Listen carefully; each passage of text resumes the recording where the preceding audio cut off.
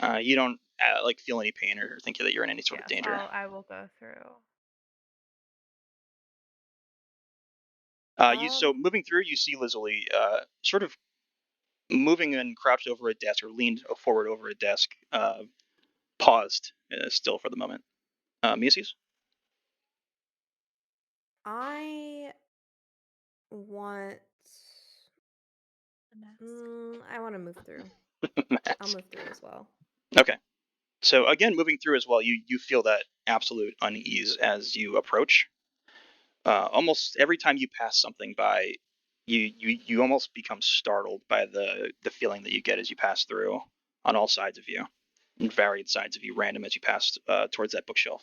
But yeah, moving Can through. I do before I move through, can I Mhm. do any kind of perception check to see if anything is emanating that feeling of unease?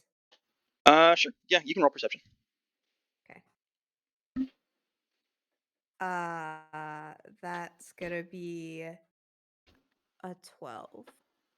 Um, you don't get anything in particular, but sort of like as you move through and try to pay attention to the objects that you're passing by, almost every single object draws you towards it because of the sense that you receive as you pass closer to it. Each and Gotcha. every object Okay. sort of throws your attention in the object's direction, be it weapon or tome. Almost every object that you come across draws you with that sense, and you want to stay away. You get the and basic uh, uncontrollable urge to get away from it. Like you don't want to get close to it. Gotcha. Okay. Yeah, I'll just move through now. Okay. You pass through again as Ashai and Lazuli. Ashai is sort of at the entry of the room, and you see Lazuli on the opposite Ashi. end. Ashi, sorry. It's okay. And Harmony, you're alone out there now. I know. You can take so many things. I want to know if there's anything in the room that reminds me of the Feywilds. uh, roll Arcana. Hold on, I have to get off that screen. Mhm. 13. Um, a few things draw your attention that have more of a fey slash sylvan energy to them. One of them is a curved blade with a gem adorned hilt. Uh, Longer than dagger, maybe a little shorter than what a short sword would be. A very unique looking weapon. There's also a tome, an old tome, wrapped in a strange substance. You can't make it out from afar. But definitely has like a vibrant fey energy to it. I want both. Again, moving. Which one do you want to move to first? Let's say. Which one do you want to go for first? Let's do the sparkly dagger. Okay. So Whatever the it is. yep. The So long we'll call it a blade. curved blade. Yep. Curved You blade. as you get closer to the blade, you do recognize this is the area that you sense one of those traps.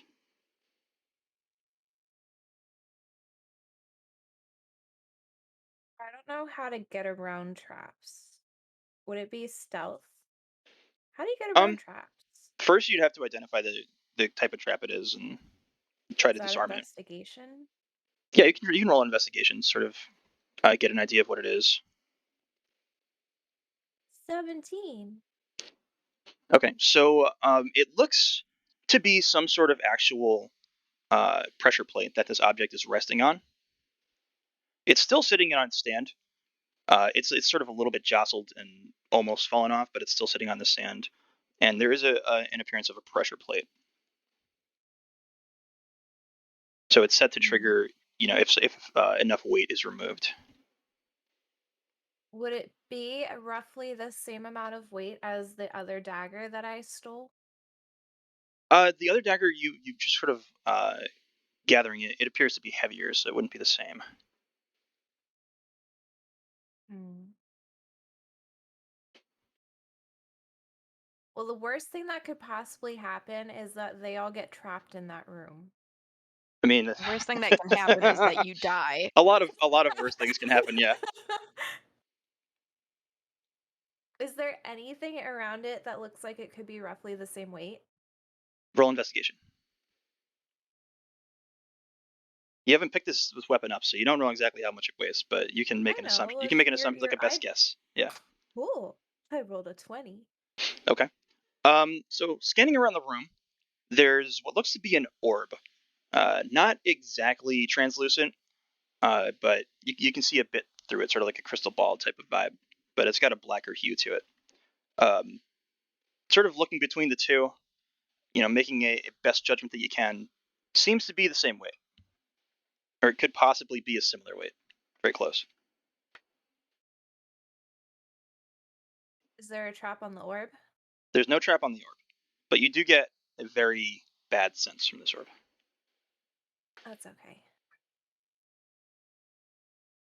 What I would you want to like to do it. I want to do a swapsies. do? Okay, so do you move to grab the orb? Yes. So the second you sort of place your hands on the orb, your vision blacks out. Okay. We're gonna pause you there. Come back to you in a sec. Okay. The re- God. rest of the group in the room. We'll go to Lazuli. What would you like to do here? As you're sort of crouched over, you hear the rest of the party move in behind you after you just heard that whisper. I'm gonna just kind of hold up my hand and give like the kind of warning finger, like don't approach me. Okay. Um, Roll another perception very quick. okay. 5.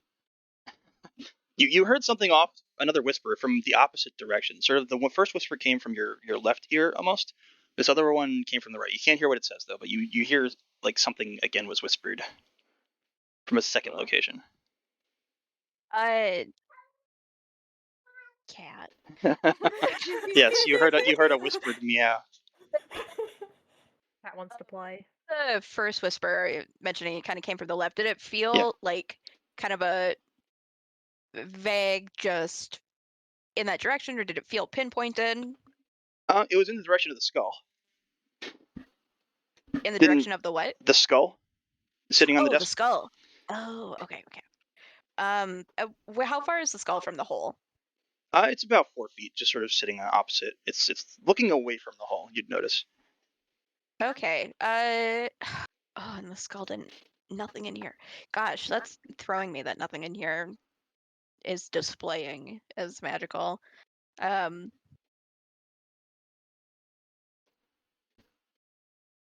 'Cause it's a live being. uh, man, how do you be careful when you don't know what you're being careful of? Ashi and Miasis, are you Uh, sort of just holding for the moment? Yeah. I mean, there's other Um, things in the room too if you want to. Yeah, I wanna. Can I look around the room? I wanna know. I wanna see what else is in here. Well, Okay. Yeah, roll investigation.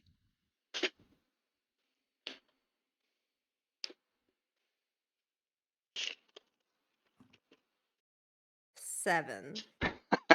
Okay, so Miasis is just moving about, sort of scanning the shelves at the moment. We'll come to your 7 in a sec. Lizuli, Okay. what are you doing? I'm going to. This probably isn't going to do anything. I'm going to use Mage Hand and just like hold it above the hole. Okay. Um, are you making the mage hand visible or just Yeah, it can be okay? visible. So as it passes over, you hear what sounds like a quick skittering uh, below, like something was startled. Oh, I don't like that.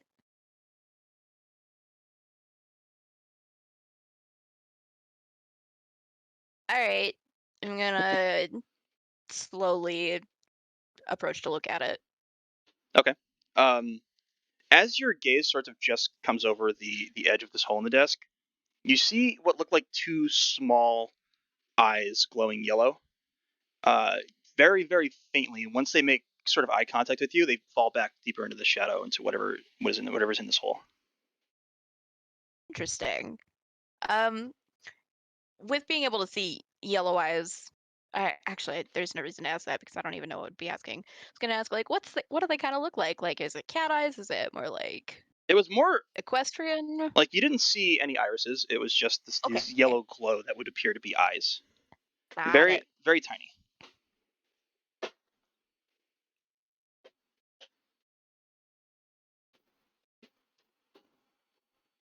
I don't. What am I doing? Um, this is a mistake. Can I reach the mage hand into it? Can I see if I can grab it? Did it look like it was small? It looks pretty small, yeah. Reaching the mage hand in, you hear what sounds like swipes from below, like something's trying to attack it.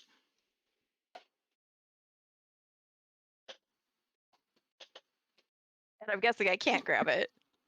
The mage hand doesn't seem to be able to grasp anything, but you hear it moving about inside the hole, sort of maybe attempting. Okay. I'm gonna pull the hand back and I'm gonna step away from it to see if I can like kind of be vaguely out of sight from that and see if it decides to do anything. Like, is it gonna peek up? Is it gonna try and like launch itself out of there? Roll perception again. My cat just laid where I'm rolling my dice. Get out. Roll dice on cat. Jeez. That's how it ends up on the floor. Oh shit, that's a natural 20. Okay. From the direction of the hole this time, you hear very audibly, like, do something, almost frantic.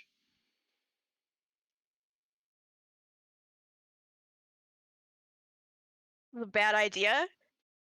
I have mage armor on question mark. I'm gonna just reach my own hand into it.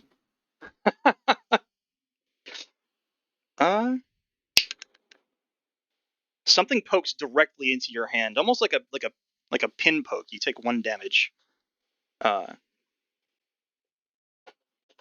You keep your hand in there. I mean, was it just a poke? Did I feel like fur or anything?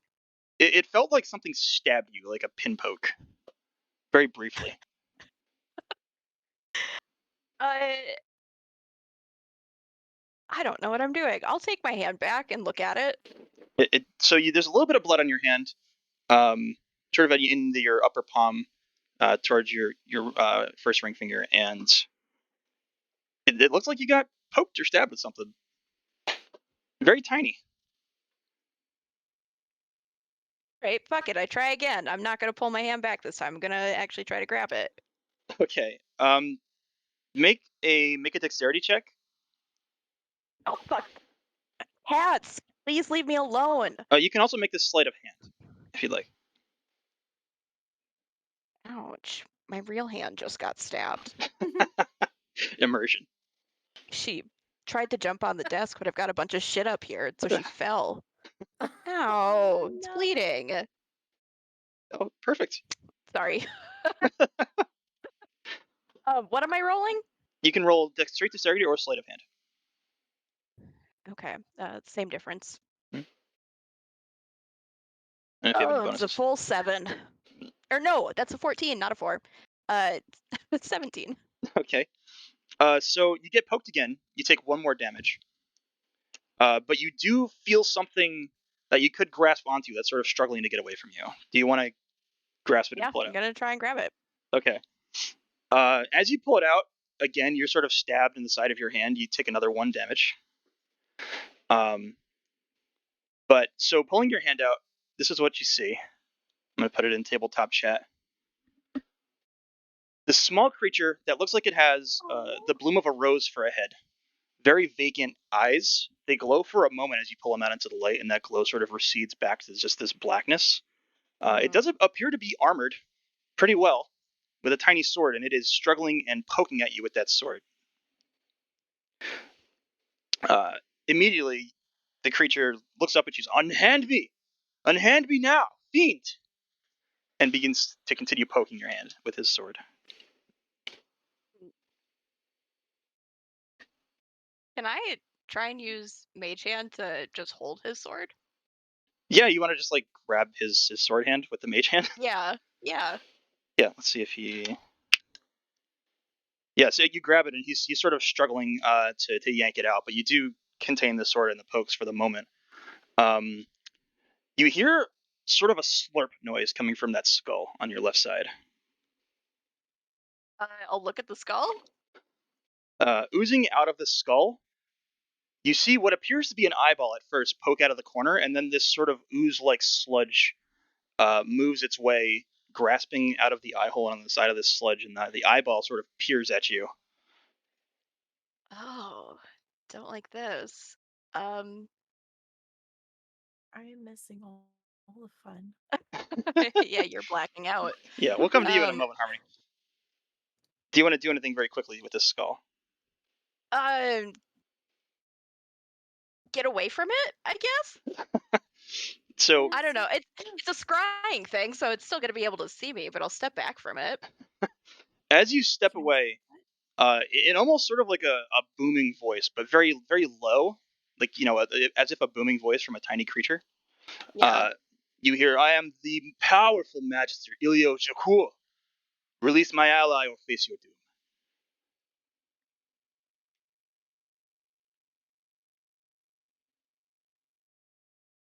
What do you do?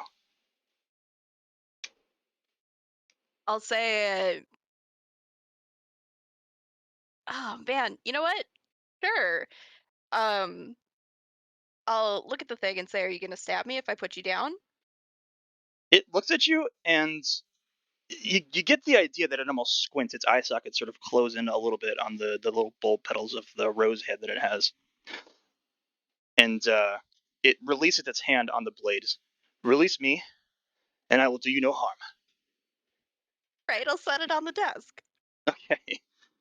He sort of dusts himself off, says, "Give me back my sword." I'll mage hand it back to him. He grabs it and sheathes it and sort of huffs off into the corner towards his hole. Doesn't hop in, but he has his back to you. All right. Have you been here long? The little ooze eyeball sort of turns to you. Doesn't acknowledge you for a moment. You hear a quick whisper. Can't make out, very unintelligible as he looks to the his rose knight friend. The knight sort of turns his head to him as well and sort of shakes his head like he doesn't he doesn't like the situation. But the eye turns back to you and says, "You're trespassing. Leave my chambers immediately, or face doom." You know, I think I'll take my chances because there's a bit of doom outside of these chambers at the moment. That sort of piques the interest of the little rose creature on the side. Turns over his shoulder a bit and looks at you. He's like, What do you mean?"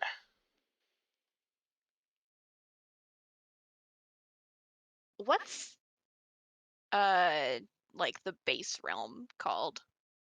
Theros? Oh, so it's just okay, yeah. Um, gut is I don't think we're in Kansas anymore. Um, I believe we have shifted into another realm. Uh, possibly one related to Keranos. The eyeball sort of shifts and looks to the little petal knight. Looks back at him and sort of shrugs, like he doesn't know what the hell you're talking about. Uh, the little slime again turns his eyes back to you. He says, "How did you get in?" Door broke. We walked in. What door? Oh, if I look behind me, it's just walls, isn't it? It's just bookshelves. Yeah. Just bookshelves. Oh, that one we just walked through. There's a different door on the other side of that. The eye sort of widens, like it's kind of shocked. It looks to the little petal knight.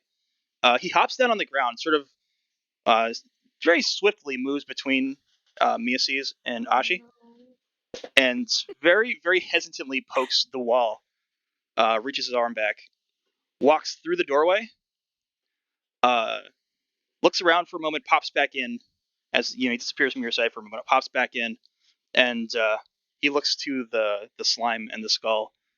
He says, "My God, how long has this been?" I'll ask again, how long have you been here? The slime looks at you. He's very, very upset and distraught at the moment. "I'm not sure. A year? 1,000?" You Sylvanas, will you calm your tits? Sorry. It's fine. What would you Very guys like to cute do? for a slime. Um,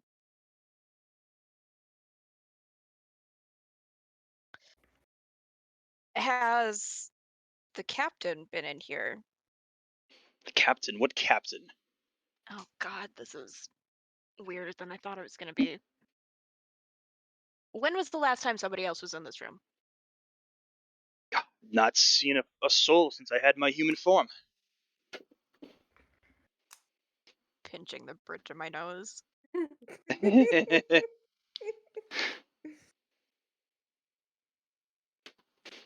Who are you?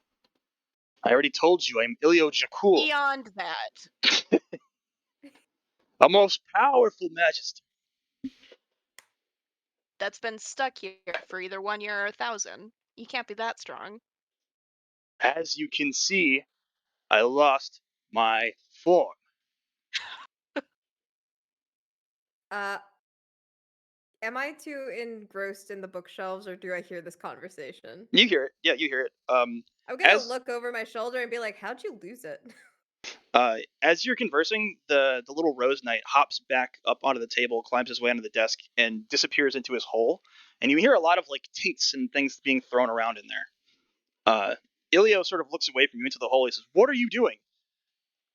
You hear from inside the hole sort of a tiny shout, like, "I'm leaving."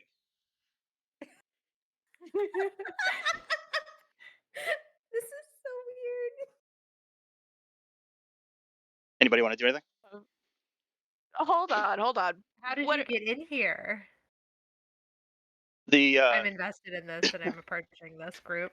Elio is sort of flabbergasted as much as a slime can be, and the eyeball sort of looks at you and squints.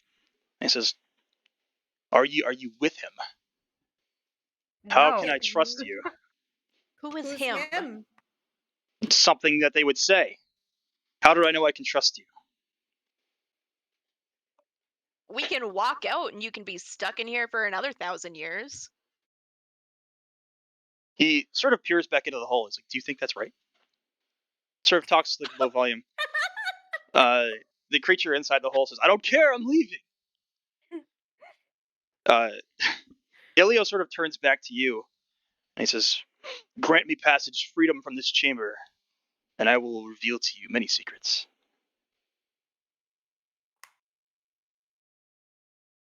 How do we know we can trust you? He sort of looks again down into the hole. Says, "My companion is a most valiant knight, and I am a most powerful mage. I'll protect you." Sure. I said, "Okay, I'm gonna just say, hold on. How do we know he's not with the demon?" His little eye goes pretty wide, and the iris sort of grows very widely as well. As demon. We don't Yes, know if it's a demon. it looked like a demon. You hear from inside the hole. The little knight shouts, "Stop talking to them! They're idiots! Let's go!" You hear like tinkering around, and there's still like things are being sort of scattered about and thrown about.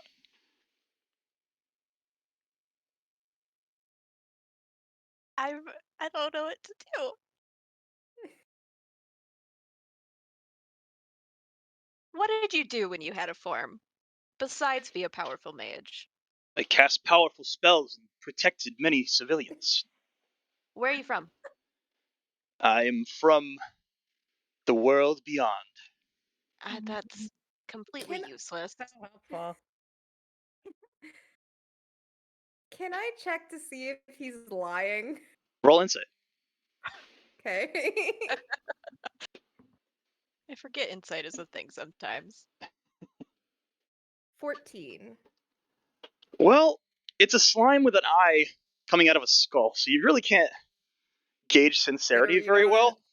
But beyond the weirdness, it does smell a little strange to you, and not just because it's slime. Uh, okay. Uh, can I? I'm gonna look kind of over at Azari and be like, mages like study at a school, right? Wait, Uh, who's Azari? Elio, Oh, the sorry. skull. No, not the skull. Sasha's character. I'm Oh, sorry. Lazuli. Lazuli. Sorry, I'm gonna look over at Lazuli. And you mages study at a school, right? Not all of them, but typically yes. Once after you finish that statement, hopping out of the hole, you see the little petal knight with a big sack that he's sort of heaving up out of the hole. Can't really get it on his back. He tries to lift it up a couple times, it doesn't budge, so he drags it, tosses it off the desk on the floor. You hear a lot of things clanging and clattering on the inside of it, and he hops down and begins dragging it outside of the room. Elio sort of shouts to him, "Please, take me! Don't leave me!" The Rose says, "You can get out on your own," and keeps sort of tucking his bag up. Hold on. Where are you even gonna go? What are you planning to do with that? Anywhere but this room. I think All that's right. fair. Listen, come here. The other side of that wall is filled with cursed objects. You wanna slowly walk through that, dragging whatever you're dragging? He We can looks at up. least get you to the other side of the door. He looks up at you. He says, "This room is filled with cursed objects. Do you see him?" And he points to Ilio. So I've been in this room with him for I don't know how long. I'm leaving. Ed keeps dragging his little bag across the floor. I'm gonna use Mage Hand and pick up his little bag. He holds onto it and begins to try and tug it back to the ground, but let's see. Yeah, he holds onto it as he's sort of dragged into the air with it. He says, Release my things! I promise you don't want to walk out that door just yet. Release my things now or fight me!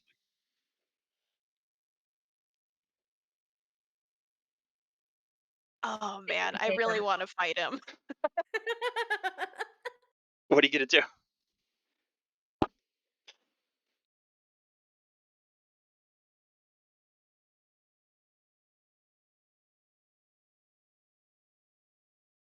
What's the call? What's the play? What do you want to do? I mean, I'm not releasing his things. I'm gonna Okay, still you're hold still. onto it. From the back of the room, you hear the skull again call out to the little petal knight. It says, "You release me from this chamber. Take me with you, and I'll destroy them for you." Wait, destroy the what? You cut out there. He said that he'll destroy you for the petal knight, basically. The petal knight, sort of as he's flailing about, trying to yank as best he can with his meager weight to yank that bag down towards the floor. He says, "I don't need your help." We're not trying to hurt you. I'm trying to give you advice on what's on the other side of that shelf. The little rose petal head turns to you from underneath the bag as he's still trying to yank it down, squints pretty deeply at you. "I accept your advice. I'm still leaving." I think this is a war of attrition. A what? A war of attrition. Nobody's gonna get anywhere. Yeah.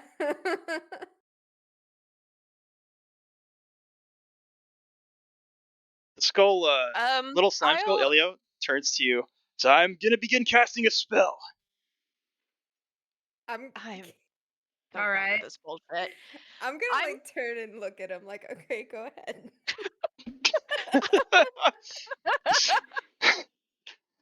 He looks to you and his eyes go wide and he sort of squints deeply. It's like, "I'm warning you. You will be destroyed if I finish my cast. All right.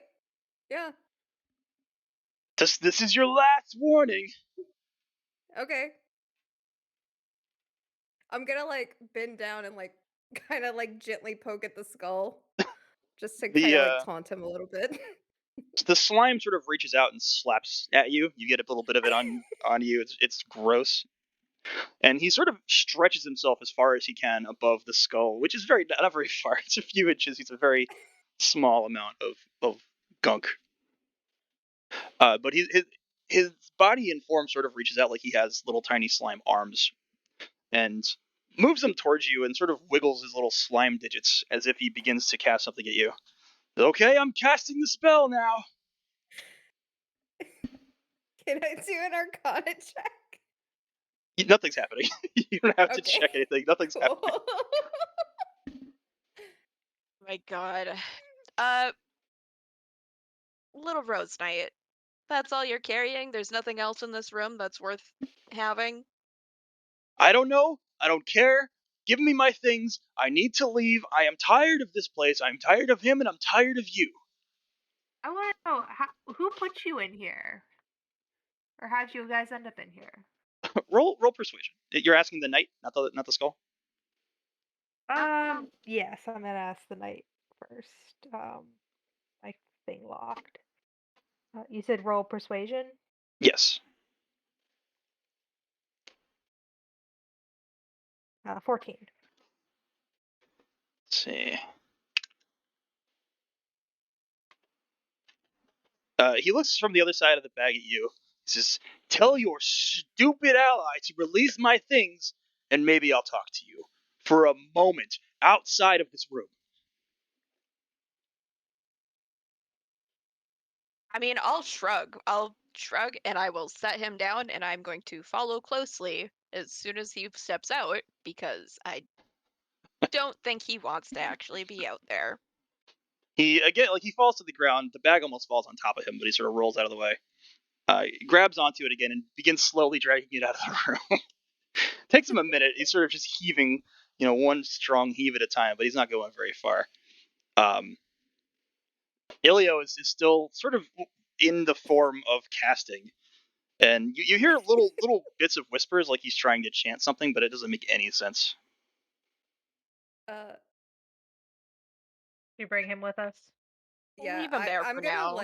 Oh, well, Oh, I I was mean, gonna if you pick up want the to, skull. Yeah, I was sure. like, look, I'll get you out of this room. Stop casting your spell at me. It hurts so much. You're lucky you lived this day. Carry me out, and I won't finish the cast. Okay, I'll hold his skull in my hand and sit You and ask him, please don't drip all over me. He sort of recoils away from you to the far end of the skull, away from where you're grabbing, but he's still squinting at you. You hear the little pedal knight as he's about to leave through the bookshelf. It's like, he can't cast magic. And then he disappears through the shelf. He's, don't believe the deceiver. Get me out of here and I will cast powerful magic to release you from this prison. Oh my god. So the pedal knight disappears outside the shelf. We're going to pause you guys for a second there. We're going to come back to Harmony. Harmony. So your vision blacks out. Okay. You're not sure for how long. You start to get what appears to be a vision. Oh no. You see what looks to be a dock. There's a lot of sailors, individuals on what looks to be an island, a lot of palm trees, several large galleon type vessels docked in the side. You notice you don't see any races beyond humans. There's several humans sort of moving about, mullying about very slowly. Nobody seems to be moving very quickly. They all seem very depressed and sad. Deeper into the island, your vision is drawn through the trees to what look like stony cliffs. You begin to move very quickly through these cliffs, through what look to be deep jungles. The trees and the foliage sort of increases, it gets greener and darker as you pass through, until you reach what looks like a cave. On the inside, a bright red pair of eyes sort of flickers, and you see a bit of a smirk. You get what's almost absolutely a bit of a fey presence that inhabits your mind for a moment. You get an uncontrollable will that you need to be inside this cave. You need to find this cave. You need to do something in this cave. It's of utmost importance. It's the only thing that matters to you now. Okay. Nothing speaks to you, but you get the senses from this face itself, and it's sort of smirking with this vile mischievous smirk. You get the sense that you recognize it somehow. You're not sure from where, from when, but it pulls to you. And coming back to your senses, you're staring into this orb. You see the face inside the orb for just a moment as you pull out of it. And in this moment, the only thing you care about is getting into that cave. There's valuable things in that cave, things that you need in your life. You have to get there somehow. Okay. So this is happening basically as the rest of the party is having their interactions in that room beyond. You're not really sure what's going on in there, but you do have that orb in your hands now. Yes, and I want to still swap it with the sword. Okay. How do you want to do Indiana Jones like. it? Like grab one and swap the other very quickly? Yeah. Roll sleight of hand.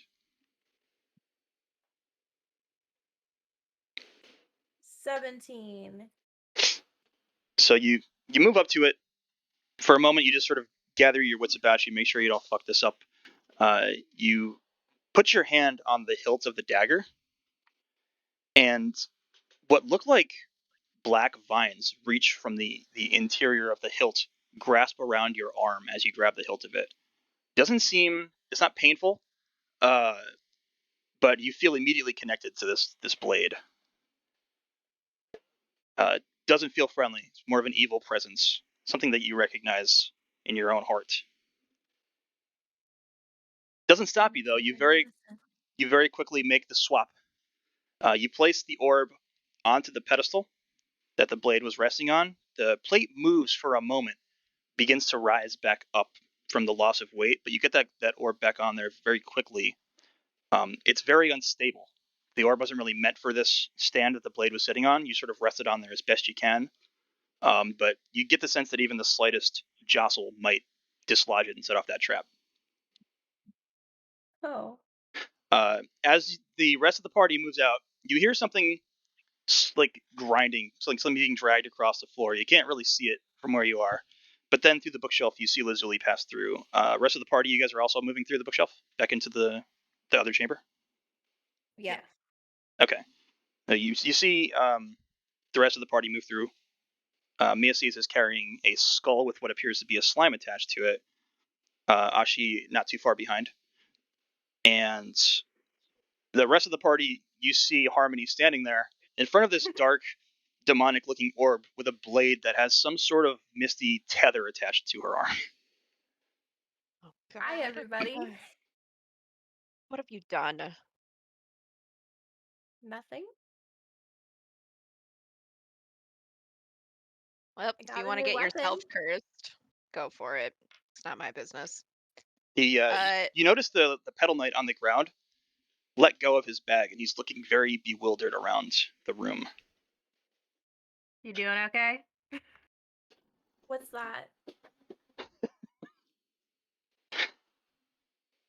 What is his name? We didn't learn it, right? No, you didn't get his name yet. Nope. I'm gonna walk up to the pedal knight Okay. and You're a bit pat taller its than him. head. You're a bit tall. He's about half your height. I'm gonna pat his head.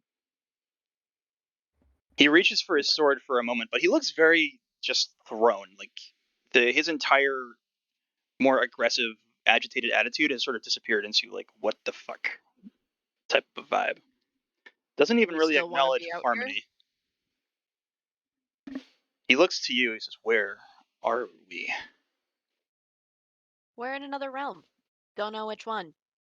Even Elio is sort of glancing about, seems to have lost the urge to leave that room all of a sudden. Almost, you get the idea Musi is that he's glancing back towards it, like he might want to go back inside. The pedal knight sort of not even just caring about that bag that he was so adamant about a moment ago, begins to walk around the room very carefully, avoiding the cases and things of that nature. And he looks back to Eulizuli. He says, "But what realm? Where are we?" My best guess is the storm gods. He grasps his sword and draws it out of the sheath and begins to storm towards you, Miaces. Says, "Set him down right now. Set him down on the floor." Motioning to Elio. Elio looks at him. He's like, "Don't do it. Don't do it." Can we do this outside of the room filled with cursed objects? I mean, we can go back into the other room. The pedal knight says, Probably "Set him safer. down now. We must have words." Set him Uh, down. No, don't set him down. Let's go back in Set this. him down. Shut Yeah. the fuck up, Harmony. Let's go back in the other room. Oh my god. Excuse Yeah. me, Lily. I'll set him down in this other room where it sits. Inside the other room. Yeah, we're going Yeah. back in. We're going back. And I'll Every- pick up the little Rose Knight's bag if he didn't already pick it up. Yeah, it's just set down there. He seems to have completely forgotten about it. Yeah, I'll pick it up and bring it back. Does everybody move in? Yeah. Actually, in the Harmony? Are you moving into this room as well? But my book. You can You stay wanna out go- there if you want. It's up to you. How close is the book to the door of the room? It's very close to the door. It's on the opposite side of the room behind you. It's probably about 40 feet from the actual door that you came in. Oh no, I meant like the door of like the magic door. So it's not Oh. this Shelf. the magic. It's about bookshelf. 90 feet back on the other side of the room. Okay, fine. I'll get it on the way out. Okay, so you move in with the rest of the party. Yeah. Okay, so the little pedal knight sort of charges in with his sword still drawn and pointed towards Elio as you set him down. He pokes the sword directly into the slime body, and the eye sort of squints at him. You idiot, you can't hurt me with that. The little pedal knight says, I will hurt you. You tell me, where are we? You know. Does anybody Why want would to he do anything? know? Or he knows because he's the one that got us trapped here. Elio says, you're wrong. You've been wrong all this time. I had nothing to do with it. Can I? I thought he couldn't cast magic. Not in this form. Yeah, not anymore. He can't cast Okay. magic, but he's an absolute idiot.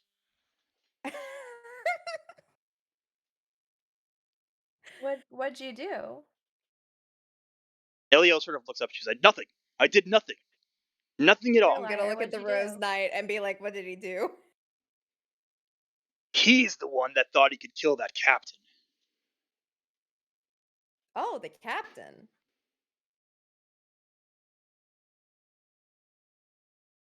So you guys have seen him before? Savas, the pedal knight sort of hisses the name. Elio looks at you. I have no idea who that is. I don't know what he's talking about. He's been in this room so long, he's gone mad. You can see it in his eyes. Look.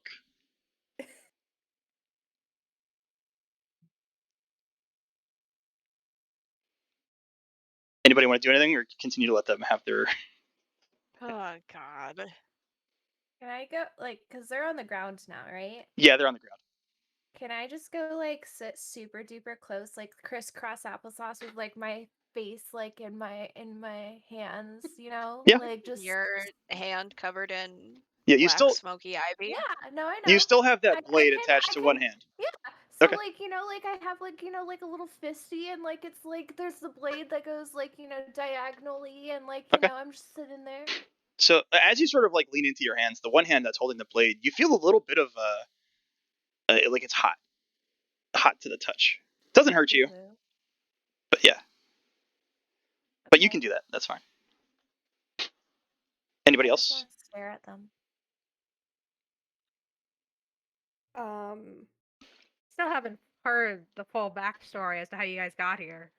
Yeah, I think I want to try to intimidate our Wait. slime buddy into Wait. and be like, just like cross my arms over my chest and like stand up as tall as I can and look down at him. Like, I think we need to start hearing the truth. Roll intimidation. Were you gonna say something, Harmony? Yeah. What if with my free hand I start pulling out all of the maps that I stole and like be like, show me on the map where we are. You can be They're doing not that. gonna Yeah. know. You can be doing that. So Harmony's pulling They out a bunch of might. maps and laying them out on the floor around. Okay, I got an 18 for my intimidation. Okay. He looks up at this big dragonborn sort of towering over him. He looks fearful for a moment, very terrified. You can see it in his one eye. But he's almost shivering. You see like the slime form of him almost shivering a bit. He says, I warn you, I will finish my spell cast, and you will be thrown All right. into a dark Cut the abyss. bullshit. Cut the bullshit. You can't move out of here by yourself. Tell us what's going on. The pedal knight moves up and he puts the blade to what is essentially the throat underneath the eyeball of the slime, and he says, tell them. The eye sort of, he looks around to everybody. He looks at the maps and up at Harmony, like sort of a what the fuck are you doing? Bit of a gaze, but ignores you pretty much completely as you're sort of fiddling about with the maps. Looks up at the rest of the group and says, I swear on my honor You have that none. he stops for a moment, looks up at you, squints. I swear on my honor that it was not entirely my fault. What Like the happened? sound effect. The timing. Slime is actually a cat. He looks at the Actually. Petal Knight and he says, that wasn't my intention. The Petal Knight sort of removes the sword. You are greedy. The slime Ilio himself sort of just looks to the ground. He looks a bit shameful at this point. Sort of his little facade drops a bit. Not entirely, but a bit. And he says, well, look. The captain had something that I needed. It was very important that I acquire this object. And I thought I could challenge him. What object? He looks over to the side of you. Something dangerous. Yeah, what's dangerous? Objects. Is it dangerous?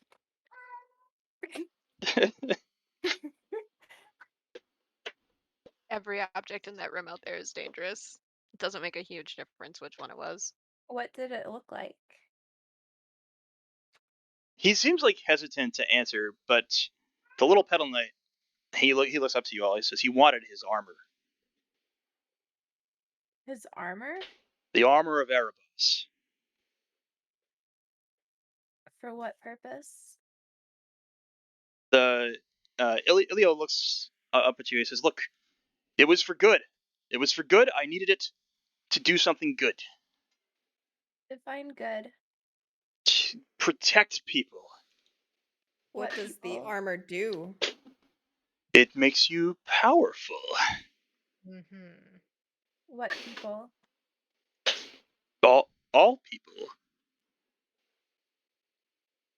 Alright, so this dude was on a Oh. journey for world domination or some shit. Yeah. I think I'm fine leaving the skull behind. Are you saying this out loud? Yep.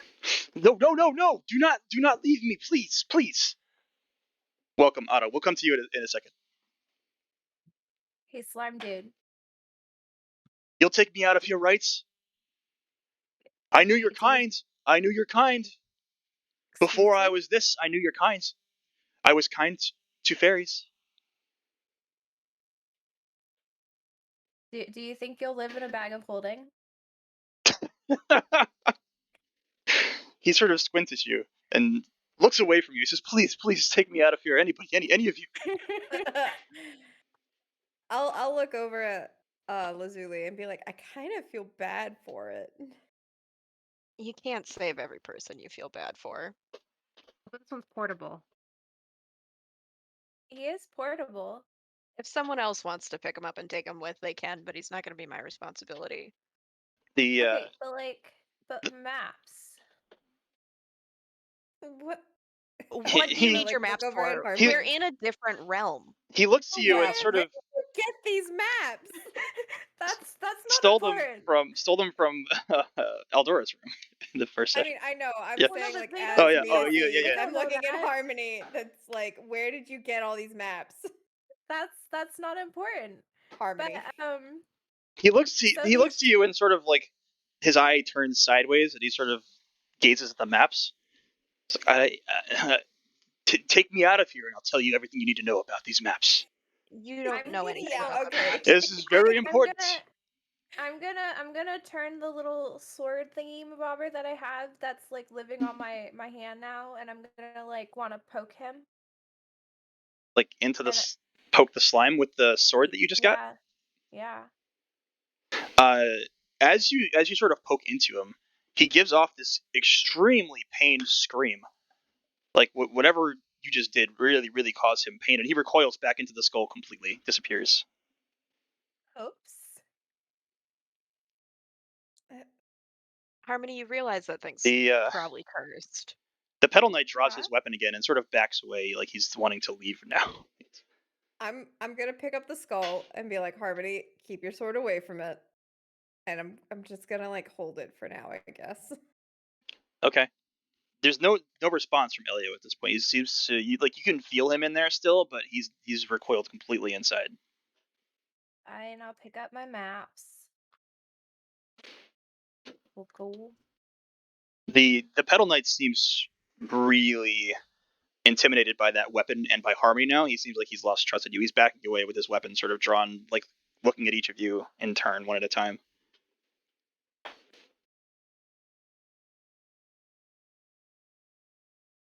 Anybody gonna take any action? I'll say sorry. He disappears through the bookshelf as he backs away out of the room. Should probably go after him. Are you going? Is anybody going to? Or are you all just I standing there? will. Okay. Lizzie passes through. Anybody else? Me.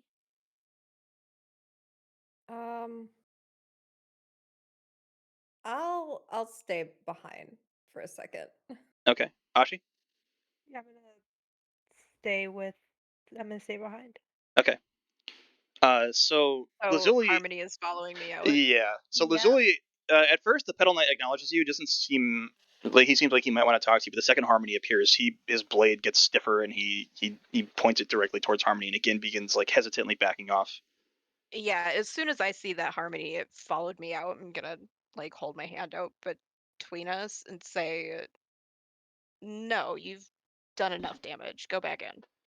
The Petal Knight looks to you and says she has dark magic about her. She's a kleptomaniac, and we're in a room full of cursed objects. I think it's deeper than that.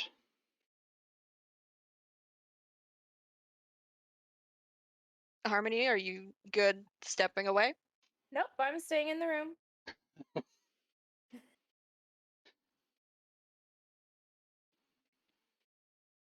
I want my book.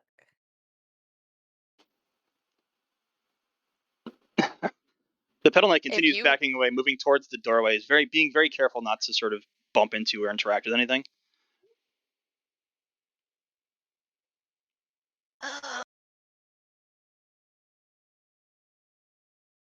So are you just standing there, Harmony, or are you like going around trying to get the book? I'm standing at the door for now. At the illusory bookshelf. Yeah. Lazuli? I'll follow the Petal Knight out and catch up to him and like offer reaching out. Do you want me to get you out of here faster? His blade's still sort of directed at you. Says, I don't know that I can trust any of you. You're not going to be able to trust anything on the other side of that door either. Roll persuasion.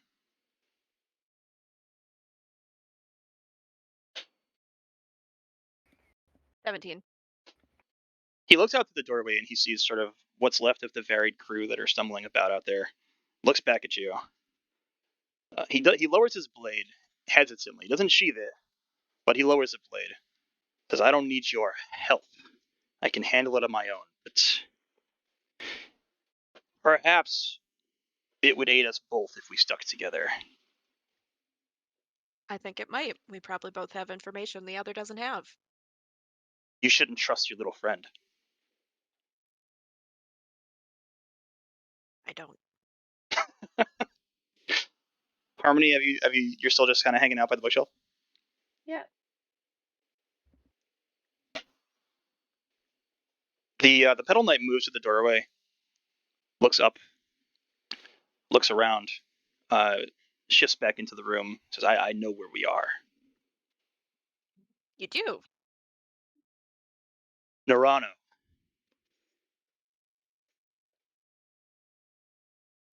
No, no. Nerono. Oh, I spelled that wrong. Nerono. O-N-O. Yep. Oh no. Okay. And where is that? The underworld. Oh, fuck. Why do you know where this is? I've been here before. So there's a way to get out. Maybe. Maybe. I've been trapped with that idiot for a long time. Have you always been this? This form? No. Yeah. Okay. I was once a great Leonin. A warrior.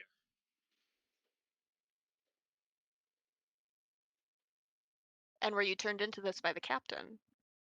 Not by the captain, no. The timing was unfortunate. I happened to be involved in a situation that involved that idiot Elio before his form had taken that. Your captain, Savas, cast something that affected many of us. Thus I was cursed and locked away. I'd be interested in hearing more of this later. Perhaps. He seems very defeated at this point, like he's not sure what he's going to do. But like you said, it might be beneficial for both of us to stick together for now. Yes? Perhaps. For now. But I know not how we'll escape this endless sea. Yes, well, we just got here. We haven't really looked around yet. Then you have my aid. For now. Deal? His hand's probably too small to shake, isn't it? Yeah, it's pretty tiny. Pull a finger. All right.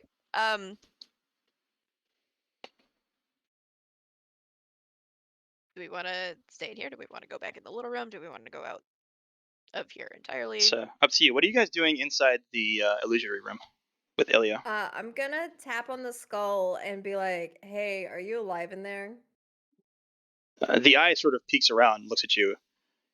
He says, "What did she do to me?"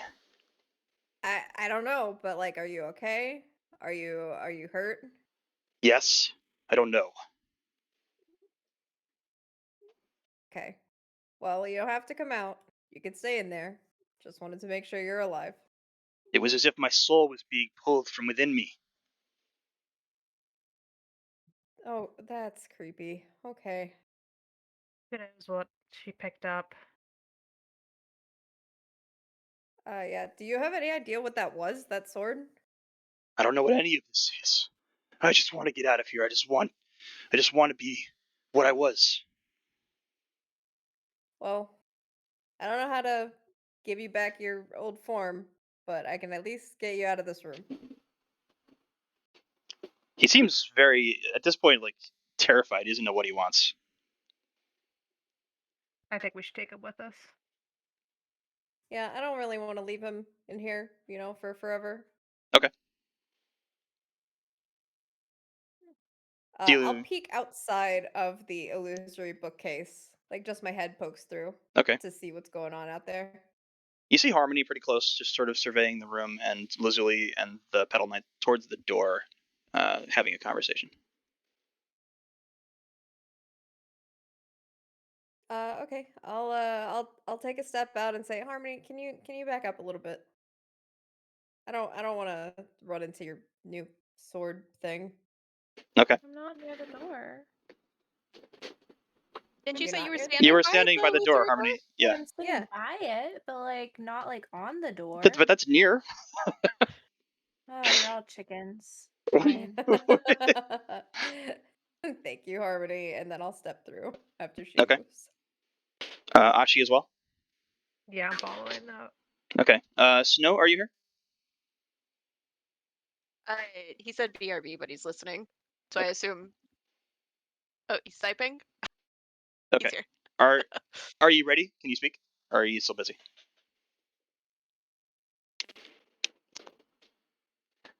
Okay. Well, let me know when you are ready. I'll keep an eye on the chat.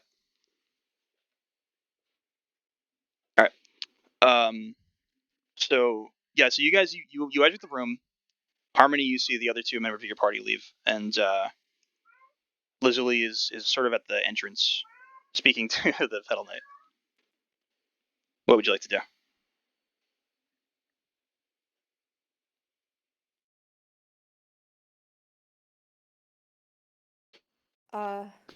I am just gonna give the cursed objects a wide berth and start walking, but I don't want to like get too close to Lazuli because I don't want to Okay. make it seem like I'm eavesdropping. Are you're holding on to Elia? Yeah, I have Elio in my hands. Okay. Or in one hand. His eye is sort of peeking out from inside one of the eye sockets of the skull, but he's not coming out completely.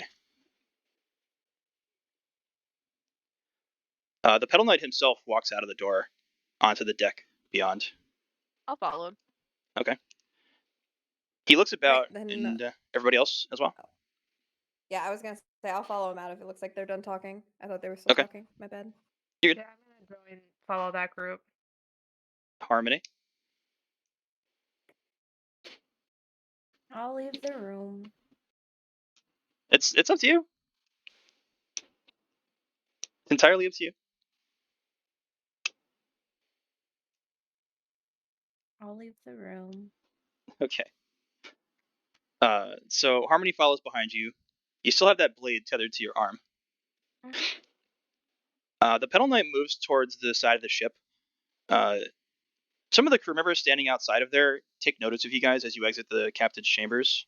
It seems like some of them have gathered in varied groups and they're sort of talking, and you can't really understand what they're saying, but they seem to have at least formed some groups in various areas on the deck. The Pedal Knight sort of shifts between or between them, I should say, and some of those groups sort of lean in and whisper a little more at the sight of him. Some of them look wide-eyed, some of them look a little more hesitant. But he sort of passes through, disregarding them, and hops up onto the railing looking over the edge of the ship.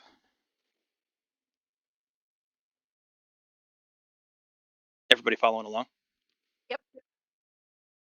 Yep. Okay, so he hops up. Actually, Sure. before I follow, can I take a look around and see if I see Galen? Yeah, roll perception.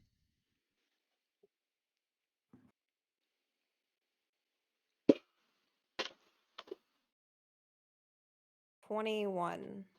Okay. You don't see Galen anywhere. You do see an individual of note that you do recognize, a man named Gideon. One of the more prominent members of the crew. You know that he carries these bracers that sort of extend these light whips, magical light whips almost. He's one of the more renowned crew members, pretty valiant fighter, and he's on the other side of the deck, towards the right side of the captain's chambers to the entry, and he's standing there with roughly 6 or 7 other individuals who seem to be sort of arming up. They seem to be the most together of anybody that you see out here. Can I ask one more question Yeah, sure. about them? Do I recognize any of them as on the captain's side and not on the mutiny side? You didn't see any of them in the fight, but you would know that Gideon likely would have sided with Aldora Okay. and the captain. So Okay. whatever Aldora would have done, Gideon most likely would have been a part of that. I'll give you an image of Gideon. Yep.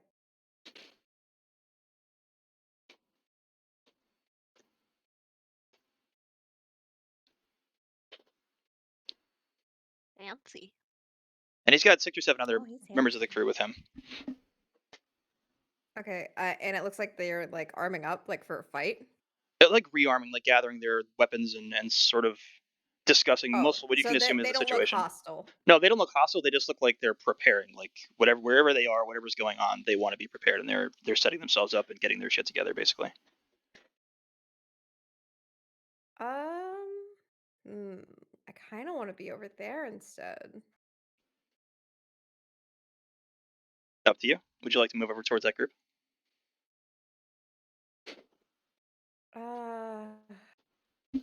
No, I have Ilio with me. I don't want to make it weird. I'm gonna keep following along with my group. Okay. Anybody else? Everybody moving along? Yep. Yeah. Okay. So the Pedal Knight has hopped up onto the edge railing, and he's sort of gazing out into the Starsea beyond. He motions for you to all sort of look where he's directing, and he points towards those ships in the back. Says, "Those ships, they're lost. Sailors of the lost. Very dangerous." are they what will eventually happen to this ship? I don't know. The ship I don't recognize. It's not where we became imprisoned. What's the name of the ship again? Theros? Were you not imprisoned on the Theros? No. Oh, We were in Melitus at the time of our imprisonment.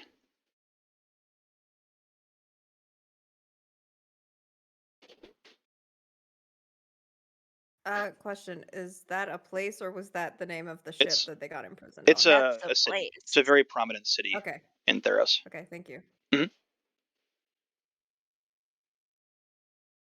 Man, I feel like I would have relevant questions here because I supposedly have ties to there.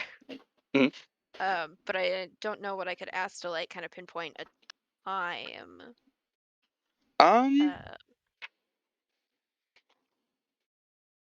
Well, let's see. So, Is it a city that would typically have rulers?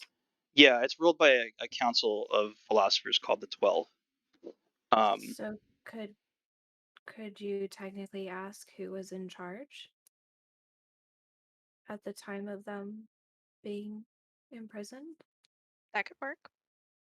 I mean, that's a hard question for Bird. I can answer it. Hold on. Let me go to my reference material here. Sorry, I was just trying to think of Nope. a. Yeah, No, that's that's perfect. a good suggestion. So, the current leader is named Parasophia. Okay. Very renowned, like, politician and philosopher. So you ask him who was the ruler of the 12 at the time? Yeah. Okay. He looks to you. He looks sort of curious. Says the 12. Melitus is not ruled by 12. It's ruled by 1. Oh. How long has the 12 been in place? A very long time. A very long time. Yeah, to your knowledge, you don't know exactly how long. It goes a ways back in Yeah, history. like for as much history as I'm aware Exactly. of. Yeah, and Yeah. probably well beyond that. So it might be looking closer to 1,000 years than a single year. Yeah, at least I would say it probably goes beyond 1,000. Melitus has been ruled by a council of 12 for at least a millennia. So I don't know. Okay, interesting. Do you share that information with him? Yes, I do.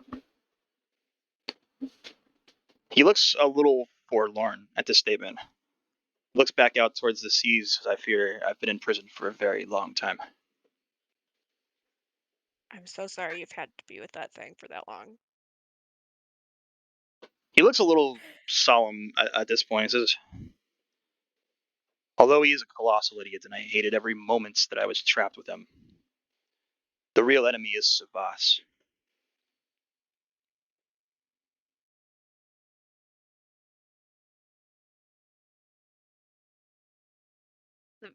So that's the captain, yeah? Yes, that is the captain. So at the beginning of this, we got lore on. We know that he was granted this vessel by the gods. Did we know a timeline on that? No, you have no idea. No. It's all just myth and legend. Everything surrounding Savas itself is myth and legend. Nobody knows how old he is, So it's how looking long Okay. he's like had the he ship. could be older than a lot of people assumed he was. Because people were Yeah. guessing it was like 100, maybe 200, but it's looking like it could be a lot longer than that. Yeah. His name is very mythos based. Like people know that he's been around for a very long time, but he's sort of just been on the outskirts of things.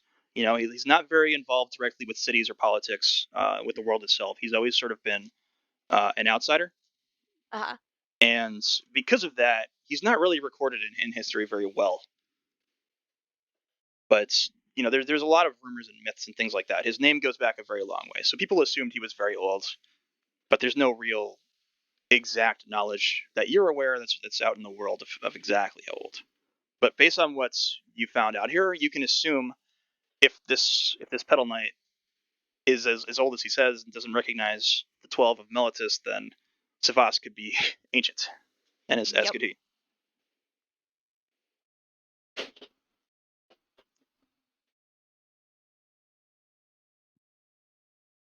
Yeah, that's a lot of information. I'm gonna be right back.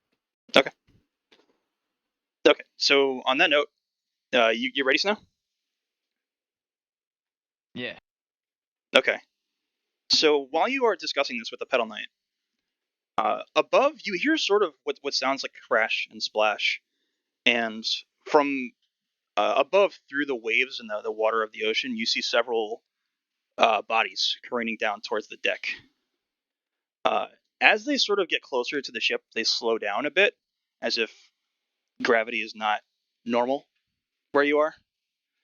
They slow and sort of fall pretty roughly to a wet smack on the deck. One of them is Otto. Otto, in your view, everything blacked out as you disappeared from the Theros as it fell from the sky earlier. You're not sure exactly how long you had blacked out, but you fell into that pit that was basically a whirlpool in the ocean, and you fell. As you're falling, you notice the sea turn to sky, and almost as if you are falling upwards towards the sky, though you know you are falling down. You see the deck of the Theros below you, strangely, as you've just fallen from it above you. You're careening down very quickly, very dangerously. You basically feel like you're about to die, but you do manage to rest yourself as gravity starts to take over and slow you down. Uh, but towards the end of it, you still drop at a good speed and you land face first on the deck. Can I cast Feather Fall as I'm falling? No, you're still very disoriented, so you don't really have an opportunity to cast anything. You don't take any damage. You're just it hurts, but you don't take any damage. Yeah, all right. As several other bodies of other crewmates as well splash into the deck around you. The rest of the party, you sort of see this. You don't recognize anybody beyond Otto, but there's several of the crew members that have fallen now. Seemingly, you're not sure the time difference and why they've fallen separately from you.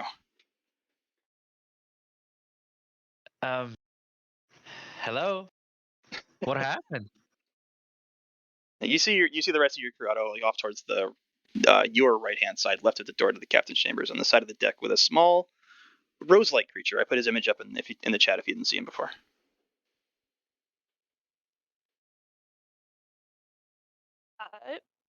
Well, We found some friends. saying this somewhat quietly because I don't want to say it to like alert a bunch of people around us, but welcome to the underworld. Under what? The underworld. No, I heard you the first time, but I just didn't believe it. What? Ah, but this looks like the ship that we were in, doesn't it? It either came with us or I don't know. But like Macy's just said, we met some friends. Ah, And they're familiar with this place. is Or at least one of someone them still is. carrying that skull? Yeah, Mia sees Yeah, is I carrying a have skull. it.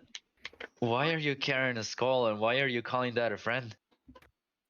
I'm gonna like tap on the skull and I'm gonna be like, hey, can you like come out and say hello real quick? Otto, you see a slimy eyeball sort of stretch out from one of the eye sockets of the skull, blink at you, and then pull itself back in. Ah, wow, amazing. The word As friend is a loose term. as you guys are standing there, you feel for the very first time a gust of wind very unnaturally sort of pass over you for a few seconds. Didn't like that. Can I'm gonna look in the direction it came from. Is there anything weird out in the distance over that way? In the Starsea beyond the ship, you see what look to be whirlpools having formed. There's some smaller vessels out there, much smaller, like small sloops and canoes and ships that are being pulled towards these whirlpools and dragged into them. Does it look like the whirlpools are growing? No, they're very small. They seem to be closing slowly as some of these vessels are pulled into them. All these vessels as well have a strange glow about them, a greenish blackish glow.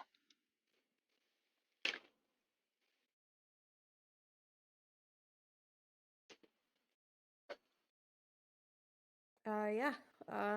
Don't like any of this, honestly. What would you guys like to do? I have a quick, like, lore-related question. Sure. Like, what general information, like, as just like residents of this world, would we know about the underworld? Roll history.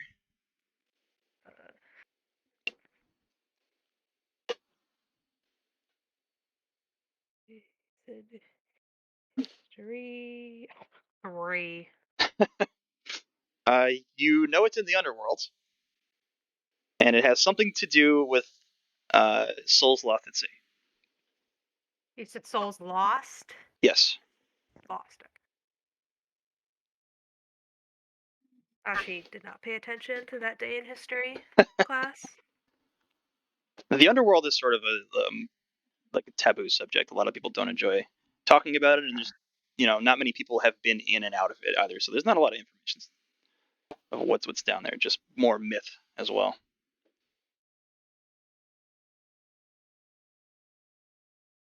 Anybody Do else? you guys think it's worth exploring the ship to see how much of the ship is still recognizable or if anything changed?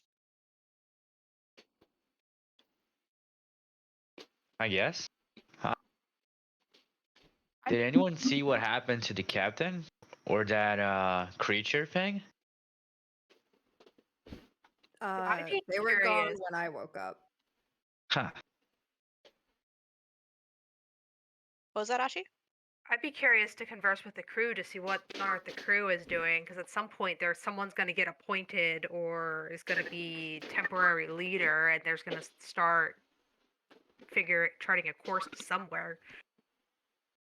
Do we want to go have some conversations? It looks like the crew's kind of splitting off into some factions. Yeah, I'm curious about what they're doing, because who knows, more fights could break out, or like I think it would be good to converse with the crew at this point.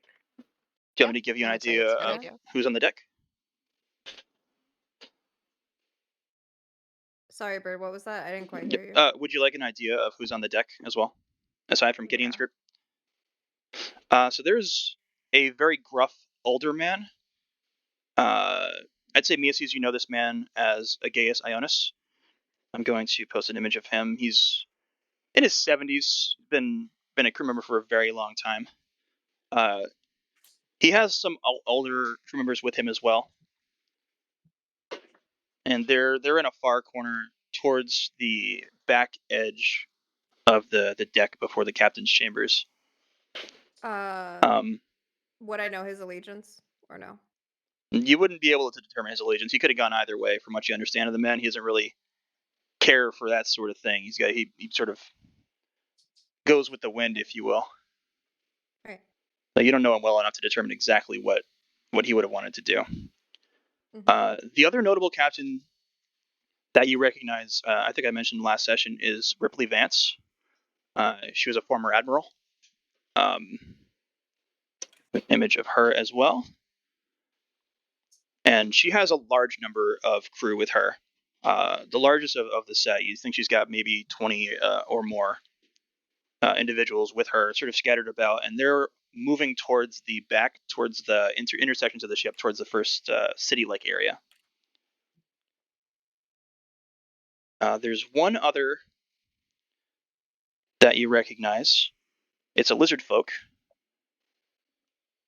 His name is Haji. That's him.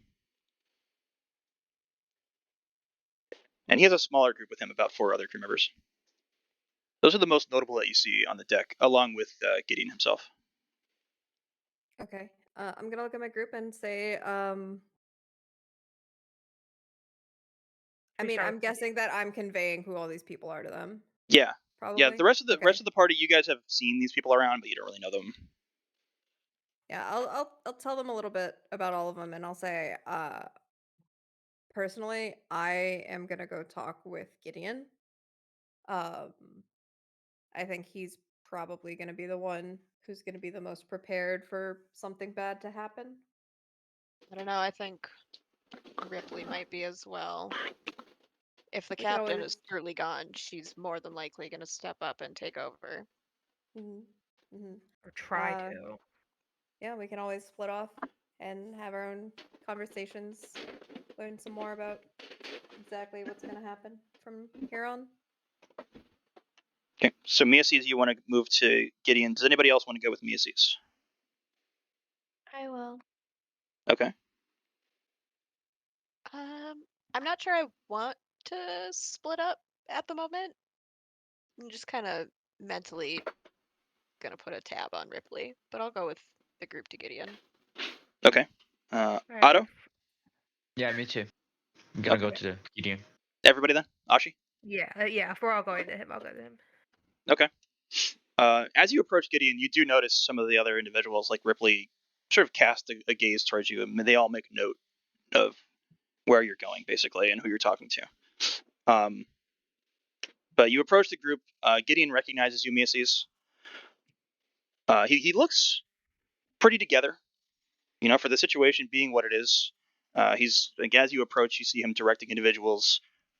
He has a couple tomes that he's sort of pointing to and referencing things to. You can tell that he's obviously making plans.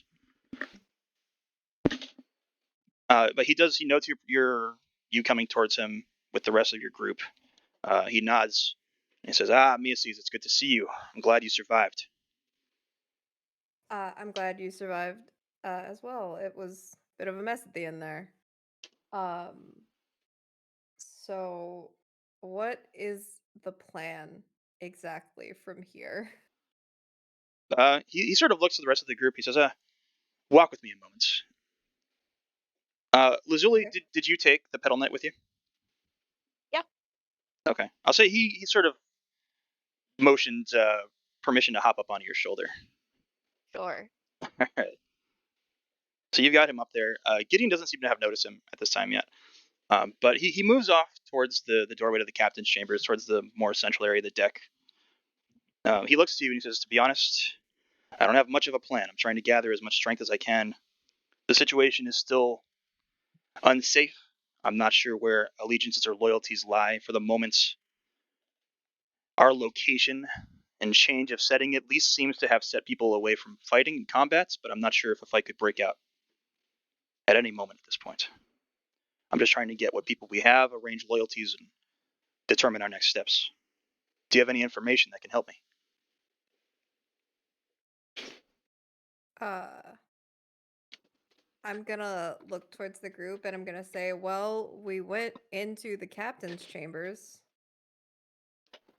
He gazes towards the doorway. I must say, the second I thought about going in there and moved towards it, it sort of felt wrong. It's dangerous in there. There are a lot of cursed objects. What did you find? I didn't get a You're very still good look. holding the skull, I assume, as well? Yeah, yeah, Okay. I'm still holding the skull. And I'm gonna tell him like, well, I didn't get a very good look around the room because my friend Harmony here was being controlled Who's by one of still. the cursed objects. He looks to Harmony, who still has that blade sort of tethered to her arm. Uh, you see him. He looks for a moment. He takes it in, and he hasn't tries to keep his expression solemn, but you can tell that he doesn't really understand what's happening there. But he's going to trust you for the moment. Yeah. There was this mask that seemingly controlled her and she took a shot at me. So I kind of just got her away from that and didn't really get a good look around the room. I bet she was using the mask as an excuse. Are you Whispers whispering Otto. that? What? Oh, he Why absolutely would whispered that. why would I shoot my friend on purpose? That serves me no good. Gideon sort of looks to you all as you almost break out into an argument. He says, "Guy, my friends, this is not the time."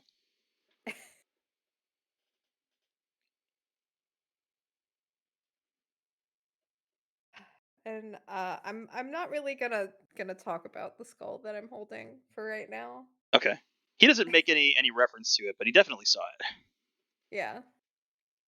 Do you think that maybe the captain is in this same place as we are right now? Yeah, did I anyone see him? I have not seen the captain. Unfortunately, I was unable to make it to the melee at the gate before whatever happened.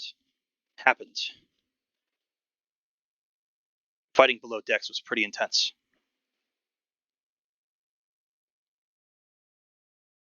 I may have an idea that we could possibly try to find him. And what is that? I have this spell.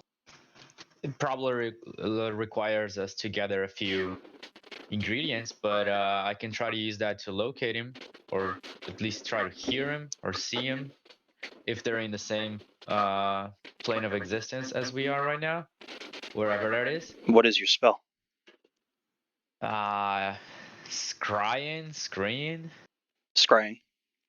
Yeah.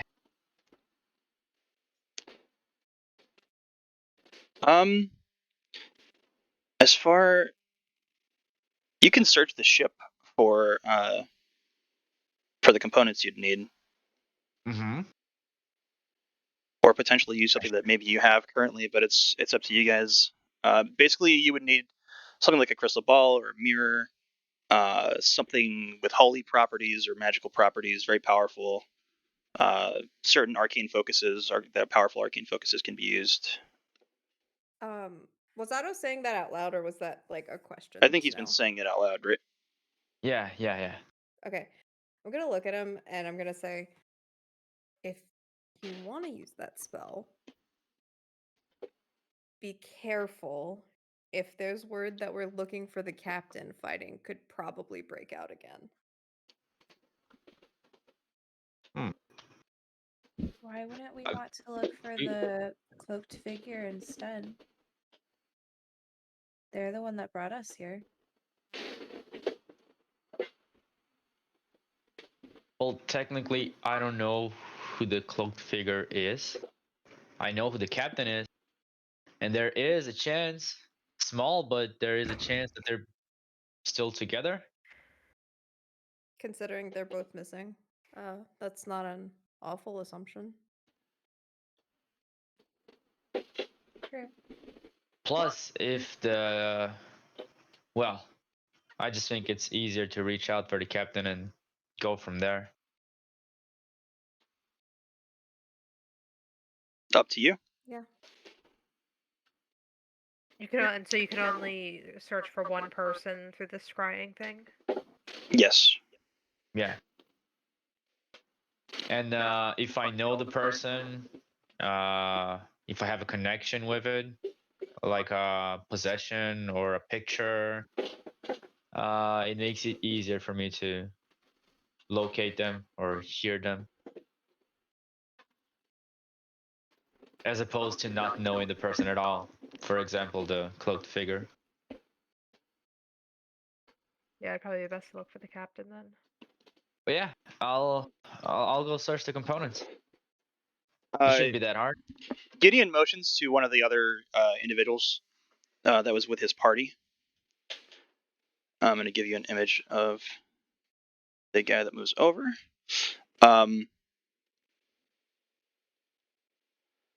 So he pulls something out of his pouch. I don't like the image in a second. It's taking a minute to load in. And hands it to you. Looks to be a gem of some value. Says, use this. I sure will. This is, there we go. That's the guy. Very menacing looking crew member. He's cute.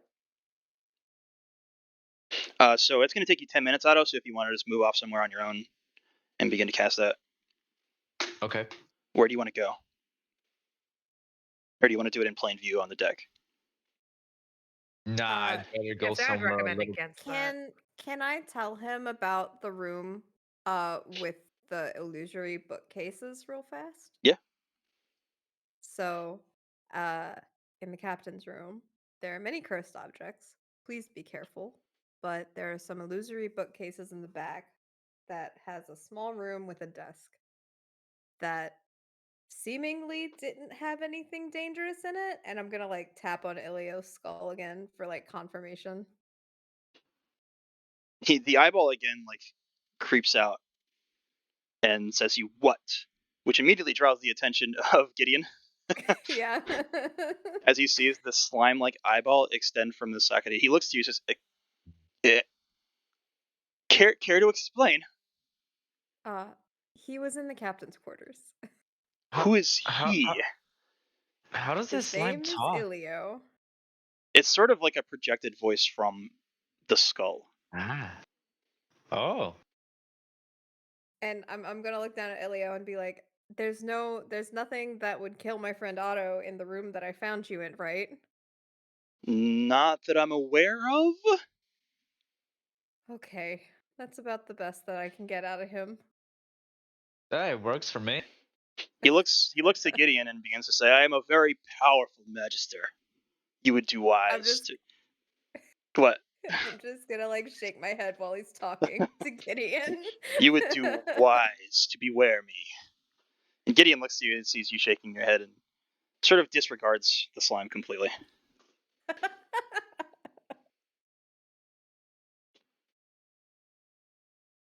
Elio himself just retracts slowly back into the skull after he says that. Otto, you wanted to move off into the captain's chambers? Yes. Okay. I will. So the rest of the party, you're still there, sort of communicating with Gideon. At the moment, Otto's sort of stepping into the captain's chambers. Otto, you get an incredible sense of unease as you pass into this room. You see a lot of display cases. Everything looks very ancient and decrepit and decayed, dust coating everything. A lot of these display cases having been shattered with the objects sitting on the ground or in poor condition inside of them. A lot of old bookshelves, very, very tall ceiling on the inside. You get the idea that there's more space on the interior of this room than the exterior. You don't see that sort of sloped dome-like structure on the interior here. But based on what you were told, where the illusory bookshelf is, you would sort of have to move along the side there and feel your way until you reached it. Okay. You want to make your way through the room? Yes. Do I have the components that I need? Yes. That was Okay. handed to you by the other crewmate with Gideon. Okay. So moving along, as you sort of pass between some of these display cases, everything feels very wrong. Some of them you get almost a pull and a draw towards them, especially towards the back corner of the room. There's something that almost desperately is drawing to you, but it feels very wrong. I'm honestly, if something really catches my interest, I'm not gonna resist. Okay. So as you begin moving towards that bookshelf, you feel the multiple draws around the room, but then that one really powerful one, and you just, before you even notice you're doing it, begin to drift away from where that illusory bookshelf is, or you know it to be, and move towards the opposite corner of the room. The closer and closer you get to whatever is calling to you, you feel it stronger and more powerfully. Make an intelligence saving throw. That is a 15. As you approach, you notice a mask sitting on the ground. Something reaches into your mind and attempts to grasp control of you. You struggle with it for a moment, but you're able to resist. But you still feel that pull, that draw towards this mask. What do you want to do? Well, I've heard a little tale of this mask possessing one of my friends. You did? So can I step and crush it? Yeah, make a I'd say roll will. Will? Yeah. What's will? What the hell? roll wisdom, like willpower. I'm sorry, I was crossing. Oh, wisdom. Yeah, Okay. wisdom. That's a 9.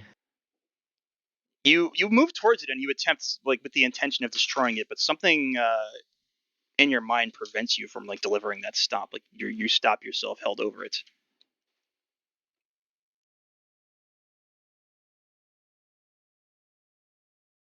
I'm not gonna cast a fireball on that just because I'm gonna burn the whole ship. Jesus.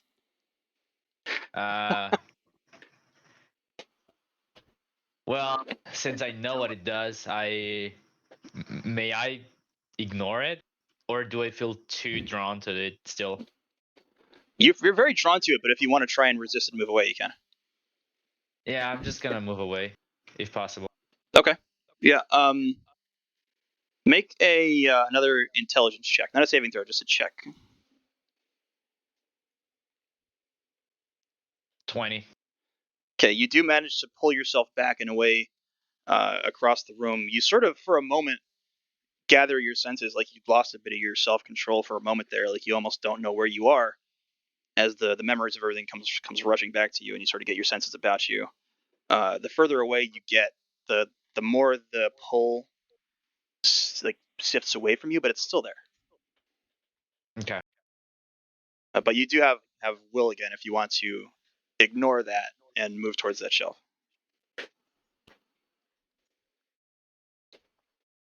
What do you want to do?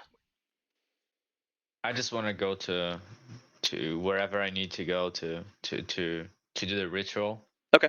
So my spell. You move back along the shelves. You do feel that illusory wall, and you're able to pass through it into what looks like a very nice room, very new, complete contrast to the outside, which is very just ancient and old and decrepit. This room feels very fresh, very taken care of, very clean. Passing through the illusory wall is a bookshelf on both sides, so you're basically surrounded by bookshelves in a much smaller room with a desk and a chair in front. You appear to be alone.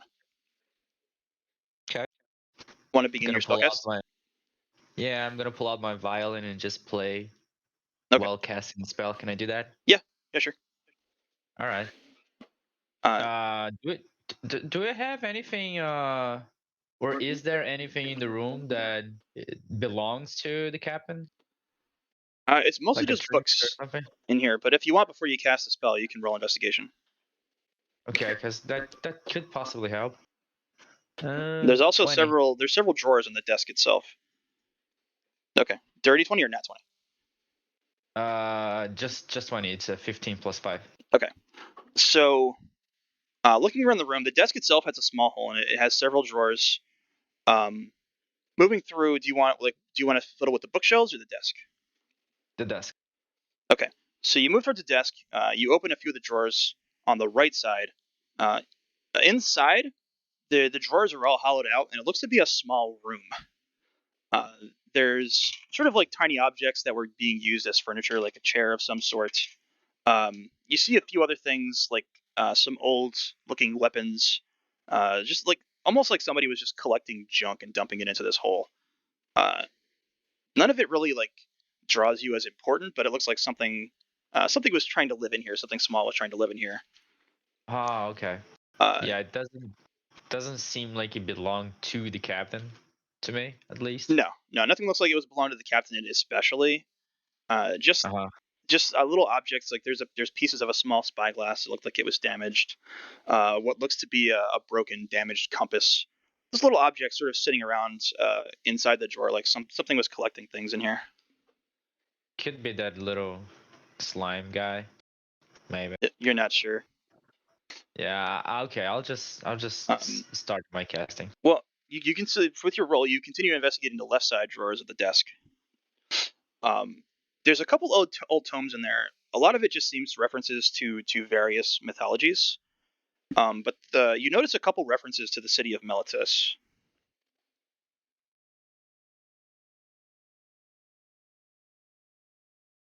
Can I keep the book?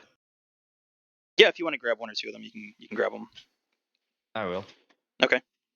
One of them is called People of Meletus. Add that to your inventory.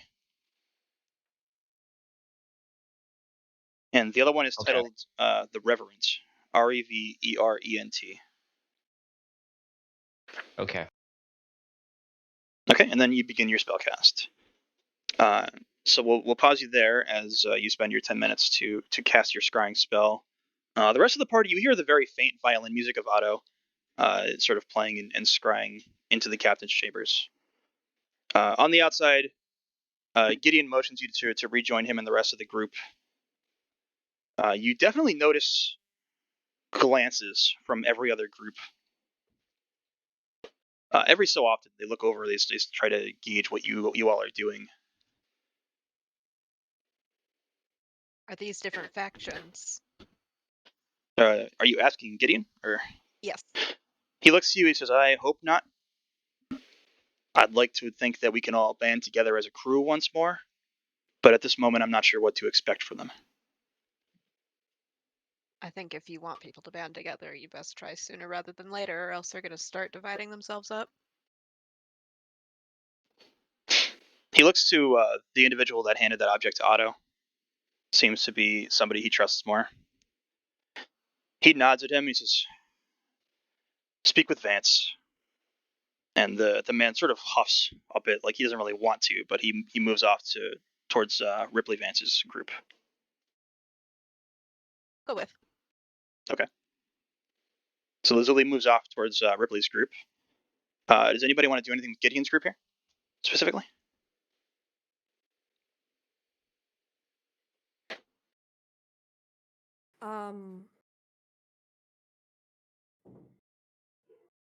I guess I'm just gonna look at him and I'm gonna be like, I'm gonna stick with my friends for right now, but if you need anything, you know where to find me. Okay. Harmony. Mhm. Make an intelligence saving throw for me, quick. Oh.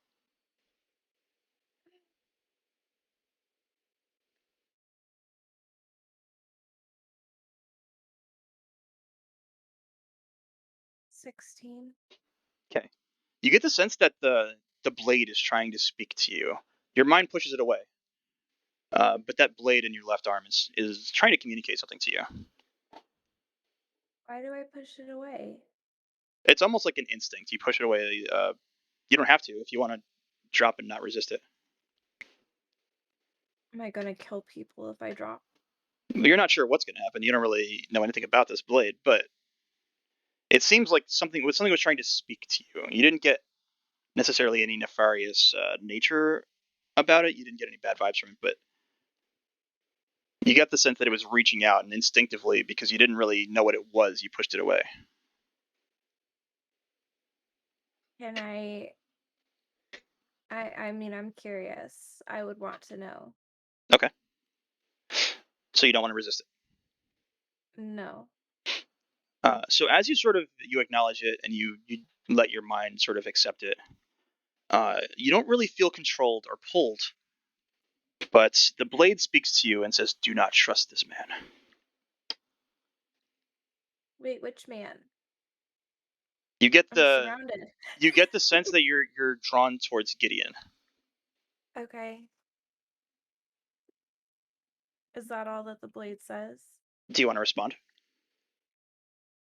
Oh, I can talk to the blade? You can try. Is there a reason? I sense ill will about him. Do not trust him. He will seek to harm you. Me specifically or my friends? All of you. And I'm to trust you? I am your protector. Okay. Cool beans. Wait, does my blade have does blade have a name? What's the blade's name? What's your name? You ask it? Yeah, what's your name? My name is Agony. God. Is your next set of names Ravenway Darkness? Wait, but it's I choked on agony. my It's pizza. it's agony and harmony. It's beautiful. Putting the harm in harmony. Do you ask it anything else? No. Wait, is this all in my head though? Yes. Oh, okay. Yeah. All right. From what everybody else sees, you're just staring at this blade. Is can I ask the blade if there's a way to detach it from my arm? So if you wish.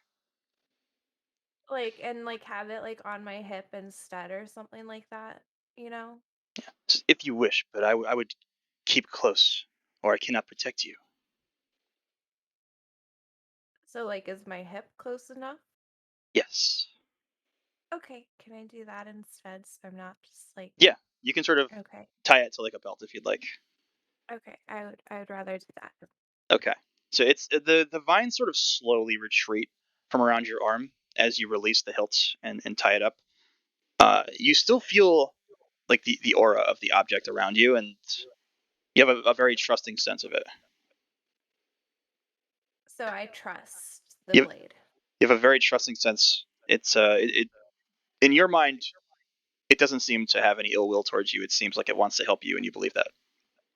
Okay. I'm good. Okay. My curiosity is sated for now. Okay. Ashi and Miasis, did you guys want to do anything else here? No. Now that I've kind of just told Gideon, like, if you need me, find me. I'm just gonna follow Lazuli.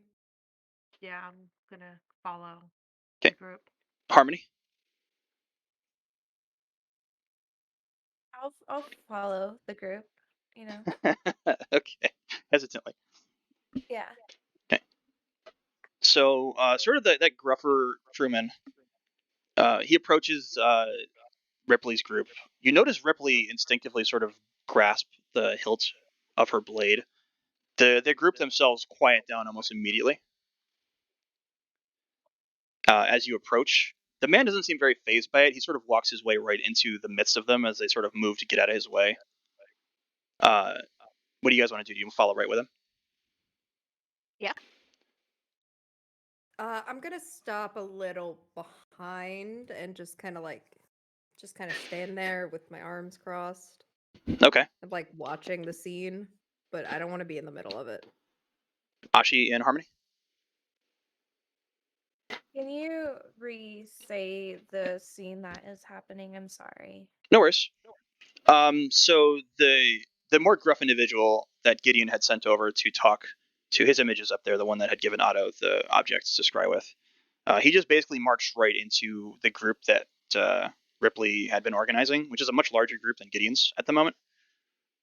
Everybody sort of grasped at their weapons, especially Vance, but nobody really made to attack. But he seemed unfazed by it. He just sort of walked his way into the group, and they all sort of got out of the way hesitantly, if keeping very close to him. Lazuli, if you follow, basically this is the same thing. You're sort of walking into this group. They've all got their hands on weapons, but nobody's moving to take action.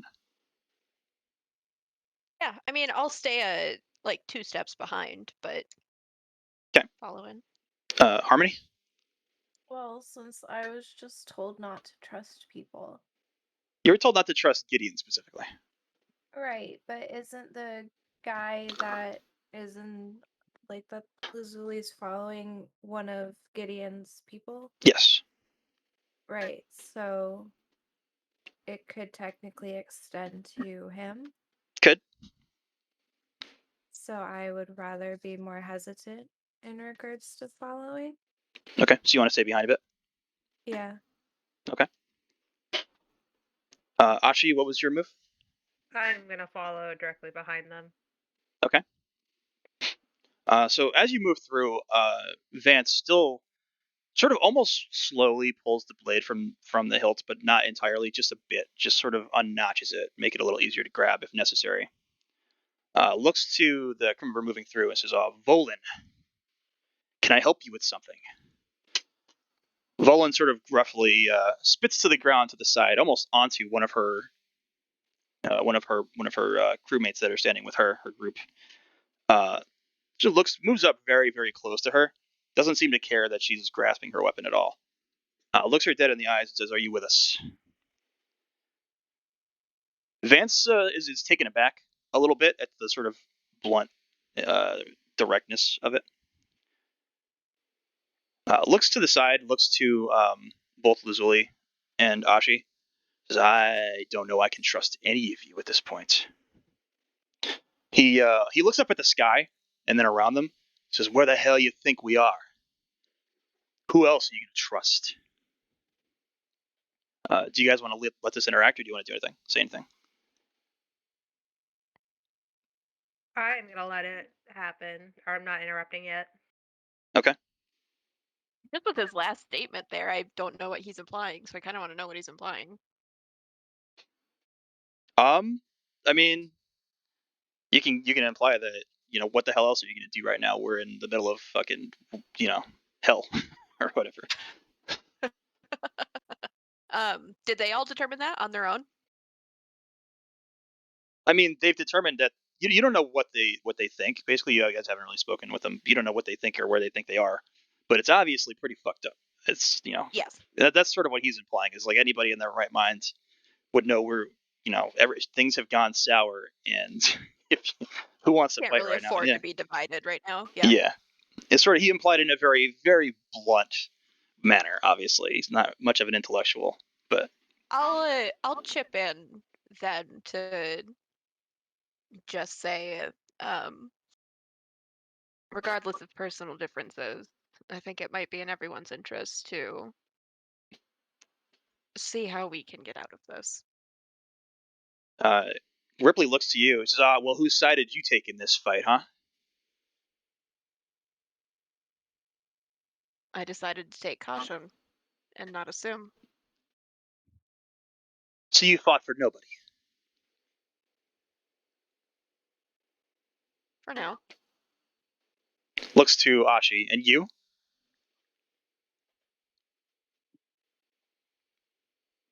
I shrug.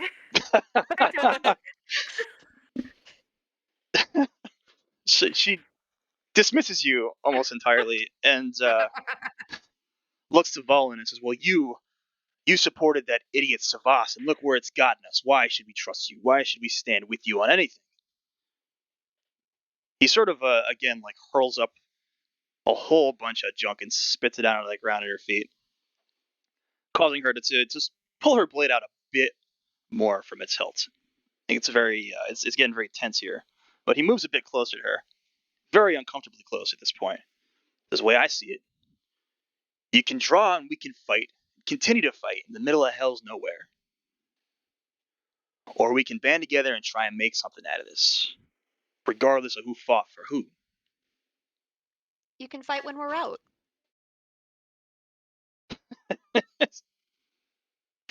She looks to you. I get roll persuasion on that one. I'm curious to see what you're gonna get here.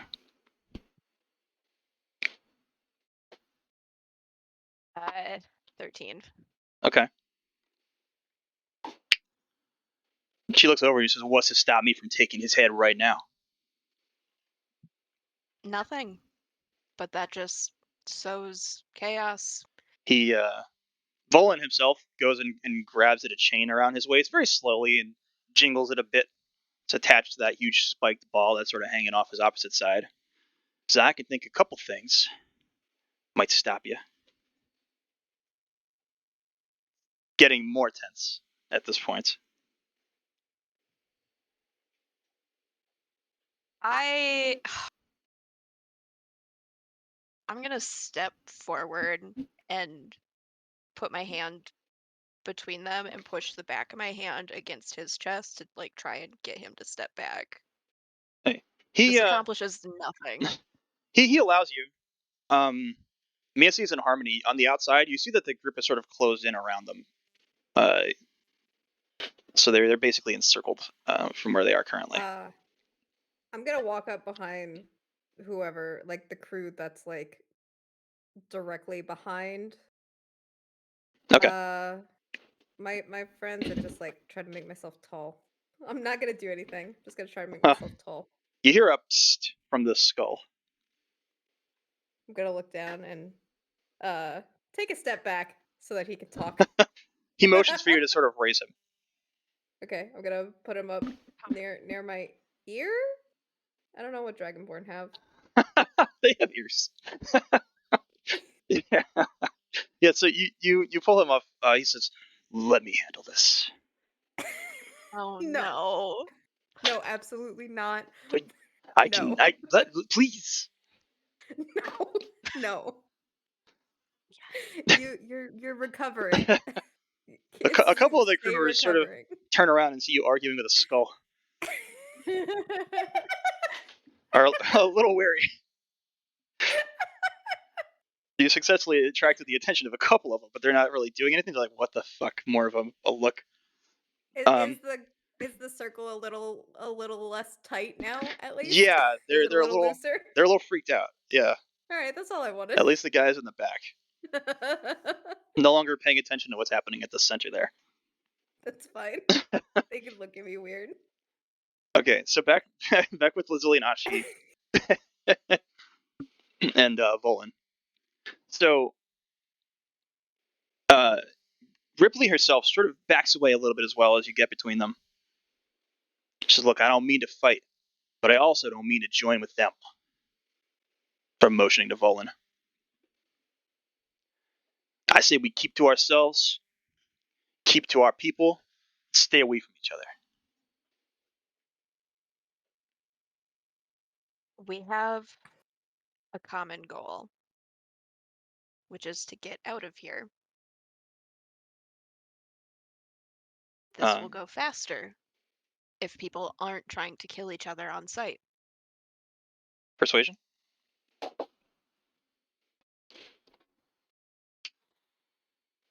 $19. She takes note, especially of what you said. You seem to be influencing her a bit, but she's still sort of resistant. She says, "Look, let me and mine handle ours. In my own right, I believe we should look out for our own skins at this point. But should it come to it, and we require each other, maybe we can be allies." And she sort of resheathes her sword and takes her hand off of it. And you see a lot of the other of her allies sort of again do the same, sort of release their hands on their weapons, seem to have calmed the situation a bit. I think allies is more than generous for the time being. Can we count on everything to remain neutral for now? Long as they stay the hell away from me. We're all on the same ship. We all have the same goal. We might end up in the same place. Well, if we do, we'll go from there. But for now, mind your own. Volan sort of gives a big smirk, releases his hand on his chained weapon, turns around, and immediately the group sort of disperses away from him. Like you can tell some of these people are pretty afraid of this guy, and Yeah. he makes his way back towards Gideon. Do you want to? I'm not gonna. No, I'm not gonna follow him. Okay. Out immediately. And I'll linger for a moment and say, I don't trust. I don't necessarily trust their blind trust. I don't think the captain is everything myth makes him out to be. Did you have anything in particular that made you think that this was going to happen, aside from the first mate's mysterious disappearance? I didn't know any of this was going to happen, but I knew I couldn't trust the captain anymore. Right. I was there when he sunk that Acrossi ship. You know how many innocent people were on that ship?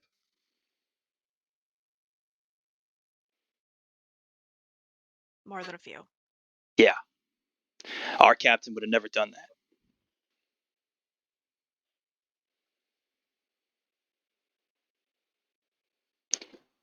So you I can still see. have the little rose guy on my shoulder. You do, yeah, but he's sort of tucked away behind like your neck. So he's sort of keeping himself out of sight. Okay. Nobody seems to I have do also noticed him have anyways. long hair, so if you want to have that as an excuse, that's fine. Yeah. Yeah, he's just sort of tucked himself away, like hid himself as best he could, and nobody sort of noticed him at this time. Okay. And, Ripley noticed you again and says, "Hey, you need to know where your alliances are. You don't trust Gideon because he blindly trusts that captain. He'll do whatever it takes to reach that captain and support that captain, but they ain't our captain. You know what I mean?" I don't know who he is. I don't know if the old captain was ever truly your captain either. But I think we need more information before anything can be decided either way. Best always be careful where you set your alliances. I'll take that to mind. Ashi, anything? No, not right now. Okay. Do you guys want to stay with this group, or you want to move back towards Gideon's?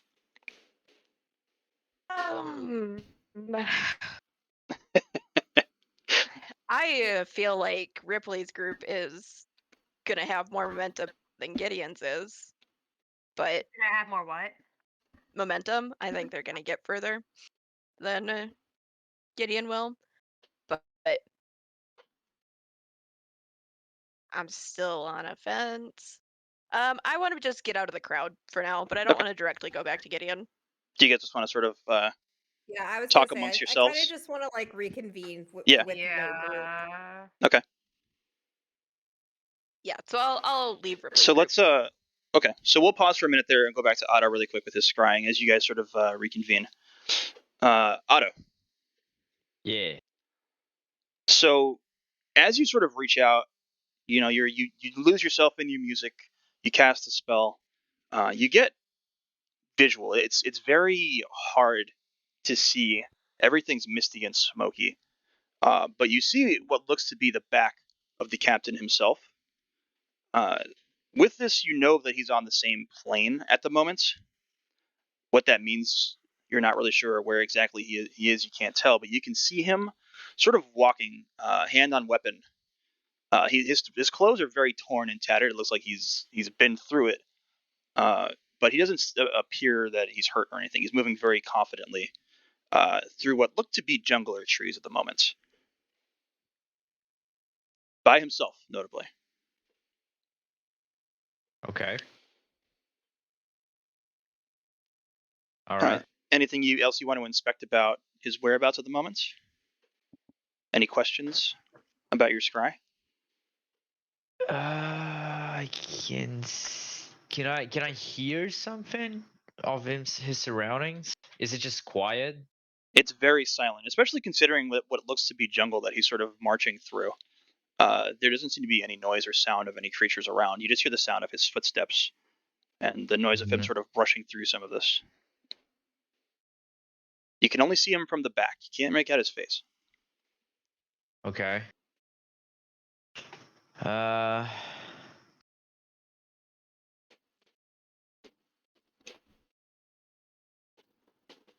Does the jungle ring any bell for me, like an island or something where we were going to on the first place? Roll history. 15. It looks to be what would be jungles on an island chain in the Siren Sea. Would be your closest guess, based on the knowledge that you have. Jungles on the Siren Sea. Yes. Okay. Yeah, that's pretty much all I can do here. Okay. Okay, so you're finished your cast. Yeah. You drift back out into that small room. Do you want to make your way back out towards the group? What would you like to do? Yeah, I'm gonna make my way back. Okay. Again, you feel that pull from the room, and the sense of unease as you pass through. But you're able to resist without any issue, without getting closer to it. Yeah, I'm just gonna point at the mask and say no. Not today, All right. bitch. And the rest of the party, you see Otto make his way out of the captain's chambers towards you as well. You guys can all reconvene. Group up. Is it just a group? Is there anyone else there?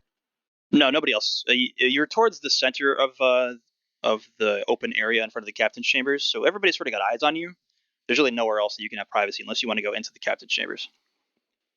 Yeah, I'm gonna once we get at least some privacy, I'm gonna relay the information to the group. Okay. And say that it's a wild guess, but it may be on those jungles on the Siren Sea. But your spell would only work if he's on the same plane as us, right? Yes. Yes. So some kind of mirror, perhaps? Roll Arcana. It's a flat roll. It's 18. To your knowledge, you know that there are certain places where realms like the underworld sort of mesh into the more physical realm. Interesting. You've heard rumors that there are places in the Siren Sea that's sort of cross between other realms, including possibly the underworld. Interesting. Okay, I'll relay that to other people. So that is potentially an avenue for getting back to Theranos. It is our only lead right now. The main problem is how do we navigate? I'm gonna look Ask over me at now. Harmony and I'm gonna ask, can we see those maps? Now you want my maps? Yes, now I want your maps. 5 gold. And then I'm Do just we gonna even have start. money? I was gonna start reaching into my bag. Yeah, you do have money. No exact amounts, but like reasonable amounts of money. Okay. I'll still, even though she's already reaching, I'll hand over the gold I for was the map. kidding. I don't want your money. Okay, then give it back. It's in her hands already. No, because my hands are in my bag of holding. I can't take gold while I have my hands in my bag of holding, getting out That's my not a map. If problem. you I'll don't take take the money. gold, There's I no was gonna fight say, if you over don't it. take the gold, I'll give it to Ilio. No, Auto- don't give anybody gold. Stop. Okay, fine. Bad me suits. By the way, I saw that mask that you all mentioned before. Doesn't seem to have anything on it. I'll call bullshit on that lie. Oh my God. It's pretty for ugly what? mask, by the way, as a matter of fact. Oh, That mask that you mentioned. Yeah, okay. Harmony just shot me in the chest for no reason then. I bet.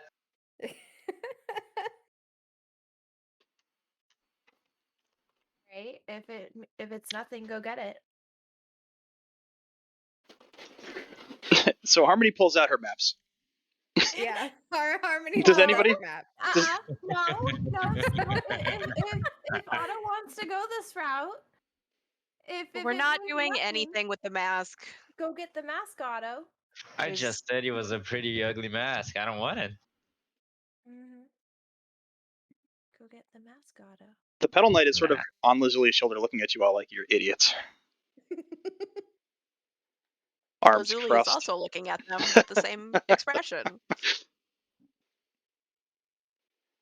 Are you pulling out those maps, Harmony? I will pull out one map and I will put it on the ground and I will hold on to it on the ground.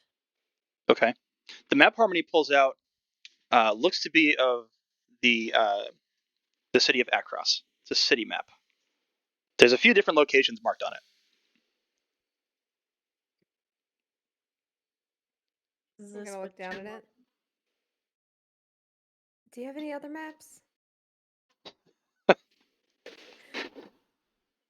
What map are you looking for?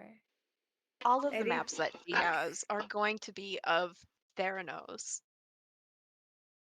If Theros. it shows the Theros. Siren Sea on it, we might. Theros, sorry.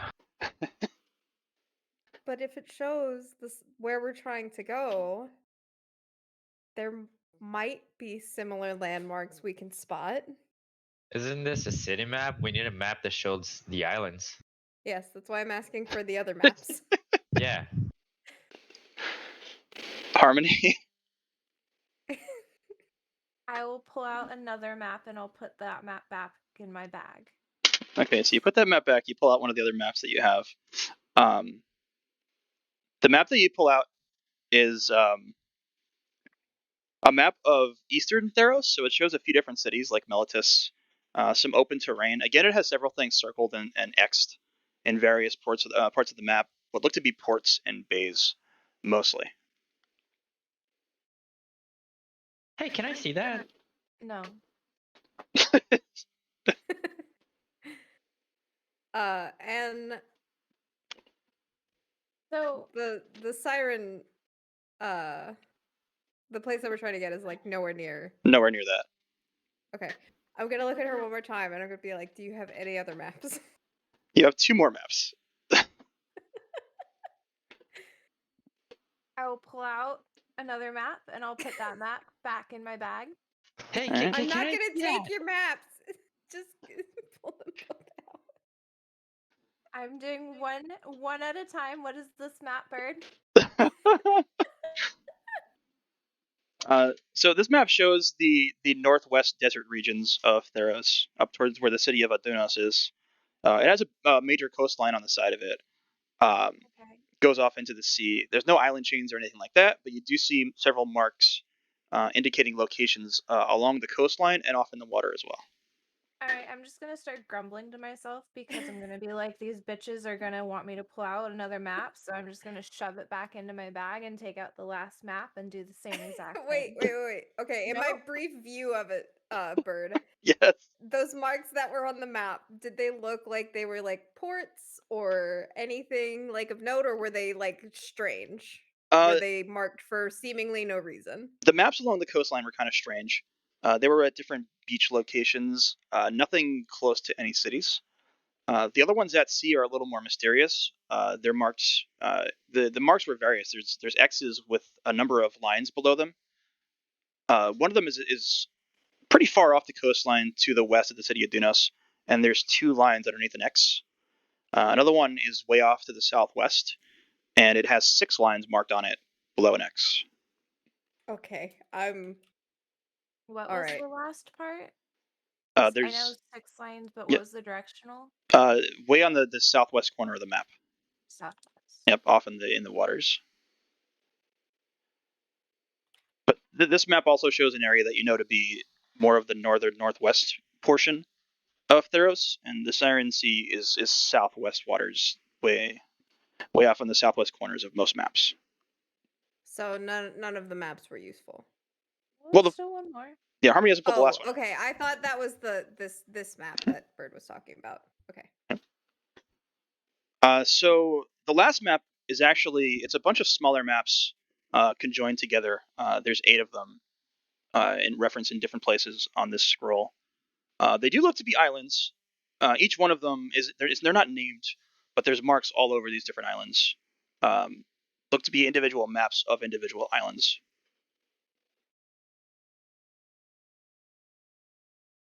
Can anyone like roll to see if we recognize it as the place that we're trying to go?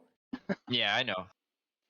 I Okay. look up pretty confident. I know where it is.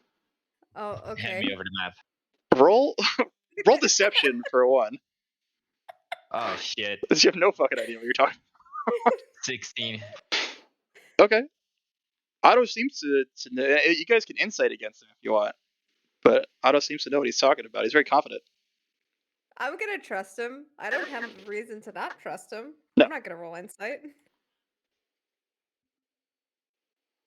Otto, Yeah? what What do do you? I have to roll No, what do you have to say about these maps? I would love to hear Otto's wisdom about this map.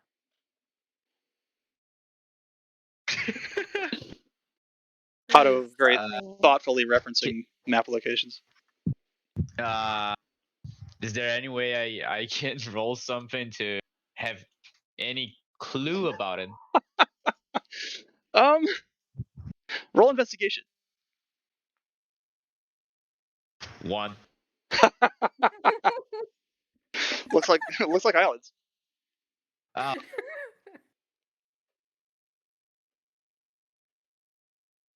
yeah, I was wrong. Sorry.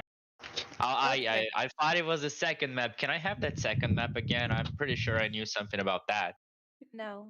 Can I take a look at it? Hey, I'll make you a deal. I'm gonna write a song about you once Yeah, we're out of this. I don't Are want to you be sure? known. Yeah, you're gonna be famous. You're not just gonna be known. I don't want to It's be a privilege. famous. I can make you infamous. I feel like we have like the wrong understanding of like what I want to be in life right now, Otto. Do you want money? No. Do you see me gathering money? Yes. He did just ask for 5 gold. But that was a joke. Yeah, she did make me keep it after. And I'm just gonna, glance at the weapon at my, on my side and be like, "Do you see me gathering money?" You get a very ominous Doing sense from that this? blade, by the way, when you note it. What's up, Lizzie? While they're doing this, can I roll like a investigation or history or something on Yeah, the map? I would also like to do an investigation. Yeah, you while can. they're doing Yeah, we'll this. say you roll investigation, Mises, and Lizzie roll history. I mean, I would It- also kind of like to know whether or not this map is what the orb showed me. Like, would I be able to tell anything? Well, you wouldn't be able to tell anything outright, but you do have somebody you can talk to. My sword? I rolled a 16. Okay. Or What's up, you say Ashi? something, Skylar? Yeah, having a far traveler background, what would I to see if I recognize anything on the map? It's nowhere that you've been before. Okay. You do recognize the island chain. It's not exactly in the Siren Sea, but it's more on the outskirts of the Siren Sea.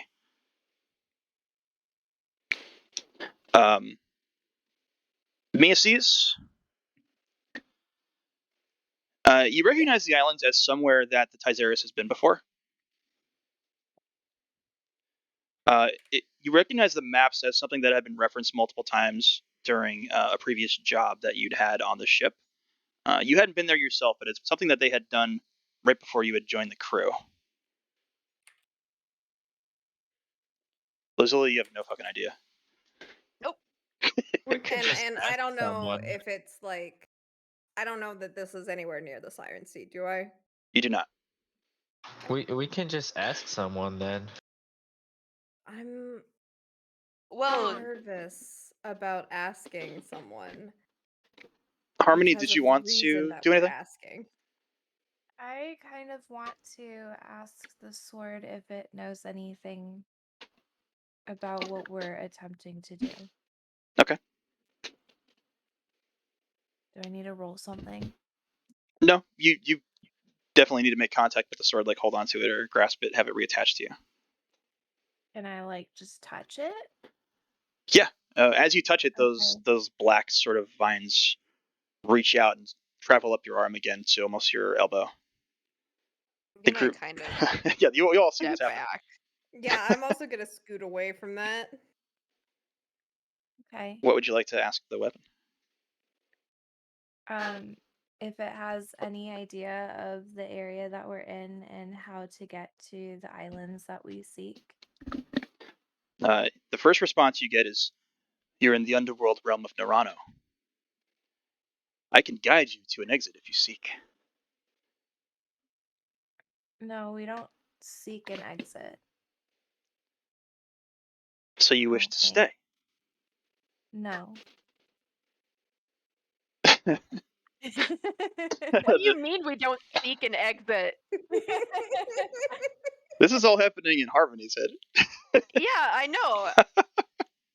I mean, I need to find the black cloaked figure. So That's like what I need. what do you ask the sword? Well, does the sword know whether or not the captain is in the realm? We just determined that. Yeah. The answer is yes. Well, ask it Well, a question. Ask it a question directly. I mean, I know that we determined it, but the sword seems smart. So where is the captain? To which captain do you refer? Shit, there's more than one.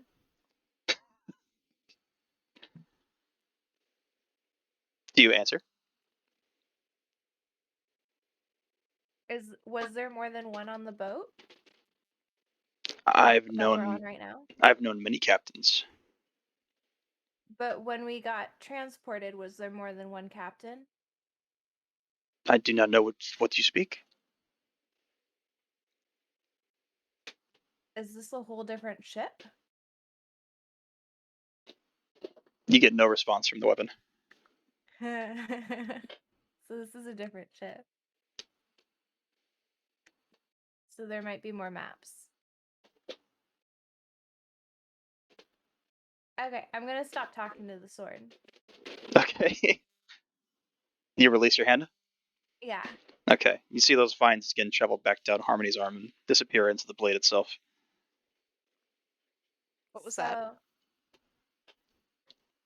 I think there might be more maps on this ship. That's an incredible deduction. Thank you for your insight. All right, I will go find maps. Y'all can do whatever you want. I want to go find maps. Fuck. Okay. So you just Okay. you want to fly off and go look for maps? Yep. Where do you want to look for maps? Well, there has to be more room somewhere. Where's the first mate? The first mate has to have a room, right? So where's Yeah. the first mate's room typically on a ship? It would be off on the left side of the ship, so your right hand side currently. So you would have to fly off towards the more elite officer quarters. I want to go there. Okay. Harmony flies off. I'm gonna try to start reading on that the People of Melitus book that you said I found on the illusory on Okay. the drawer of the desk. First, Yeah. I'm going to say, does anybody go with Harmony, or are you guys letting Harmony go off? I don't. I am gonna let Harmony go off Okay. on her own.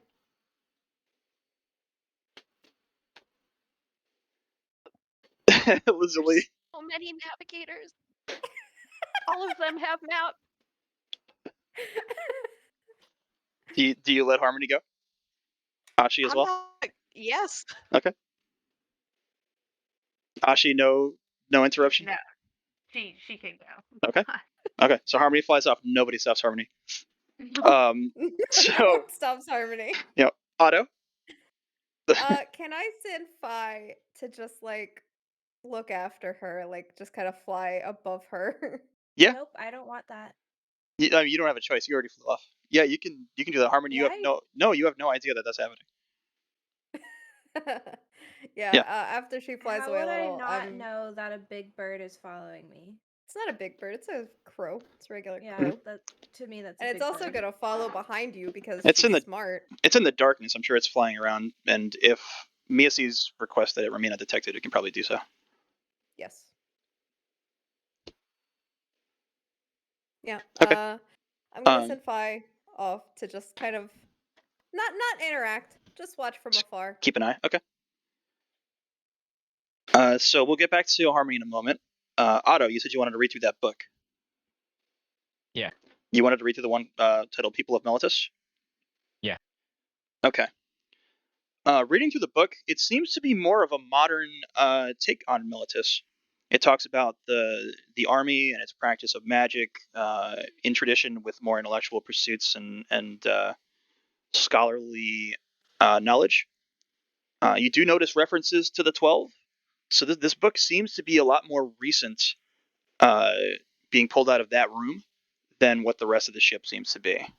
Also, from what the Petal Knight seems to have come from.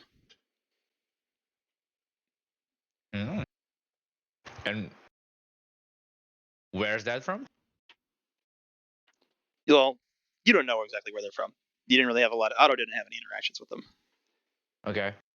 Yeah, this depends on how much information you share with us. Oh, from the book? Yeah. Yeah. Oh yeah, I can share it. Because it actually caught my interest because Harmony had this map of Melitus. I thought that there could be a correlation between the book that I found and something in the map. Where did that Maybe book come from? from the desk where I was doing my ritual between the illusory bookshelves. It was there, right? Yes, Yeah. that's right. Yeah, there was a desk, and in one of the drawers I found this. There was a couple books actually. There's another one here. I didn't read it yet. I just handed over to whoever's closest to me. I can take it. Please let me know what's in it if you read it. Little Knight, I don't believe we ever asked your name. You may call me Dead Rose. All right, Dead Rose. That book supposedly came from the desk that we found you in. Do you recognize it? I do. I've read many of these books in my time stuck in that chamber. I don't know what any of it means. And Otto, you said that book mentions the 12. Yeah. And Dead Rose, you said you'd never heard of the 12. I've likely not read that book in a very long time.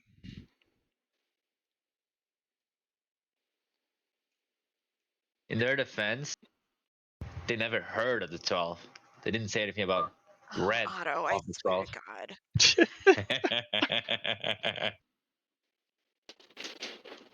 Anyways, there was also a lot of tiny furniture there. Was that yours? You didn't disturb my room, did you? Not at all. I Are you didn't touch it. planning on going back? No. I could have brought it along with us then. No, I never wish to see it again. Okay. I'll go ahead and take a look at the Reverend. Yes. So the Reverend is an army in Militus, mostly hoplites. They're very tactical, but there's a lot of religion tied into it as well. The book itself is more of a history of the Reverend, the formation of such, and notable figures among the Reverend. Again, you recognize it as being more recent, maybe in the last 50, 60 years or so.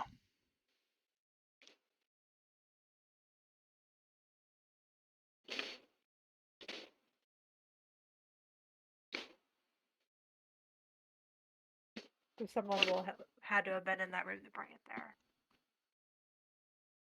Yeah, so you've been in there for a long time. Do you Yes.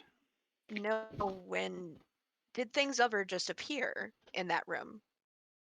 Everything that was in that room was there from the moment I entered it. None of this is adding up. Were you somewhere else before you were in that room? Yes. Where were you?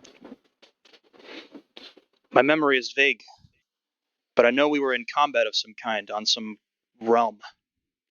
I believe a god realm. I don't know which. But we were. Before you were turned into a little rose knight. Indeed. Myself and Elio were thrust through some of gate and ended up there, where everything's sealed behind us. And these books were already in there, right? They were. So how is this detailing the history of something within the last 100 years if you've been in there for at least 1,000? He sort of looks about, looks more or less like he's trying to decipher it himself. I know as much as you do. Unfortunately, I cannot tell you how.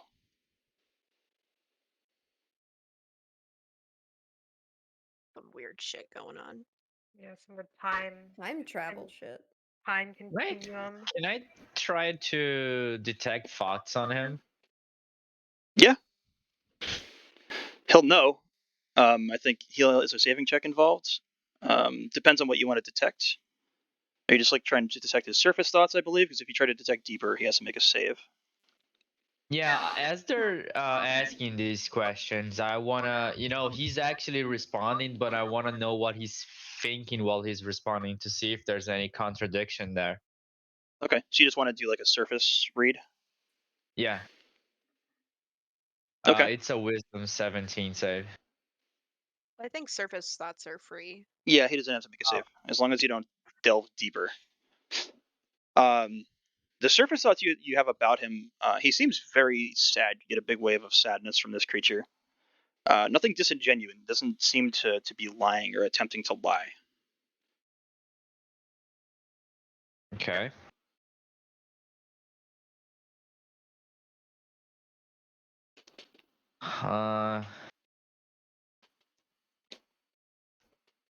Can I try to go deeper on his thoughts?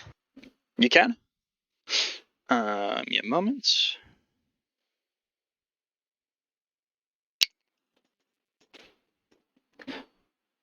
Okay. So you can't really tell if he's noticed at all. He doesn't make any indication that he's noticed anything. But going deeper, what you get is mostly images. I'm going to give you a brief picture here, but I have to change the name first so you don't see the name. You get an image of what looks to be a very well-armored Leonin. You don't recognize any of the armor at all. His armor is being done up by what looks to be a human. He has a greatsword and a large shield. Almost looks very valiant, as if prepared for combat in some way. The scene is very open, seems like a sunset scene, and he's overlooking what appears to be a battlefield, and there's a bit of an army behind this creature. A lot of thoughts that you read circle this one moment, basically. I assume that's him. Them. You could assume that that's what he was before Okay. he was transformed. A lot of his deeper thoughts are just revolved around this moment. Okay. Okay. That's it.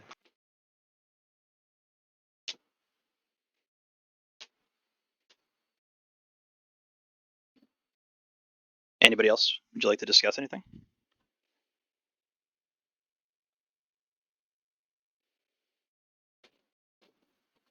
Not now. So what would you guys like to do? So we need Is to pick a is side. is this skull that is been?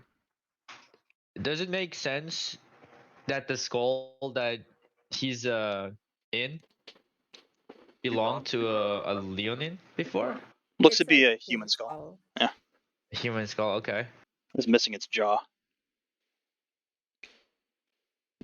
Okay. Could be from that guy just setting up the armor. I have no idea. I don't know Anyways, either. I'm And not gonna mess also, around too much on that.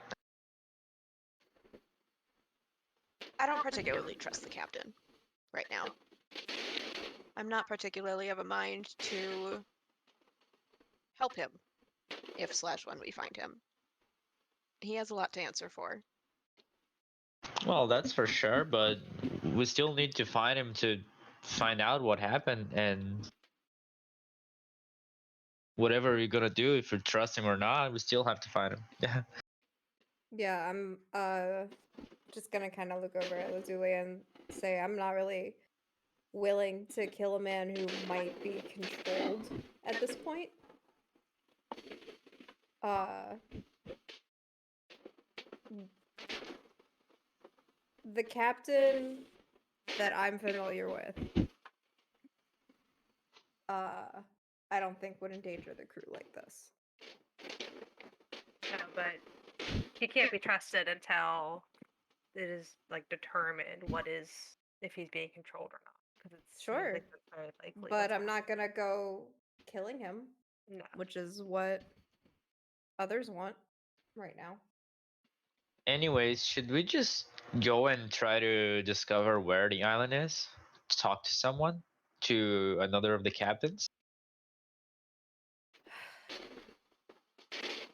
Is there someone here that y'all think you can trust for this?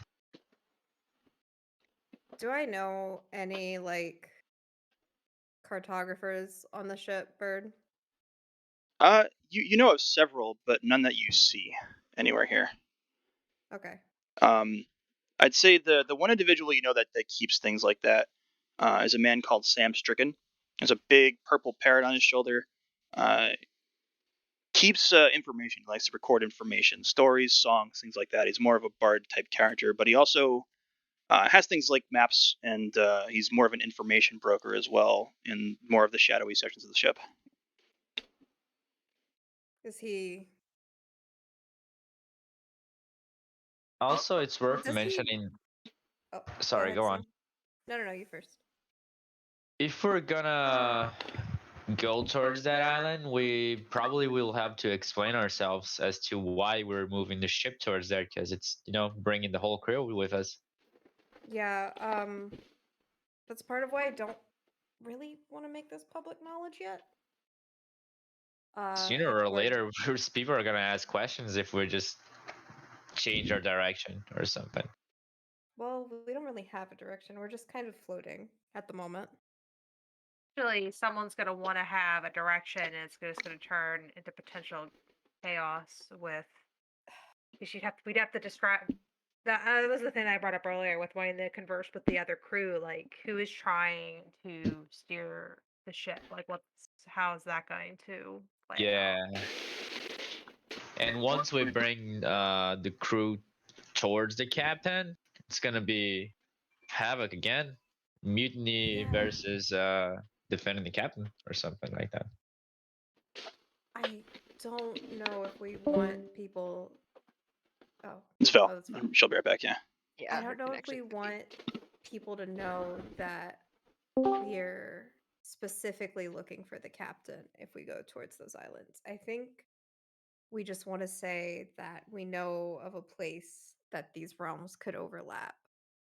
Because we had that information conveyed, right? Yes.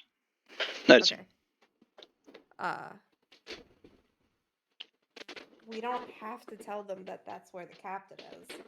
I mean, if it gets us out of, here, I don't know that we'll explicitly have time to search for him anyway.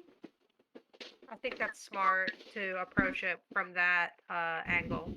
The rest of the crew on board. I feel like the majority of the people would be interested in taking a lead where that could potentially bring them home. And they're going to ask where we got our lead from, Yeah, that's which is going to lead back to we tried to scry and find the captain, saw him in a jungle. well, come up. What are we gonna tell them then? Let's come up with something to tell them. Who is it that told us that the realms overlap in the Siren Sea? It's just did. something. It's just something that that you're aware that Lizzie is aware of as like mythological knowledge. We could just tell a half truth. We don't have to mention the captain at all. We can just say that we know in the Siren Sea there's a place that the realms can overlap. The other thing that we'll need to agree upon then is why do we know that this is the underworld? Yeah, that's not really been discussed with these other individuals yet either. This is the Yeah. you know, we are can assume that just they have kind of their assumptions, trusting. but We could say Ilio was the one who provided that information, and Dead Rose can remain hidden. Since Ilio has already revealed himself. To multiple members of the crew, yeah.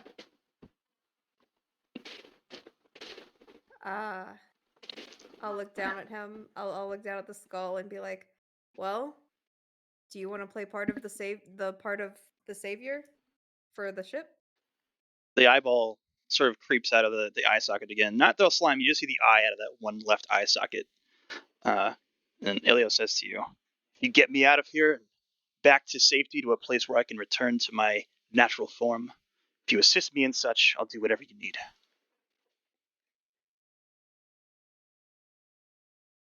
Deal.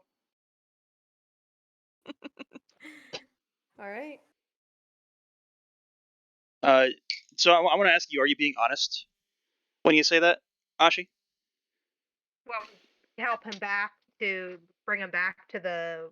I mean, we'll bring him back to the world with us. But are you being honest when you make that commitment to him? What? Are you being honest when you make that commitment to him? You make that deal with him?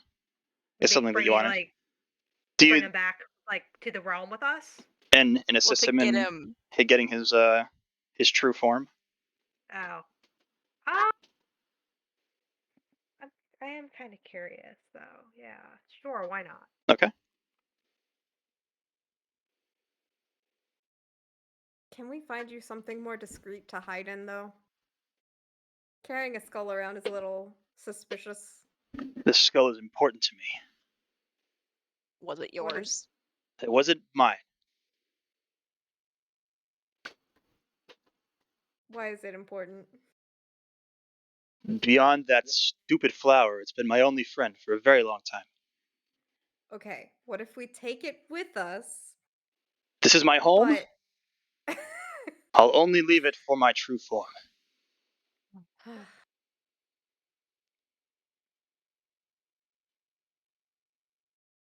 You're going in the bag of holding. I don't think it'll survive.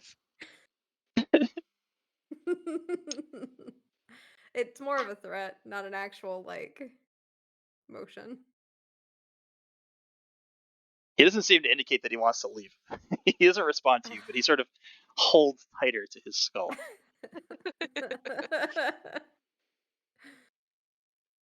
Fine. If more people know about you, I guess it's less suspicious to carry you around. I'll just turn them into some manner of foul creature. Uh-huh. Okay.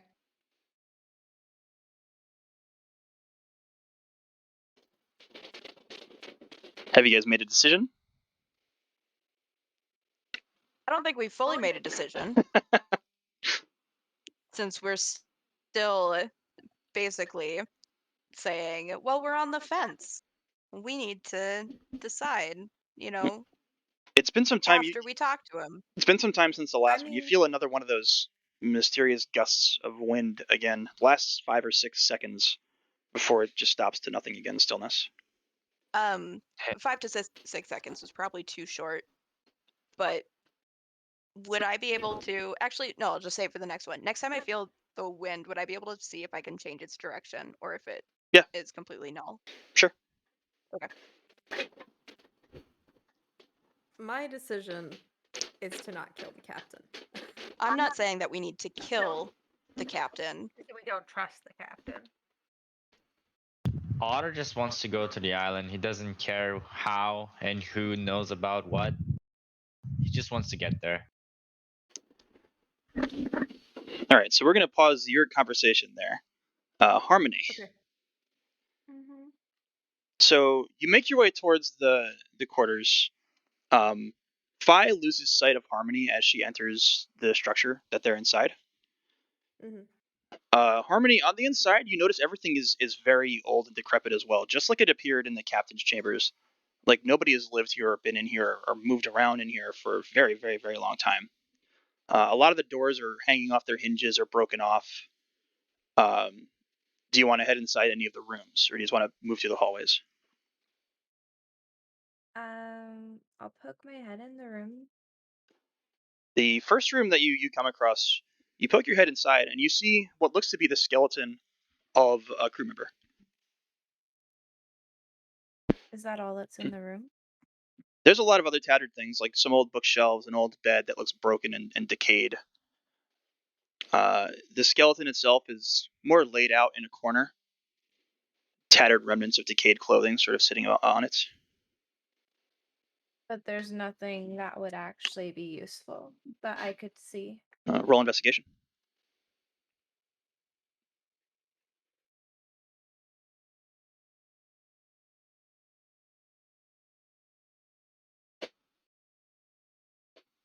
And Nothing of note in the room. Whatever was on the desk has since sort of decayed to nothing. It's just dust at this point. There's a very rusty old sword and blade attached to the skeleton, but it's pretty much useless at the point that it's in, the state that it's in. okay. And I would just go to the next room. Okay. Roll investigation for me again. This is going to be for like a series of investigations. Okay. 7. Okay. So you move from room to room. You sort of peek inside. You notice several of these skeletons of deceased crew members. They're very decayed and old. Nothing left but bone at this point. Their clothing itself is sort of the cloth is tattered into almost nothing. Some of them are splayed out face first on the ground. Some of them are just sitting comfortably resting. You can't really make out exactly how these people died or what happened, but they're in various states. But they're all over the place in these chambers. You see well over 2 dozen of these skeletons scattered about within these rooms, these old chambers. You reached what you would assume would have been the first mate's chambers. There is a skeleton on the inside as well. It's laid down on its back. It has a blade sheathed into a hilt again. Look rusted and decayed and old. There's various items inside the room. A lot of what look to be tomes might have held maps or scrolls are decayed to almost nothing. Time has basically taken everything from this place. Okay. What else is there in the area? That's all you've seen within these crew quarters. There's more elite officer Okay. crew quarters.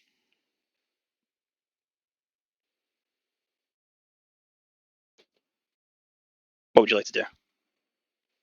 Well, I mean, if there's nothing in here because it's all decayed, is there any passageway that looks like it's less decayed? Do you want to travel anywhere else on the ship?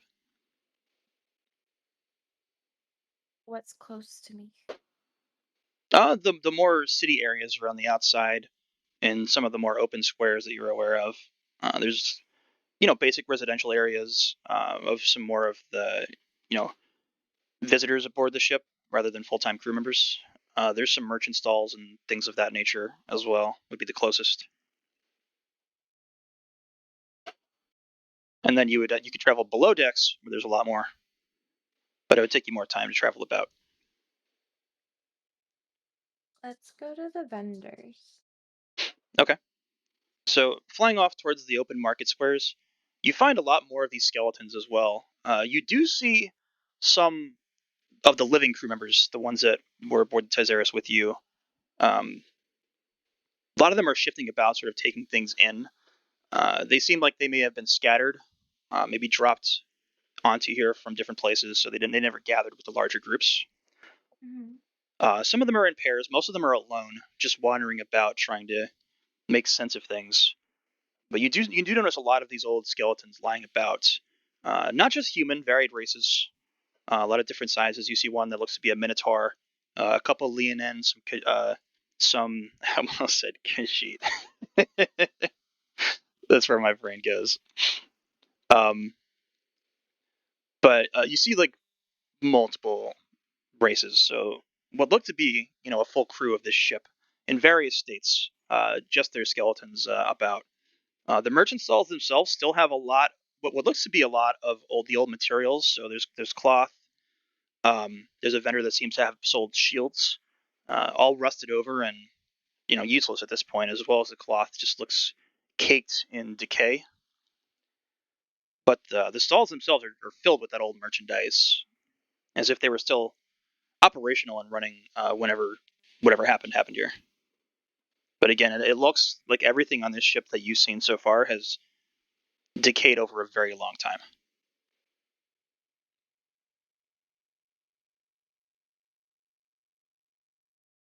Is there like anything, I don't know, like something that would help navigate where we're at? Because I mean, nothing that we would have known previously would hypothetically work in this area, right? Or would it Yeah, still work the you're same? still very new to the ship too, so you don't really know where things are. No. So yeah, you don't. As far as from what you understand, you would just sort of be wandering aimlessly around the ship looking for things. So you know where some of the more prominent crew quarters are, like the one that you had found, because those are pretty obviously marked. But aside from that, you know where some of the lower quarters locations are. Like where the cafeterias would be, or the lower deck crew chambers. some of the more social areas, but aside from that, you would basically just be roaming around.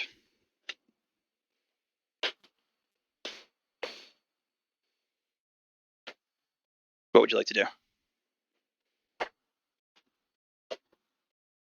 Well, I want to try to find something useful.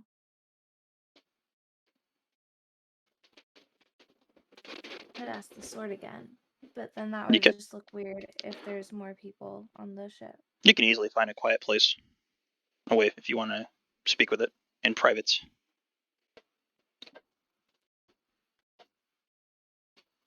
All right, let's go find a quiet place. Okay. Now you find like a dark, dimly lit alleyway, sort of between the buildings. Nothing around, but more skeletons of past crew.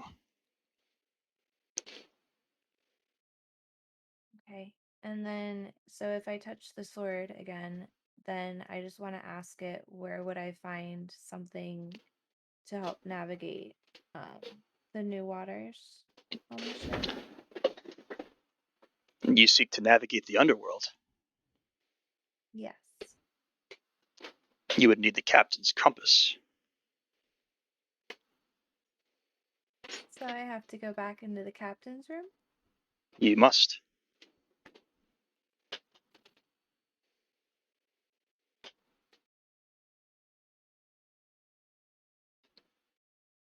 Well, all right.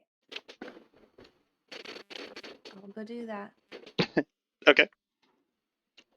So, fire returns to you, Miaces, as you also see Harmony sort of flutter back. Are you stopping with the group Harmony, or you just want to fly right into the captain's chambers? Well, it's not like they're doing anything that is, they're just standing there. So I'm just gonna go in the captain's quarters. Okay. You all see Harmony fly right past you all into the captain's chamber. Anybody want to do anything, or you just want to let that happen? Oh my gosh, she's gonna pick up something else that's cursed.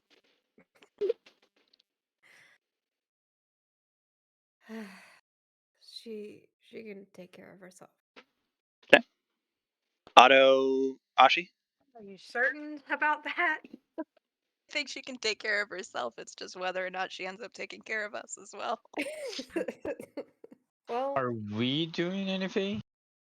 You're still like you have just finished the end of that conversation that you had earlier, as Harmony sort of flew back in and past you. Weird. Yeah, I want to follow. Okay. Lazuli follows.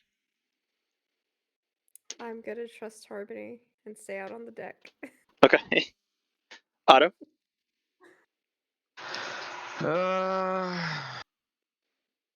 I'm gonna follow. Okay. Ashi. I'll follow as well. Okay. So Mia sees you're out there on your own.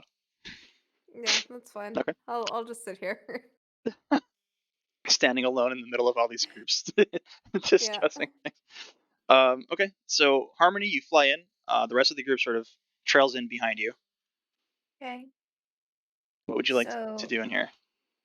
where's the compass? Are you asking your sword? Are you I'm still asking. attached? Yeah, I'm asking the sword. Okay. So the sword, it basically gives you the image of it. It flashes into your mind. Towards the front of the room, behind where that mask is located, there's a bookshelf. On the bookshelf, it's a small wooden box. Okay. How do I take the compass without causing any sort of injuries to myself or my companions? You should be able to just move and grab it. There's no danger. And I still can see traps, right? Or no? Is it too late? You still you have an idea, like a memory of where they were. You can't specifically see anything anymore. The spell has run its course, but Do I recall any form of traps in the area of the compass? in the vicinity, yes, but you can get around them and reach that bookshelf. You'd be Okay, getting close to that mask again.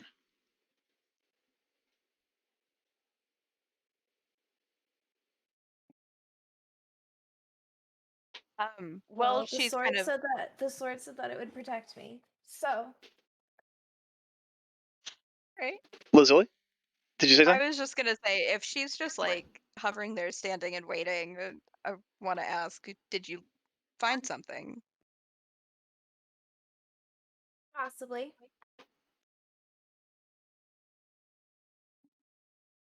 Are you gonna share anything beyond that? If I survived. Oh lord. Can we help you Oh. survive? No, because you wouldn't know where the traps are. What are So you I'm trying just to? gonna go get the. I'm gonna go get the compass. What compass? I'm no, that's me telling Bird. I'm going to go get the compass. Oh, Okay. okay. Oh. Okay. So, without allowing you to ask any more questions, Harmony moves off. You pass by that mask, and instead of the same pull that you felt before, like it was drawing to you, you almost seem a little more connected to it, like it's accepting of you. You pass right by it without any issue, Okay. and arrive at the bookshelf. You're able to avoid any of the traps that you had remembered from your spellcast earlier, and that small box is resting on the table. The box itself looks very decayed and old as well. It's covered in cobwebs and dust. The shelf looks like it's about to break, the wood having decayed over time. All right. I'm just gonna take the little box, even though it's decaying. Okay. It's almost stuck to the shelf. You have to kind of pry it off to get it off. Okay. Okay, you have the And box. can I? I want to. Well, I want to open it to make sure that the compass is in there, unless it's visible. Sure. You open the lid. Um, you feel a bit of a gust escape the box as you open it. Sort of blows your hair around. Uh, you don't get any like sense of magic or anything like that, but you note that as being strange. But lying on the inside looks just like an old copper compass. Nothing special about it. Just looks like an ordinary, kind of a cheap piece of shit compass. Okay. Um, I'm assuming if I want to touch the little dagger sword thingy mabobber again. Mhm. How does it work? You The compass. grasp the compass, and you trust it to take you where you need to go. Okay. All right. I'll hold it in the air and I'll be like, I know where we need to go now. To everybody else. Okay. How and how is that, or why is that? You basically just see Harmony holding up this rusty old compass. Exactly. I try to figure out like what the heck she's talking about or doing. Compass. Directional. You're welcome.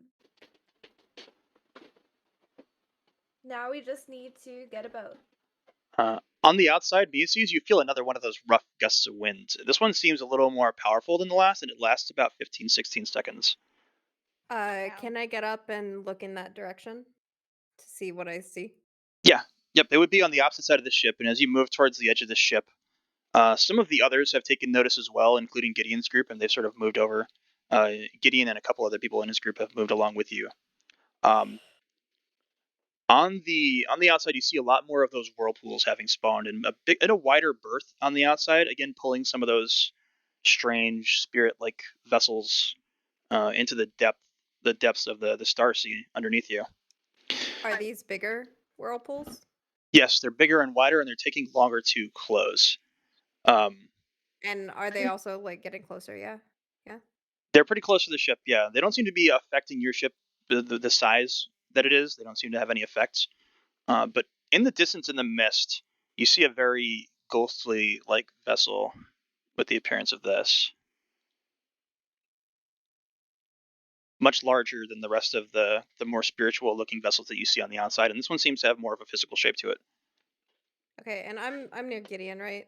Yes. Okay. I'm gonna look over to Gideon and say, I think we need to get moving now. I agree.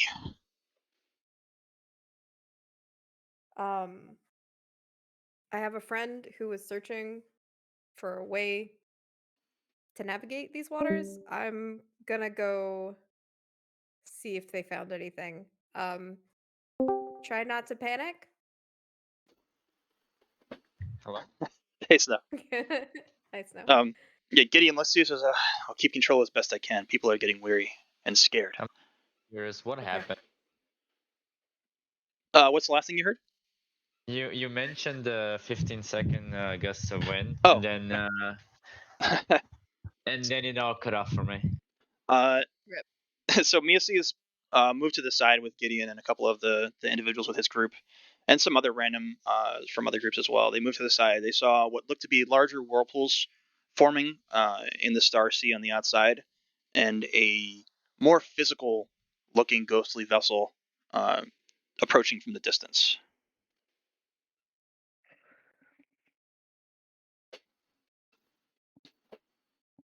So Yeah, the rest of the group on the inside for now. So we'll pause you there. Rest of the group inside. What are you guys doing?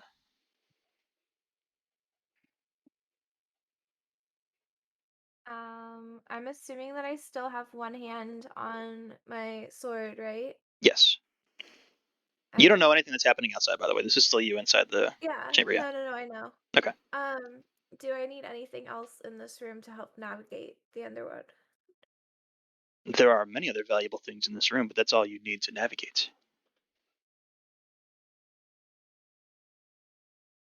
Okay.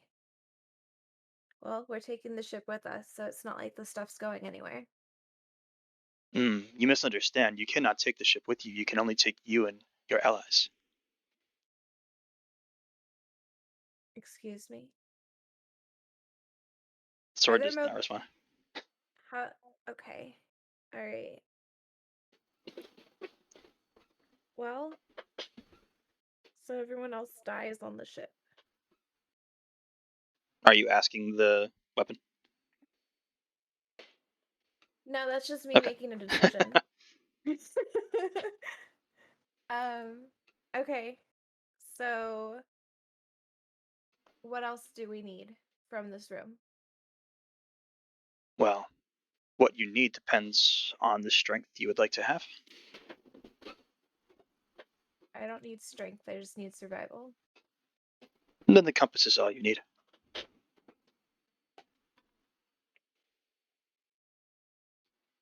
Okay. We can leave now, everybody. I got a compass. Do you rejoin the rest of the group? Yeah. And this will take us to where we want to go. How do you know that?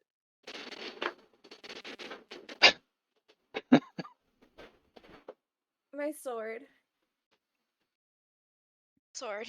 Okay. while they're talking, I want to make my way back towards this room, but I'm Okay. not in it yet. The Okay. sword talks to me, like the little eyeball talks to Macy's, and the little man talks to you. Except for everybody else can also hear Ilya and Dead Rose. We can't hear your sword. There's an easy way to fix that. Nope. I'm good. But Be this careful. will get...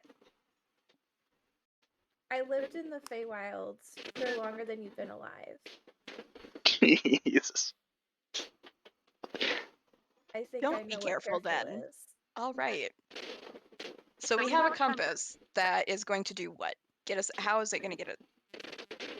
All right. Let's walk out. Let's leave. It navigates the underworld, which is where we are, and it will only take us to safety. No one else. I don't think the jungle is considered to be safety, but Well, it could be. Okay. Let's try it. Let's see what this does. Let's head out to the main deck. Okay.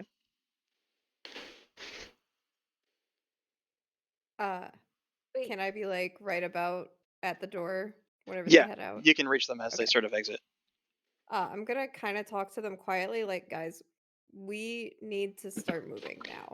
There's something bad approaching, and these whirlpools are getting worse. Well, lucky for you, Harmony's magical sword here talks to her and told her where a compass was that'll get us out. You're I'm gonna look welcome. over at Harmony like, really? Yeah, see, and I'll show you the compass. Can I like? I'm not very good at this. Can I like see if it's magical? The compass? Yeah. You can roll Arcana. Okay. 8.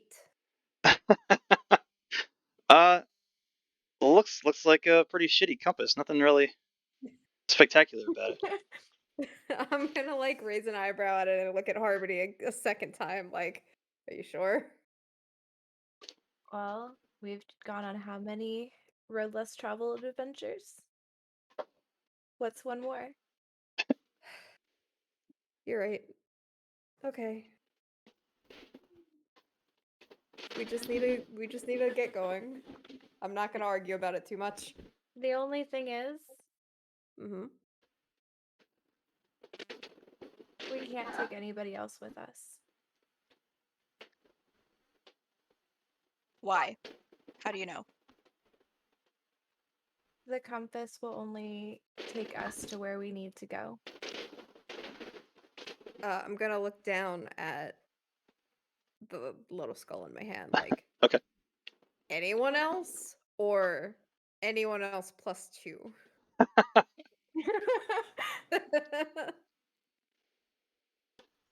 Well, there's one way to find out.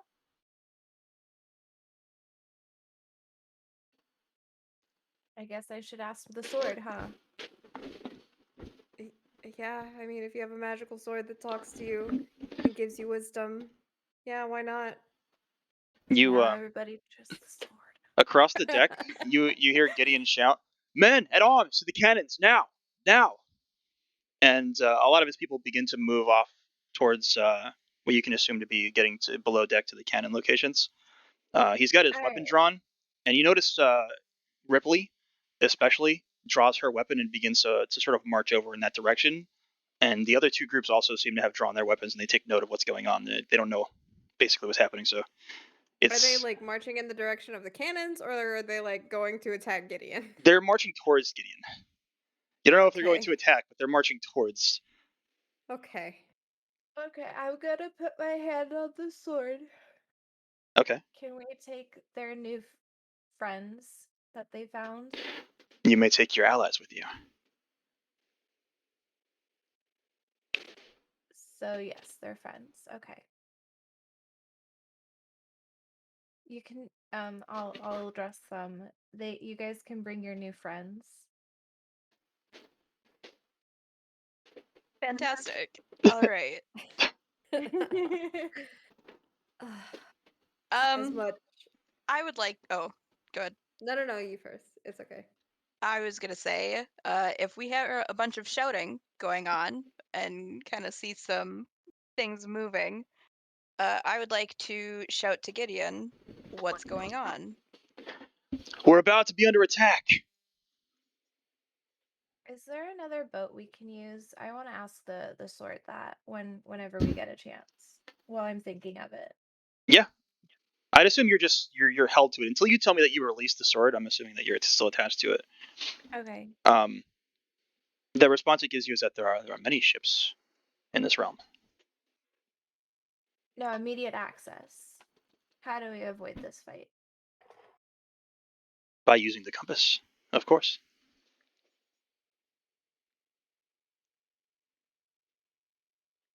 All right, just gonna blind trust this freaking compass. Rest of the party. I'll look down at Harmony and like just kind of shrug and say, "Lead the way." I mean, who do you consider your allies, Harmony?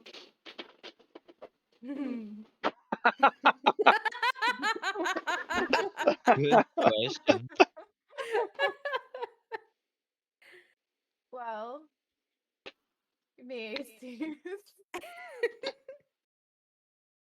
and our minis, And sigh and sigh. Question for your sword. You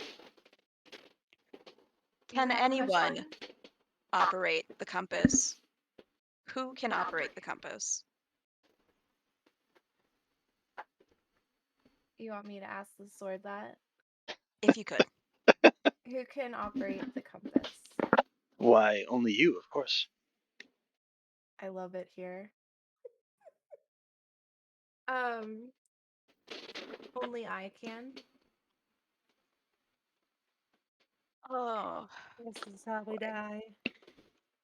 You know, at some point, you guys have to start trusting me. At some point, you'll give us reason to. I saved Macy's, did I not? you also shot Macy's in the chest. I was under the influence of a mask.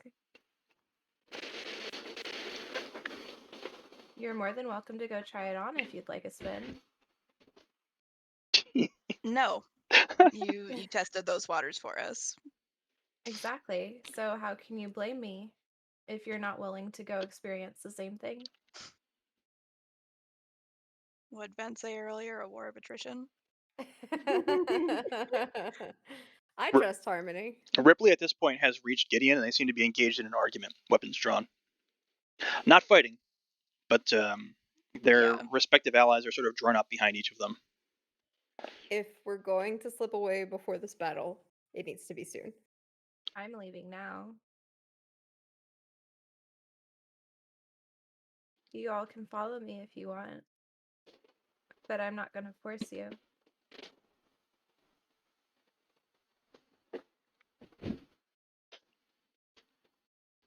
What will be your decision? Well, I guess we're going. Yeah. I mean, I'm definitely on the board of, get out of here alive is more important, but Who was attacking first? nobody's attacking No one's yet. It's the ghost They're ship all out in the attacked. distance. Yeah, they're all freaking out because of the ghost ship, and now they're arguing. We don't know anything about the ghost ship yet, other than it's a ghost ship. And all I have is a compass. I mean, I would assume it's squaring up to like shoot at us if we think it's gonna attack us. Most likely. But Now, I will say this. The sword, before I left the room with the compass, did offer that there are other items in that room that could be potentially useful. I think I have everything I would like. Yeah, I don't think we have time anymore to pick anything up. There's always So, and while you're discussing, you do feel another one of those wind gusts. Lazuli, if you'd like, you can try to divert. Yeah, I want to just see if it's controllable. Yeah, it is not controllable as you try to sort of manipulate it. Okay. You hear what sounds like waves crashing above you, and as you look up into the sky, completely upside down, more of those ghostly vessels sort of crash through the waters in the sky and sail upside down in the sky above you. All right, Harmony. You asked us to trust you. We're trusting you. Use the compass.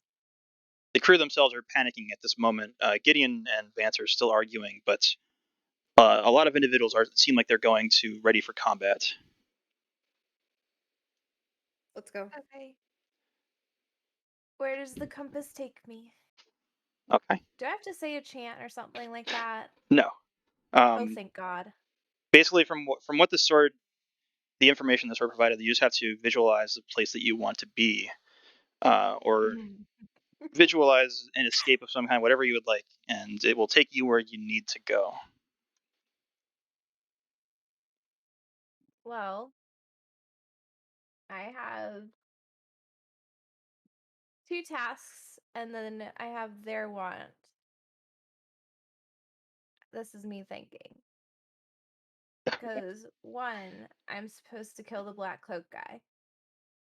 You also still have that urge to find that And cave. that's the other thing, is that I have that urge. And then there's their want. I mean, I think all of those are going to be intertwined. So Yeah, I mean, yeah, any way that we I would like go, to hope getting off so. the ship is like probably the first thing that has to happen. Yeah. So because the urge is probably going to be the most prominent thing, let's go off of that. the cave urge. Yep. Okay, roll a d6 for me as you visualize what you're looking for as you sort of attempt to utilize this compass. Oh dear. Oh, I got a 6. Okay, so all of you feel pain at first. Oh Um, no. it's not necessarily like a high amount of pain, but you feel a bit of a sting as you feel manipulated. Your physical form feels manipulated as you almost feel like you twist and warp from one space to another. It happens just over the period of a second or two. You completely, in a very disoriented manner, lose all sense of the realm that you were in, and you reappear on what appears to be a golden field filled with wheat. The night sky is above you again. You seem to be on solid ground. Looking around you is what looks to be a battlefield. Uh, there's the sounds of combat all around you. You can't see it specifically. You seem to be on top of a hill of some kind, but you hear the sounds of battle and you see fallen soldiers of many races on the ground around you. Uh, Off in the distance, the first thing that draws your attention is what appears to be a massive face of a god peering down at these fields and at various locations around. It notices you, takes a glance specifically towards you, and locks eyes with almost all of you for a moment before you see it kind of smirk and disappear into the sky. Uh, is it the same And face That was my from good last time? uh, you don't recognize it. Okay. But we're going to end there All right. and continue next week. That was Well, very fun. what is next week? Before I want to, because does anybody have like I Thanksgiving plans, things like that? yeah, I have Thanksgiving plans. I'll be driving up to my parents that night. Okay, you're okay, Snow. You're totally fine, man. We don't have Thanksgiving, so I should be okay. But at the same thing as today, I'm gonna have to put my kid to sleep before I can join in. Well, I mean, if everybody has plans and things like that, or if they're not sure they can make it, do you guys just want to postpone to the next week, or do you want to like change the day, or what do you think? I'm good for Mondays, Wednesdays at the same time. Yeah, I would be able to do a one-off Monday. But Yeah, I can do a Monday. I can do Monday. Vel? Yeah, I said same. Oh, Sorry. oh, cool. No, no I don't worries. know if it didn't come through. Okay. Do you want to do it like this coming Monday, like right around the corner, or the Monday after Thanksgiving weekend? Like tie it into next week, or do it? Preferably, I would like it this coming Monday because I feel like if we wait a whole week, I'm not gonna remember as much. Yeah, it's probably. I would say do this upcoming Monday. Okay. I mean, it's either going to be Yeah, a there's week going to be a gap good time right between. now or a week gap next time. Yeah. So it'll be the same difference. But I'm good with either one. I would still prefer this upcoming Monday, Okay. personally. Any The objections? 21st. Cool. Nope. Hold on. Let me make sure that I don't have any movie events. Yeah, for real, Siren. Please double check that for me, and don't create any after we have this discussion. No events on Monday. Nope, You're only okay. Sundays. Okay. Okay, so we'll set it for the 21st, 7 o'clock. Okay, any questions about the session? Anything you'd like to discuss? How many different places could we have ended up this time? A lot. A good amount. I'm Depending. surprised that Miaces was cool with that because you basically just left your entire crew to die. Yeah, I mean, Well, I have more of a tie to Harmony than I do to the crew. To be fair, you don't really know what their fate is. You just know that Yeah, they're facing I something. also like they are continuing to fight despite the circumstances we left them in. You know, like I feel like staying on that ship, even if we lived through the ghost ship attack, Yeah, would it have would be ended in complicated for sure. yeah, it probably would have still ended in bloodshed. And from Miace's perspective, if he lives, he can at least confront the captain himself, and get the answers that he's looking for.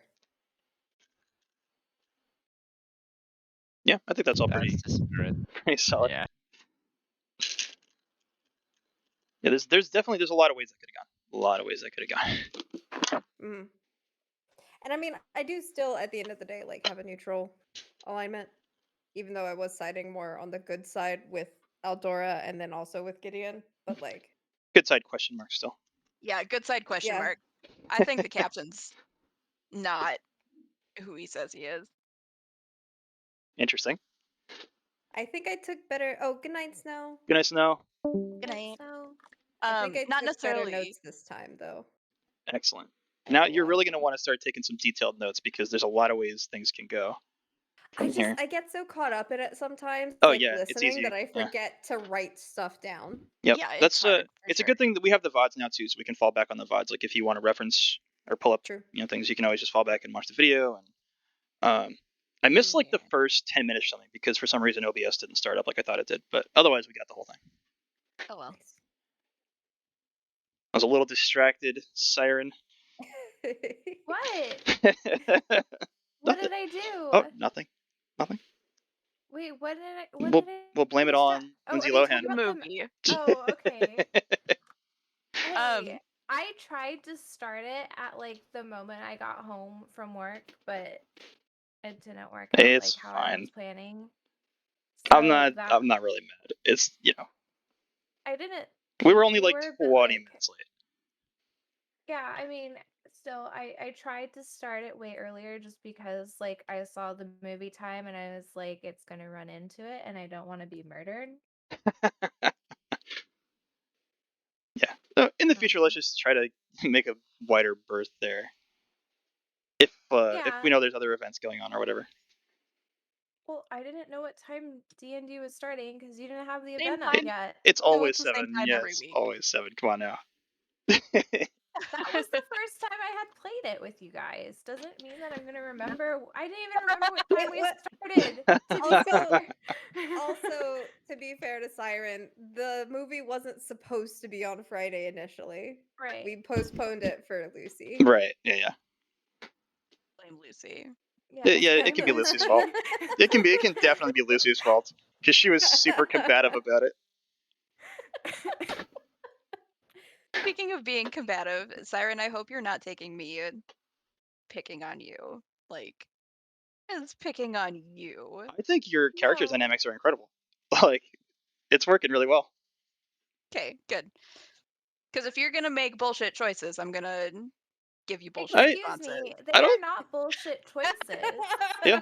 I mean, They Siren's are character. fully within what Harmony would do. Siren's character is a chaotic evil fae.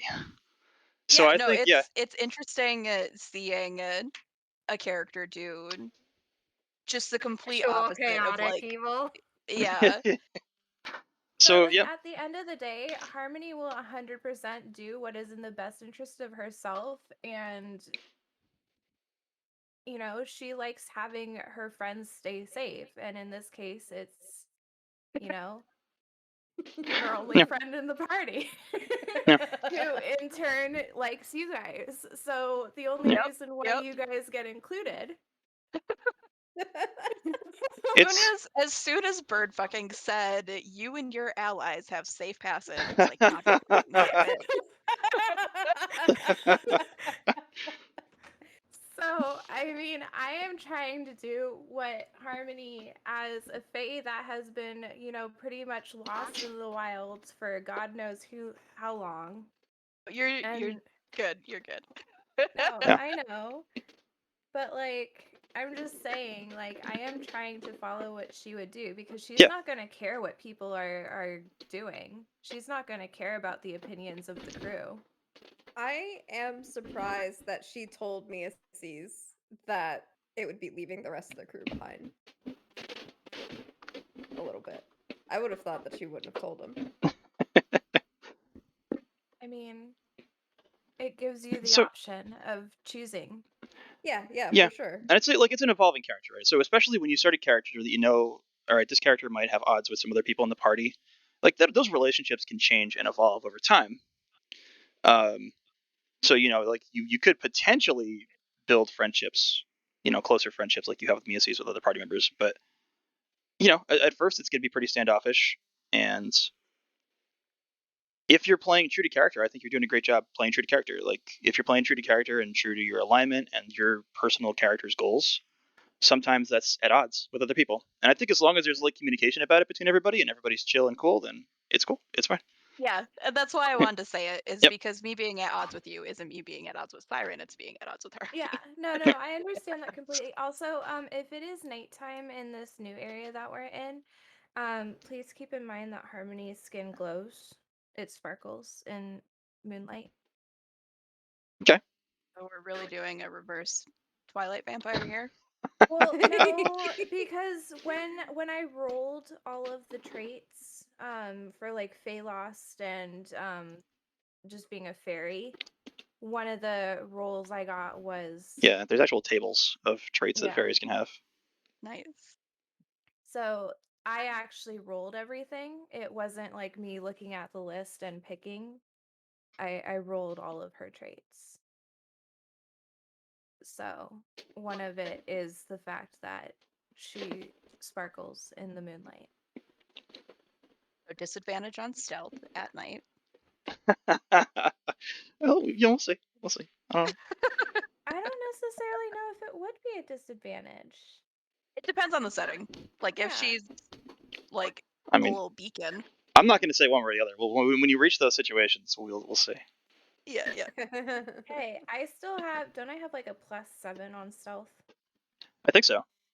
Per Yeah, but if your you backgrounds. have disadvantage, then you have to roll twice and take the lower. It's like those numbers aren't concrete, right? It depends on the situation that you're in. Yeah. So you know, if you're like, okay, I'm wide open, I'm glowing in the dark, and I want to sneak past this guy in an open field, you know, you're not going to roll anything that's going to let you do that. I just fly, and then like I just blend myself in with the sky, and there's no issues there. Yeah, you're a shooting star. I will say, if you come up with a reasonable explanation for how you can do it, I'll let you do it. But that's not one right there. No, What do you mean that's it's not not. one? No, you don't blend in with the sky. I will just toss on my camouflage cloak that is conveniently in my bag of Uh-huh. holding. My Harry Potter Can't even invisibility remember cloak. what it's called. Yeah, okay. Invisibility cloak? I don't really watch Harry Potter. I'm glad that you guys found Elio and Dead Rose. I like those characters a lot. I love them, honestly. I need to figure out a way to carry the skull without having to have it in my hands, though. Make a little purse. I was thinking about like making a little net because I have like some rope in my bag and just Well, like tying it to my hip. We're in a field of wheat now, though, right? Or Yeah. golden grass or something like that. Yeah, you can see like golden fields of wheat of some kind, perhaps. You can make a basket sort of thing. Like a grass basket. I'm not, Okay. what? No, like That could work. Yeah. I I don't know if Miasis knows how to weave, but like this kind of thing. Yeah, there you go. Just do that real quick. yeah. Studied it in a little cyanic tutorial in my head. I have and a I'll just do it. +7. I have a +7 in survival. I will make you a little basket purse. I mean, That's I not have what survival is. It's not basket weaving. Yes, it is. That's important for survival. No. Yes. No. Yes. How else am I supposed to make traps? Siren, I really want you to DM a game at some point. Let's do it. What an Wait, experience that why? would be. I just want to see it happen. I just want to. Because I don't understand any of the skills. No, because you can make up your own rules at that point, and I would. That would be an interesting game. But as it is, you're not the DM, and I make the rules, and I said no, it's not, so it's not. That's racist against fairies. Yeah, I fucking hate fairies. All right, so what do I have to know to craft a purse? You can't craft a purse right now.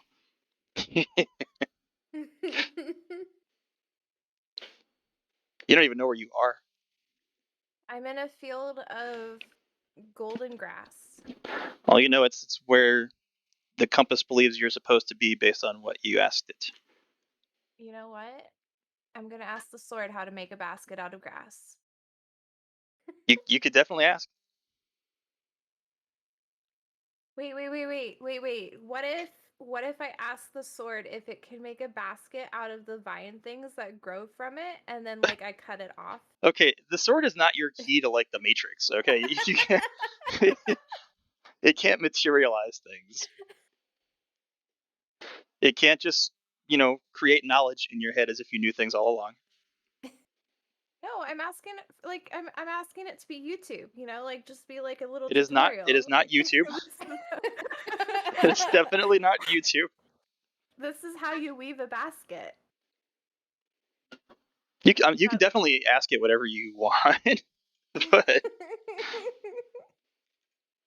I don't know. I feel like it's a very valid, I feel like the sword's seen things, so like it's not Wikipedia, dude. It's not. it should know how to weave. I think it would be incredible if the sword has ulterior motives in getting Harmony to do things, but Harmony is just so obtuse and weird that the Well, sword just gives up. we'll see how it goes down. I mean, I fully expect the sword to have its own motives. Like I'm, So you mean the sword called Agony? What? No. How do you guess that? agony and harmony. It's the Yeah. perfect combo. Of all the things you could have picked up in that room, I'm really happy that that's one of the ones. Well, I also wanted the book, but then when everybody Yeah. was kind of getting grumpy, I was like, fine. As fine, no you more. go on your first item shopping spree. Yeah. But I did really want that book too. I'd I say should've grabbed it you on should my way out. you should just follow the whims of your character. Huh? Follow the whims of your character. But I mean, you can make those decisions. Like obviously, if the party is uncomfortable with the things you're doing, that would be a reason not to. But Well, yeah, no, that's why yeah. I stopped taking items from the room. Although I was also expecting, Bert, I'm a little disappointed in you. Oh, why's that? I was expecting you to have the orb fall off of the little pedestal thingy. Well, there was an opportunity that it could have happened, but nobody actually got close to it again. So, but I made a point of reference to it specifically that it was kind of wobbly there. Yeah, no, that's why I was expecting you to have it fall off. Nobody ever got close to it, so depending on how Otto's situation, it could have for sure. Poor Otto. I thought he was gonna grab that fucking mask, dude. I thought I like that he tried to stomp on it. Yeah. About the mask, not to be that annoying JoJo's fan, but is the mask a JoJo's reference? I'm Does not it gonna look like the mask from JoJo's? It's similar. Okay. Similar. I'm not familiar with JoJo's. I'm not gonna say a lot of things about that because you never know if you'll encounter it again. But well, I'm gonna share what the mask from JoJo's looks like, just so that everyone knows what I'm talking about. Looked a little bit like that. Turns people into vampires. Also, I just want it to be, known that I tried my best to not actually cause damage when I had the mask on my face. You did, and you resisted it in the end. So. Mm-hmm. but I was told no multiple times. So, I mean, you rolled a 1, dude. well, no, I'm referencing the me asking whether or not I can use my harp, and then you kept saying no. So Yeah, no, you can't turn people into cats. I wanted to do that instead of shooting them. Were you though. gonna turn me into a cat? Yeah, Siren I wanted to turn you into a yes. cat instead of shooting the Might arrow be at you. worse than being shot. Yep, yep. But I was like, what would be the chaotic response? And it would be turn my friend into a cat. Yeah, but the mask asked you to kill, not Not turn me transform. into a cat. I mean, it would be easier to kill Macy's as a cat. Jeez. I mean, if I'm like me as a fairy It's a little. It's a little versus too. him as a big gigantic dragon dude. It's a little too analytical for a possession situation. You're not. You're not going to strategize.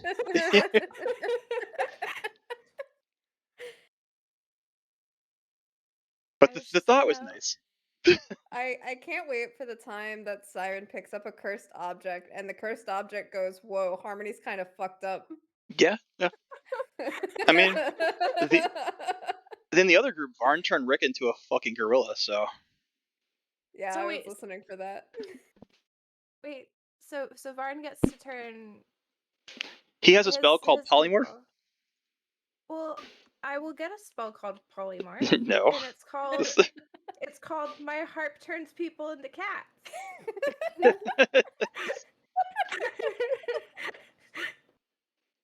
We'll see how it goes. And that is something that can be resisted if the player chooses to try and resist it. They can roll a saving throw. But Rick just let it happen. That sounds more like a Rick thing to do. I think though. Otto has polymorph too because he turned himself into a bat, didn't he? Yeah. Mhm. Yeah.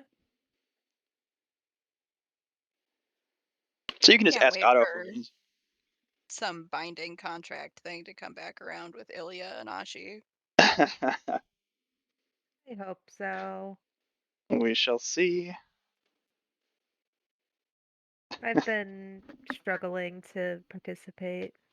That's all right. At your own pace. It's fine. And trust me, I'll have scenarios where you don't have a choice. Don't worry about it.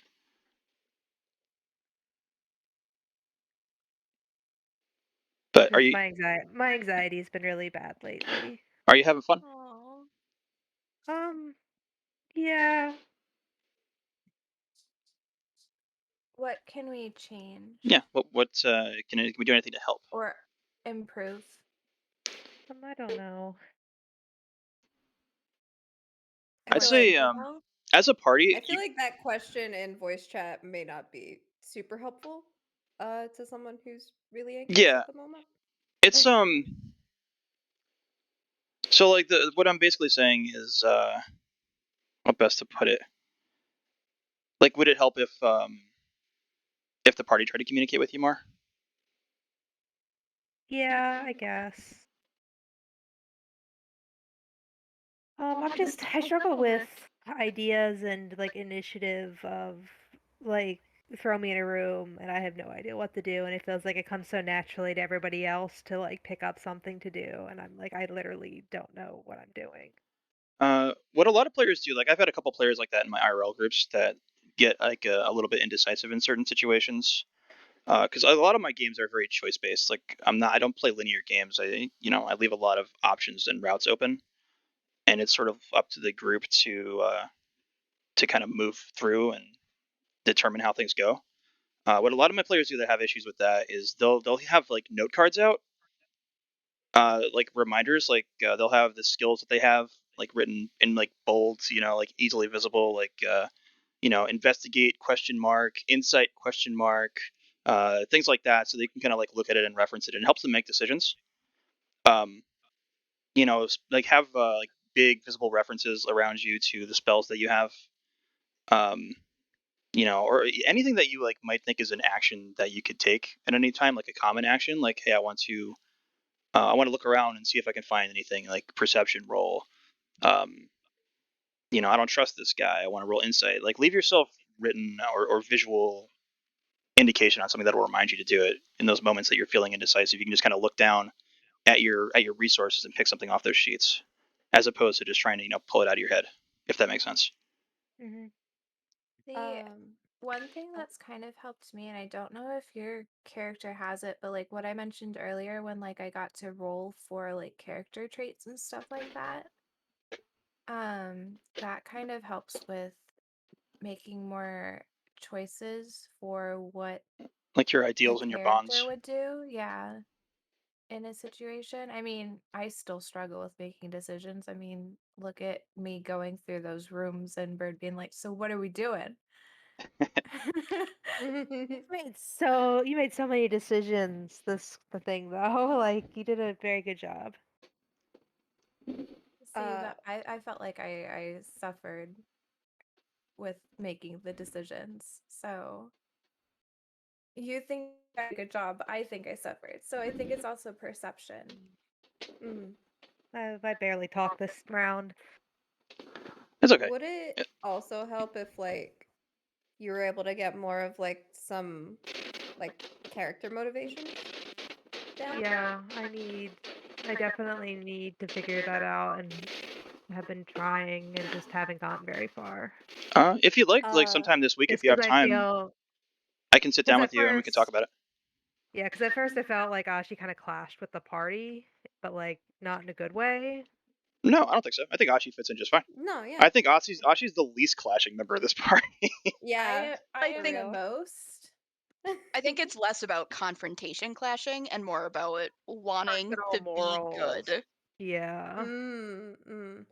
Um, yeah, Let's Ashi was also a traveler, right? Yeah. If you wanted, that's how I kind of sat down with Siren, just talking about backstory, because Miaces was a traveler for a long time. If you wanted to try to figure out like some backstory, and maybe if Harmony and Miaces had ever like shortly run into Ashi on their travels, we could maybe figure something out, even if it's like 2 sessions in. Yeah, that would Yeah. be good. what's Because I a feel like he doesn't have any kind of connections with any of the characters, so it's kind of like why is he even with these people kind of thing. well before you guys do that, have a one-on-one with me because I want to talk with you about some character development stuff as well, and things that I can fit into the story as well that are like specifically directed for your character and your character's history. And then once we work on that, you can sort of utilize that to build a backstory and a connection with other characters. That sounds good. What do you think? What would work? What's a good day to just like kind of sit in a voice channel and talk it out? Ugh. I don't sleep, so like whenever. It's true. Yep. He does not sleep. I will have to get back to you on that because I'm all of next week I will be in out of town, but I don't know if we're leaving Saturday or Sunday yet. Okay. Yeah. So if we're not leaving till Sunday, pretty much anytime Saturday would be good. Okay. So If yeah. we're leaving Saturday, then it would have to be a different day. Okay. So if you do have time on Saturday, just hit me up. Like during the night, I have the Saturday D&D group. Like 7 p.m. But otherwise, like Saturday all day, I'm fine. Like tomorrow Saturday, right? You mean? Yeah, tomorrow Yep. Saturday. Yeah, no, I'm trying to do before because we're doing the next session on Monday probably. Yeah. Yeah, so I'll try to do that. So Okay. yeah, so I would say tomorrow in the morning, midday would be best, unless my plans change. Okay. Yeah. Just shoot me a message, and I'll probably be around. Okay, sounds good. And yeah, we can work that out. And then like there's a ton of stuff that I can go through with you very quickly to help you develop a character, and just like your details on your character and information, and I can help you sort of build some things as well that you can have around you to help you make choices. Yes. And then you can work on like character connectivity as well. Yeah, I think character connectivity is. I think there needs to be something there. Yeah.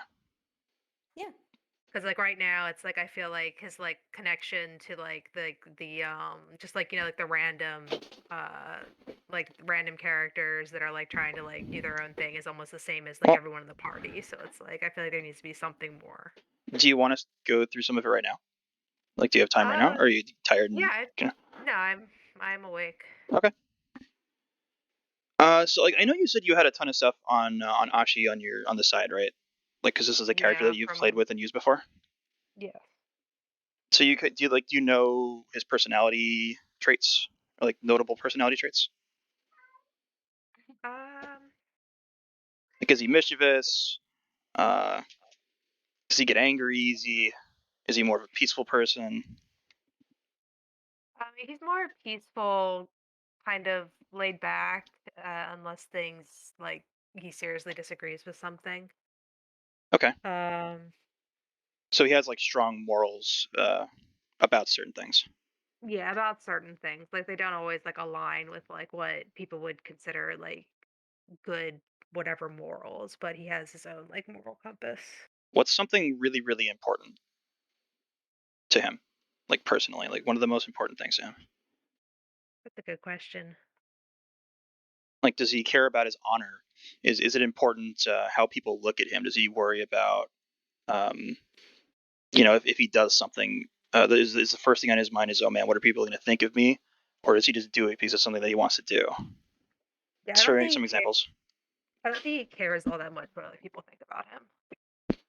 Okay, think so something that maybe would be something he cares about is personal freedom. Would that fit? Yes, yes. Yeah, okay, Glassy knows Ashi. Yeah, because he's a pre-existing OC that, okay, Was in one of um, our universes. yeah. So I think Ashi would care a lot about personal freedom and people being able to do the things that they want and things that they love without being oppressed. And so I think people like being oppressive or cruel would okay. kind of So put him off. here's a connection that we can Yeah. talk about. He's Naga. The city of Across is very anti-monster. They're like known to be very racist against anything that's not human. To like build on that freedom thing, do you want him to have maybe like been imprisoned in Across, have like a vendetta against the city itself? That would be fantastic. Okay, so let's see. Acrossi prisoner, How do you spell across? Akros, and then Acrossi would just be an I at the end. That's the plural. Um, and it can be something as we'll say like he didn't really do anything wrong. He was mostly innocent. He just was being either bullied by city guards or somebody within the city, and then he tried to stand up for himself and was arrested and thrown in prison for some time. Um, do you want him to have escaped? Yes. I feel like Okay, as a druid, he would have a higher chance of being able to just escape would make more sense for him than to like attempt to actually go through the legal system. okay. Or he So doesn't care about like he would like moral wise he would say screw this, I'm running out. okay, Like if it was like if it was feasible. yeah. Um, a cool idea would be maybe he escaped with somebody who sort of like died in the escape, leaving him to get out on his own with like more of a strong vendetta against the city. What do you think? I like that. Okay. Did we kill Rob? No, not killing Rob. Who's Rob? What do you? It's his one of his boyfriends Oh, from his oh life. So shit. yeah, We're it's the not killing character that's Rob. like paired with him in our personal universe. That's something like if you want to think about who it was and what their connection to you was, it could have just been somebody that you met in prison like that, somebody who was also like a non-human race that you had built a bond with, and they died in the process of the escape, either to make sure you got out or just trying to escape with you, got killed, but sort of leaving you open to get away. You can build on like who that is, and think about what they were to you. Yes. Okay, and that builds a good connection there, right? So, It does. and that's an ideal. So, anytime you encounter something, where people are either restricting freedom, be it there's a prison nearby, or somebody is shackled or chained or held somewhere, like that's something that's going to help you make a call for sure. It would also kind of tie in with why he would have wanted to side with the captain, because the captain was firing on an Acrossi ship. Right. Uh-huh. Yep. And I mean, Across again is like a very militaristic, very prominent city on Theros. So you're going to be encountering, Acrossi in a lot of different areas. And that's definitely going to be something that is going to influence your decisions. Your opinion of them. Yes, that helps. That gives me inspiration and ideas. I like that. Now, I know you made reference to the one serpent god. Is he religious at all? Is he spiritual?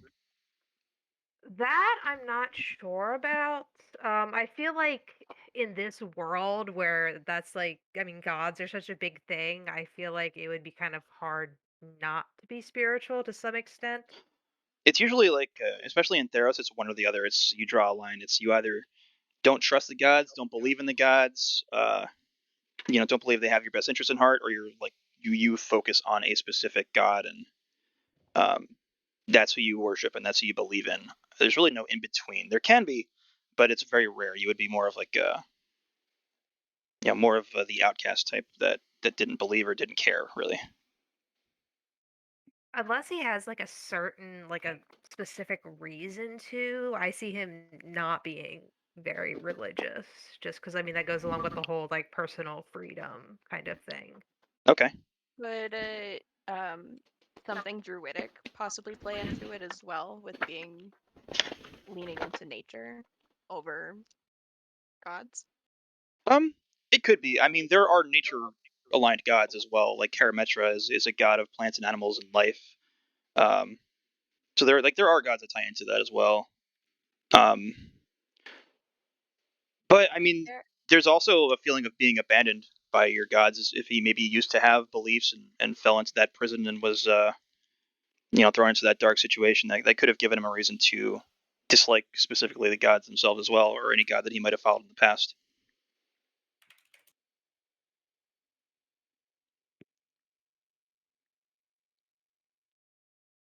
I But need I'd to say read this. I need to read the section on that god because Karametra. yeah, I like read like a little bit, but I didn't read like the entire thing. Yeah, Karametra is seen usually as more of a kind god in the realm. But there's also people that would call Karametra a villain. A lot of the gods, it's kind of like that. It's the people that believe, and the people that don't believe them as dangerous, or if they believe in a god that's opposed to your god and so forth. But it's also again like if you don't want to be religious, you don't have to be. But it would help you make decisions if you were either in support of or opposed of a god or the gods in general. Um, Because it's a major influence on the world. yes, I think that having an opinion on that definitely would help with making decisions. yeah, and it can be an opinion that you form after reading that if you want to read the thing. Yeah. Yeah. But yeah, I definitely need to figure out if is Achi religious. I've got like Yeah. notes going on here of like what I need to figure out. No, that's Good. cool. Yeah. Um. So then the other thing, like how combative is he? Is he one to take up arms right away? Is he one to take up arms at all? Is he more of a pacifist? I see him at first trying to handle things like or try to mediate things, but Okay. then also just like when no one's listening, just like exasperated, just be like, fine, okay, we're gonna do this that way Okay. then. So And diplomatic like to a point. yeah, it's like he tries to be diplomatic, but he also doesn't have problems fighting. Sure. So it's like he favors diplomacy, but when he's got to throw down, Yeah, he'll he's not throw afraid down. to. Yeah. Yeah. So that's a good thing. You just have like a diplomat greater than combat reference. It's a good thing to think about if you're in a situation. And that diplomacy is a thing. Like, okay, is he going to get in the middle of an argument and try and stop it? Uh, and that all plays into his ideals and things like that as well. Obviously, like if there's an Acrossi arguing with a Leonin or something along those lines, he's going to take side with the Leonin for sure over the Acrossi, right? Yes. Yeah, that would be his default, like assuming that Yep. that person's most likely in the right.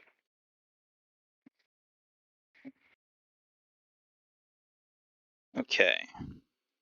So we got that. We'll keep religious as question mark for now. And then some more like personal references for him. Like what does he like to do? What's something that like appeals to him? It can be like a reference, like a relation to the world as well. Like if his certain acts that he thinks are fun. Does he like to dance? Is he sociable? Is he more of an introvert? He's sociable. Okay. He's definitely more of an extrovert. Enjoys being around other people and telling and hearing stories. Okay. Like he would like enjoy being in like a loud tavern. Like that's more of like a place that he would be happy in. Okay. So you can talk with Snow about connections with Otto over that because Otto is like a storyteller. His whole character line is that he's looking for tales and stories to write and sing about, basically, and that's why he's involved in all of this. So you and Otto can definitely have some story sessions, and Otto being more of an extrovert character as well. You could have both shared some times aboard the ship that connects you together.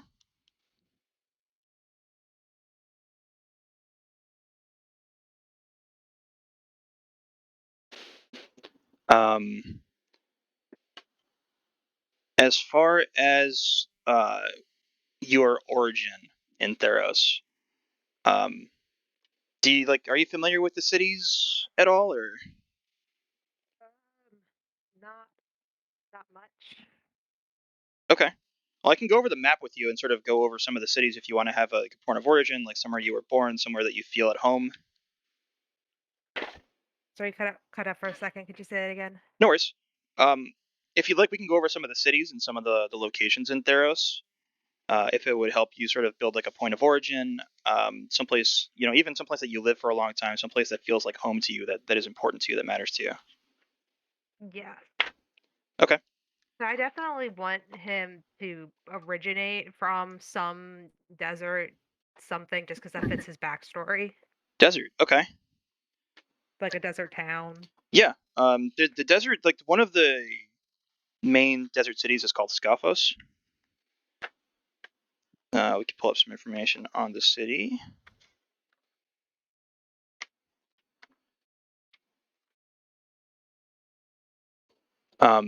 There's a lot of Minotaur in Scophos.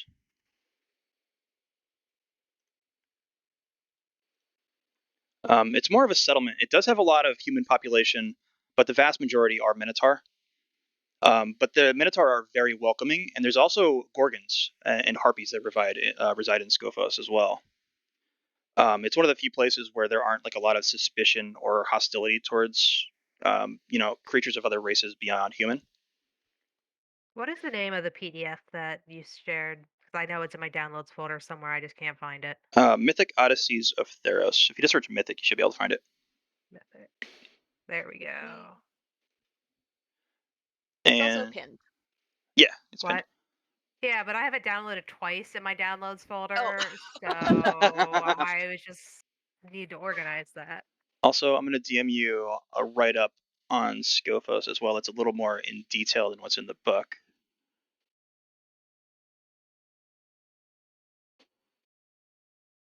One second. There's a link. So it talks a lot about the culture and the population. I think it's a city that definitely sounds like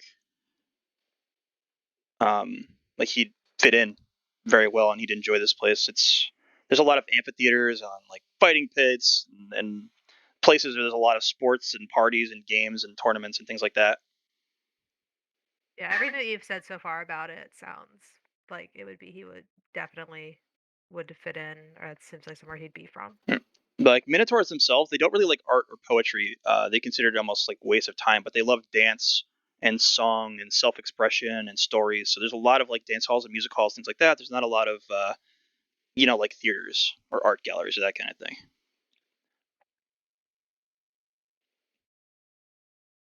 They also prefer a very hands-on approach to learning. So they learn by doing, not really sitting down reading books. Okay.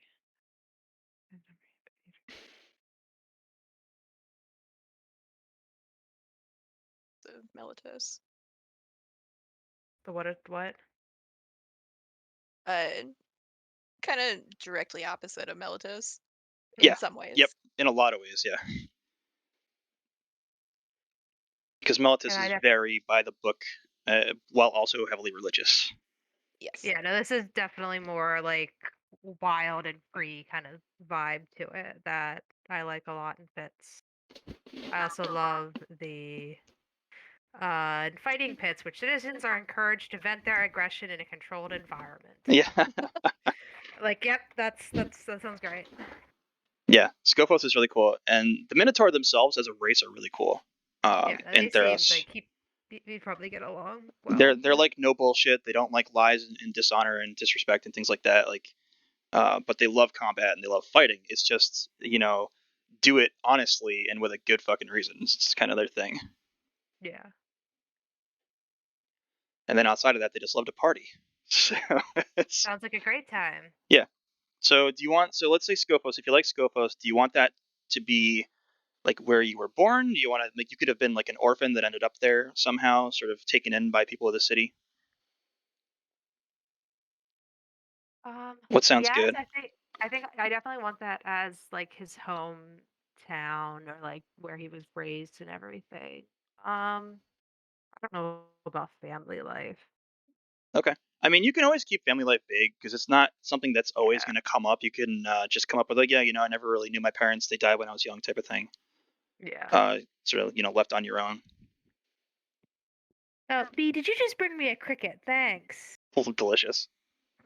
It's horrifying. At least it's dead. Unlike when they would like catch things and then just re-release them in my room. Thanks. Catch and release. Very honorable. Yep. They're just ineffective killers.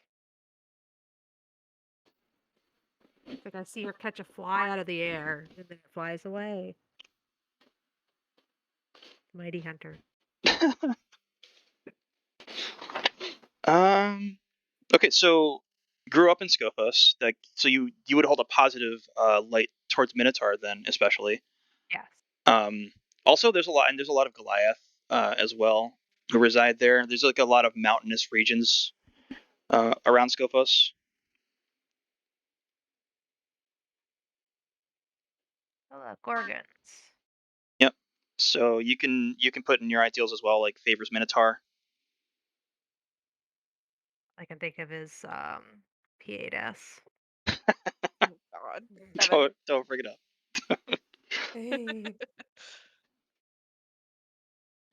So I assume you like to dance then as well, things like that. You like big celebrations and parties. I would say yes to celebrations and parties. I'm trying to figure out if dancing would be an issue between the snake tail and like feet coordination. Anything can dance. Anything can dance if it tries hard enough. So you could enjoy dancing and just not be good at it. Yeah. There we go. Terrible dancer. Bad dancer, but loves to do it. That's a great one. All right, it's on here. Okay. How do you feel about crime? Crime? Yeah, doing crimes. The whole party just watching. Right? Yeah. No. When there was the whole like dead body looting. That was like super side eye on that. Okay. Well, he believes that sometimes crime is necessary, and it's just I think it's a lot of just like a what do you call it, like a You got to have a reason for it, a good reason. It's situational kind of thing, where it's like Yeah, it's a situational thing. So does he feel like different about violent versus non-violent crime? Yeah, like what about stealing? Yeah, like stealing versus like attacking someone for no reason. I mean, I think both would be situational. Yeah, I think both are situational. Where like, So what's a situation where he'd be okay with it?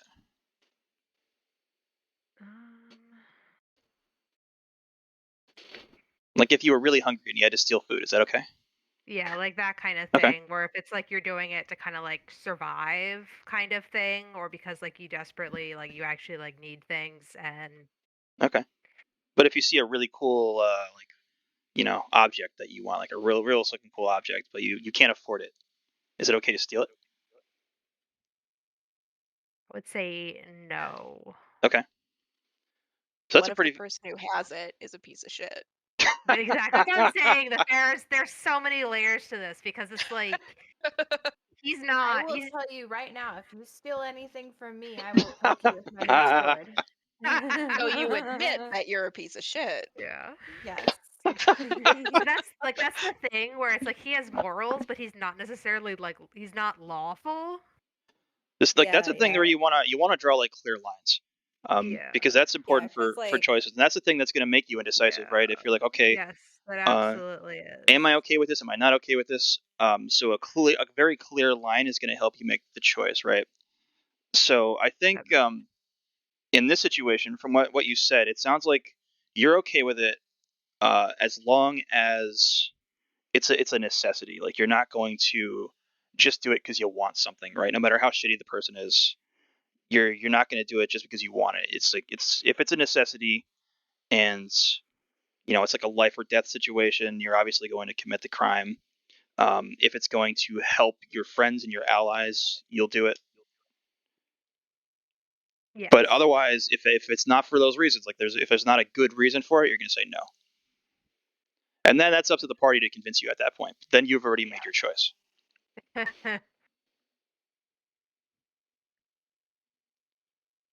I know it's hard with anxiety, but I would say lean into confrontation and don't be afraid of it.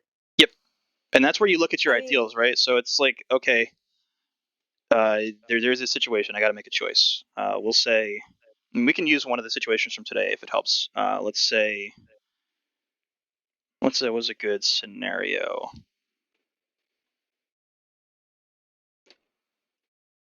I'd say so. Like making the decision to choose between Gideon or what's your stupid face? There's too many names rattling around in my head. Ripley, yes. Too many goddamn characters. I do it to myself. But yeah, so you had to make the choice between Ripley or Gideon, right? And that you seemed like you were a little bit indecisive on that. Yes. So in this case, the person that would be fighting more for freedom would be Ripley Vance, because Ripley Vance felt the captain was controlling on some level, and everybody was too tied to the captain and too believing in the captain, and Gideon was the one that was just falling in line. Yeah. Um, Yes. so you could have also at that point said, okay, well, what's the origin of these two characters? Is one of them from Akros? Are they from the city? What's the background on them? Do we know any information on their background? You can get some info on them, and then if one of them is from Akros, obviously you're not going to like want to side with that one. Okay. Yeah. That's a And smart then, thing to think about. yep, and like that's an easy one, right? So it's like, is there an easy answer here that's going to make me make the call? And that would be the first one. You're like immediately anybody from across you're going to see as potentially racist, and one of these people that would have supported locking you up or hating you, because virtually everybody in across it's very well known that that city is human only. They don't like monster races. They don't like other creatures that aren't human. They don't trust them and treat them like But shit. that would be an argument against Ripley as well. Well, it depends on if Ripley was from across. In this case, Ripley was the one that Ripley was not from across. Ripley is a Militus citizen, and that's something that Miaces would have known. She was against the uh, attack on the Acrossi ship, though. yeah, she was upset that the Acrossi Yeah, ship got attacked. yeah. So So I that said would have she's also kind of played into it. yeah, absolutely. But she was not from the city of Across. No, she personally wasn't from Yeah. there, but she Yeah. was just defending their people. But on the other hand, it's the needless slaughter of potential innocents. Exactly. That's Yeah. what I'm thinking. Is that Ashi would like? Yes, he doesn't like the city, but just like a needless slaughter of one of their ships. I feel that would be in that like unnecessary violence kind of thing. Yeah, Yeah. it's absolutely unnecessary violence. And right now, he definitely does not trust the captain as is. Or like the captain. I mean, no one trusts the captain. Everyone knows the captain's getting like brainwashed or whatever. Well, nobody knows. Yeah, That's- that's yeah. what people are assuming he's not in his right mind. Yeah, there's a Well, lot of I there's think a lot of that assumptions. he Yeah. more assumptions, but I think he was faking being nice. Oh. Oh. Interesting.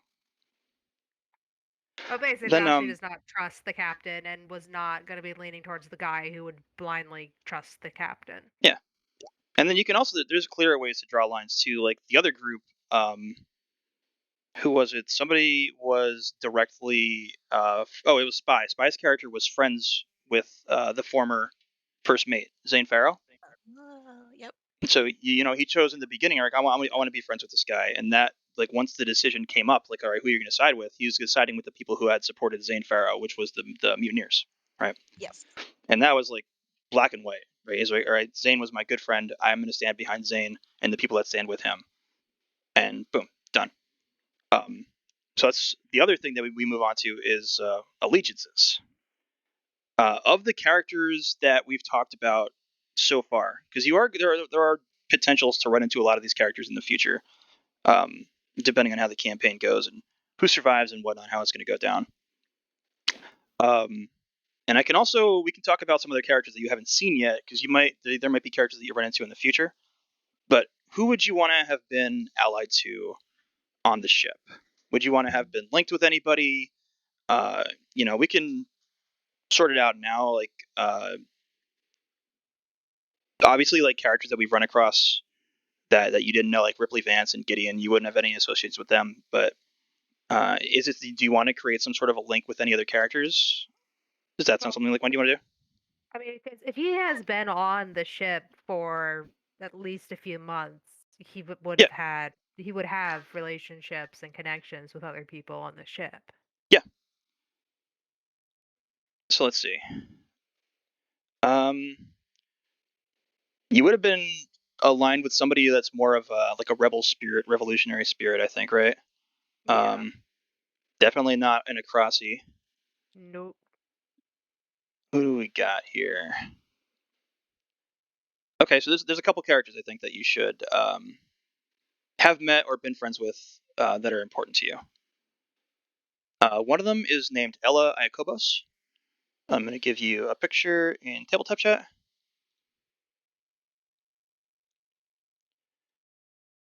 She was one of the tavern keeps on board the ship, but she was also looked to very often for combat. She's been a sailor all her life. She's definitely got some mysterious backgrounds, which can definitely be related to the city of Scoffos. Maybe somebody that you connected with on the ship just easily over your history with the city, or your either hatred of Akros, or any of those numbers of things. Does that sound like somebody you want to be linked to? Yes. Okay. She's she wasn't a top ranking member of the crew, but everybody respected her. She was somebody that was sort of like across the board. People looked to her for support for a lot of things, not just because as a tavern keep, but in combat and in combat situations. She was a very, very well known, great sailor. So, write her down with your connections and make sure you reference she's Tiefling and from Scophos and hates Across. Oh, you said she's from Scofa. Okay, so from the Yes. same area, and also hates. Not Well- tonight, Bird, but I want to do this with you too at some point. Oh yeah, absolutely. Like anybody that wants to do this at any time, I'm 100% down. These are the things that I want everybody to do with me. I do the whole thing I where I'm love. like, oh, I don't want to bother anybody. No, I like think it's also hard before things Yeah. start because it's hard to get a It is. concept of what things are going to be like. Yep. Yeah. it is. But always like once we have the session 0 and you go through the session 0, after that, any time, dude, before or after, like I'm always available. I don't care. I'll always make time for D&D. Like I would love to do this, as opposed to like I would never be bothered by sitting down and talking about D&D and doing character backgrounds and references. Like most of the time, I'm sitting down like writing character bios and shit anyway. So it's just something I do for fun, literally. Yeah. Like I've got over the last couple weeks, I've probably written like 40 character backgrounds, and I'm not going to use like most of it, because they're just characters you guys aren't going to run across. So it's yeah, anytime, literally anytime. I'm probably going to do the same thing then. Yeah, I completely welcome it. Please. It's kind of what I did with Siren. Like when we first we sat down and we built that character. Yeah. I mean, you didn't really do this though. It was more so just roll this dice, and I was like, "Shit, it sucks." And you're like, "All right, here, just do this a little better." I've been cherry picking memories. Siren. If you don't believe it was like this, you didn't listen to everything that I said, and that upsets me.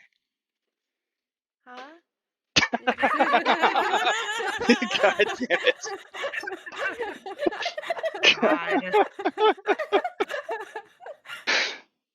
If you want to do it again, Siren, we can do it again.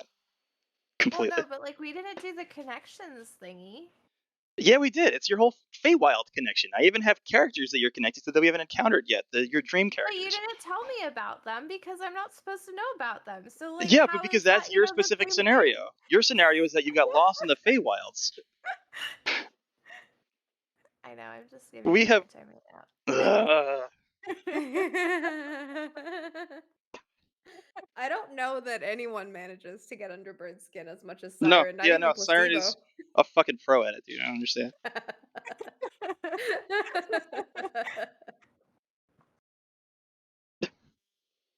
But yeah, anybody, including you, Siren, if you want to do it again, we can go over character bio. Absolutely. Well, no, when you said that there were the Fey eyes in the cave thingy, I was like, is this gonna be the character that you were supposed to do? Do I have to tell you yes? Because I No. thought it was fucking obvious. What do I you? mean, it was kind of really obvious, but like, Then I then just. yeah. Yeah.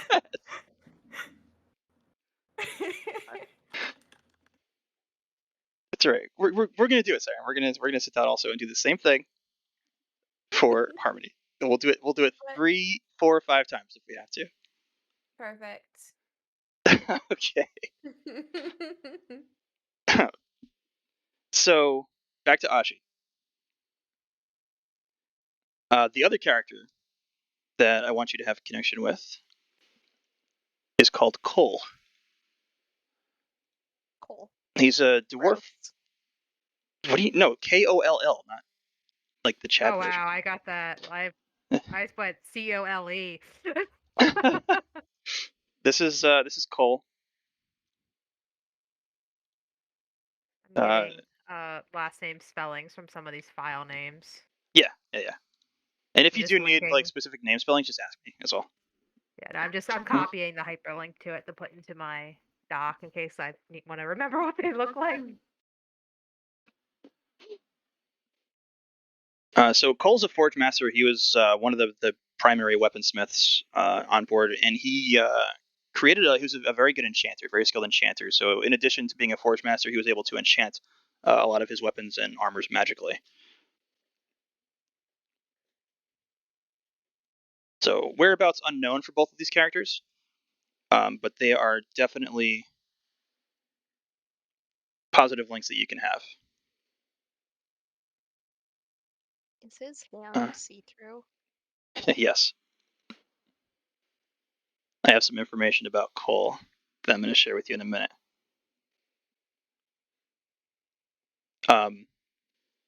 So Cole as well was like I actually literally have written into his backstory. That's why I chose him. That he was a prisoner of war.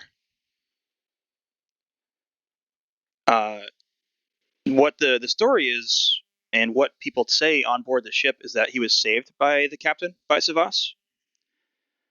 But anybody that would sit down and talk to him and gain his trust, he'll tell you that's not what happened. Savas had nothing to do with it. That he had joined on board the ship, and he believes that Savas is the one that spread that rumor.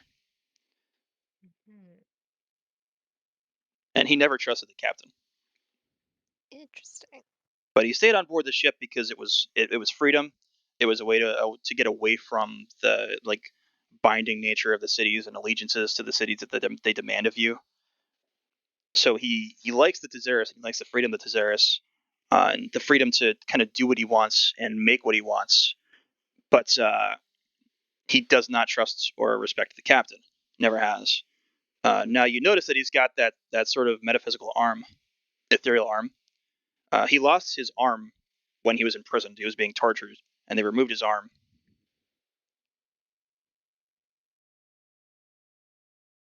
And it's not something that he actively talks about, but he told you that it was removed during his time imprisoned and during his torture, and that's all you know about him, about that situation. That is.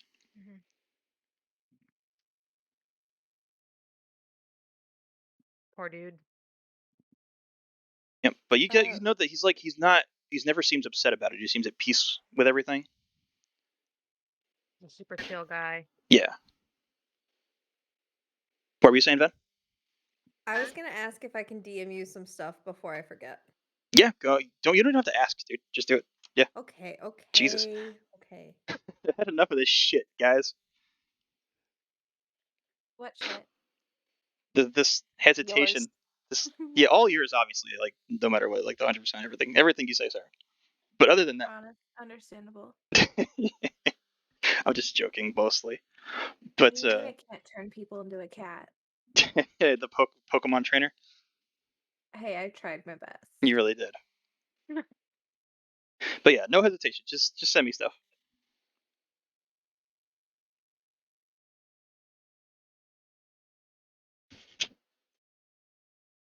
Do you have any other questions about Cole or Ella, or any ideas on how you'd like to link the characters as well? No, I think linking them is pretty easy because they'd both be on the ship in the same vicinity and they would get to know each other from that. Yeah, common cause. Yeah. Pulling on my Ashi knowledge. Yeah, what do you got? You said that the lady was a tavern worker? Yes, she's a barkeep. What if Ashi worked at the bar? That could work. Yeah,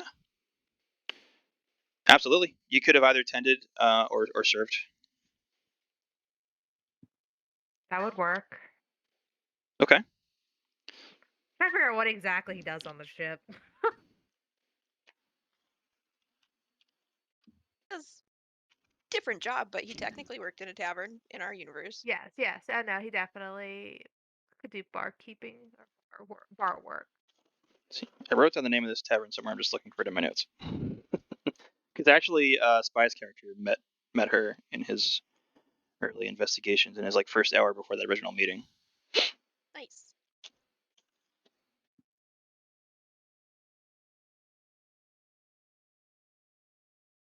Just I get overwhelmed with choice anxiety, or where I just need to be Yeah. give me a few options and I'll pick from the options. I guess I just need to investigate shit and be like, what do I see? Yeah, and I'll definitely I'll work on how I approach things with you too to help with that, 100%. Yeah, it does. It helps to sort of have a black and white choice, and it's not that's a normal thing for D&D players, right? That's not a just you thing. That's pretty much everybody. You know, especially until you've gotten into a situation where you're playing every week for a long time. You know, and even then, you're still going to have points that you get a little anxious about how to play. I don't know any player that doesn't get a little anxious sometimes when they're playing D&D. You know, especially the longer you play and the more you love your character, the fear of getting into certain situations or losing that character to something, that also plays into it. And then sometimes there's just a lot going on, and you're not the only one making choices. Other people are making choices, and you're you get worried about upsetting other people in the group or whatnot. There's a whole bunch of things that are going to create anxiety. Yeah, I actually did want to talk about it. I feel bad that BSC is kind of like feels so strongly about certain things. Like initially the group ended up like leading away from Gonna Ripley just because we wanted to stay together. And I feel bad about it because like I want people to be able to do the things that they want, but Oh I'm yeah, not gonna do something that Mia's wouldn't do either. I mean, you don't have to worry So about me. yeah. I'll say I no. just I just felt bad. You're the experienced one. I'm yes and no. I only have experience with the one campaign outside of the bird stuff. Like tonight, I had. I feel actually, literally every single time, I have at least one thing where I'm just going, I don't know what the fuck I'm supposed to do here for like a solid minute. Yeah, but Like you make a reaching my hand decision. into a Yeah. hole and pulling You out a make little a rose knight. decision though. I'm like, I can't even get to the point of making a decision. I can't even get to like the preliminary decision. I think you need a sword that tells you what to do. Exactly. And I'm like, afterwards I was like, why didn't I have him go and just investigate random shit in the room? But no, Yeah. I Well, just you just don't think of it sometimes, and that's I the other thing that I didn't. was pointing out. Like, just have like a big thing. Like, if it helps, just like draw it on a big piece of construction paper and put it behind you on the wall. Like, investigate question mark. You know, like because that's always a thing. Like every scenario that you're in, there's never a bad investigation roll. There's usually never a bad insight roll, perception. Like all of those things are going to help you. And anytime that you ask me for that, like I'll throw information at you without a doubt. You know, even if you roll poorly, like you're going to get some information. You're not going to get nothing unless you roll a one, and then you might be in a bad situation. But at that point, you're like, all right, I've made my move. Somebody else needs to step in. Roll survival to craft a basket. No, That's not how that works. no. I mean, she could try and, it You might can not always do roll it. anything. You can always roll it. Yeah. That's what artisan kits are for. I'll ask my sword where to get an artisan kit. This sword's gonna fucking kill you. Yeah. I definitely feel like there's some kind of handoff of Siren asking the sword so many questions. So far, she really hasn't asked it very much. It's been a lot of like internalized thoughts, but not actual questions. So we'll see how it goes. I'm not gonna say too much about the sword, but you'll I'm learn. gonna die. Don't worry. You'll learn. It's gonna kill my dragon, isn't it?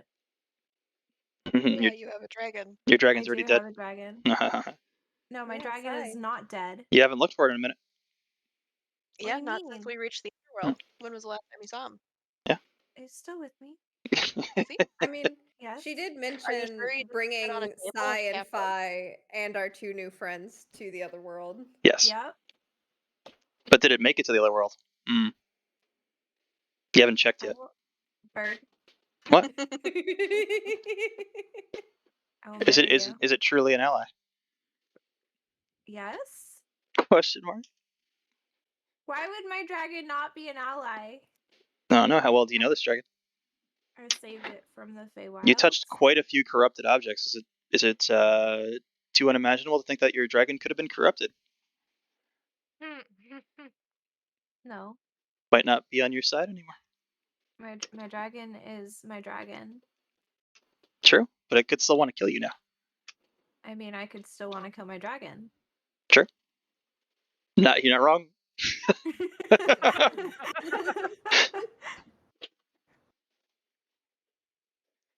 There is nothing stopping me from killing everything.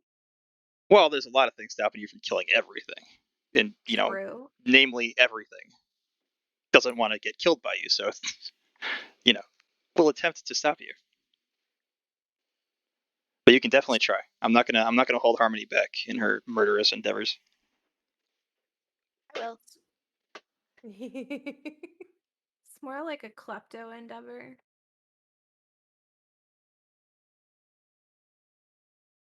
Sees shiny object on body, shoots body, free loot. moving on from whatever the fuck Siren's talking about at any given moment.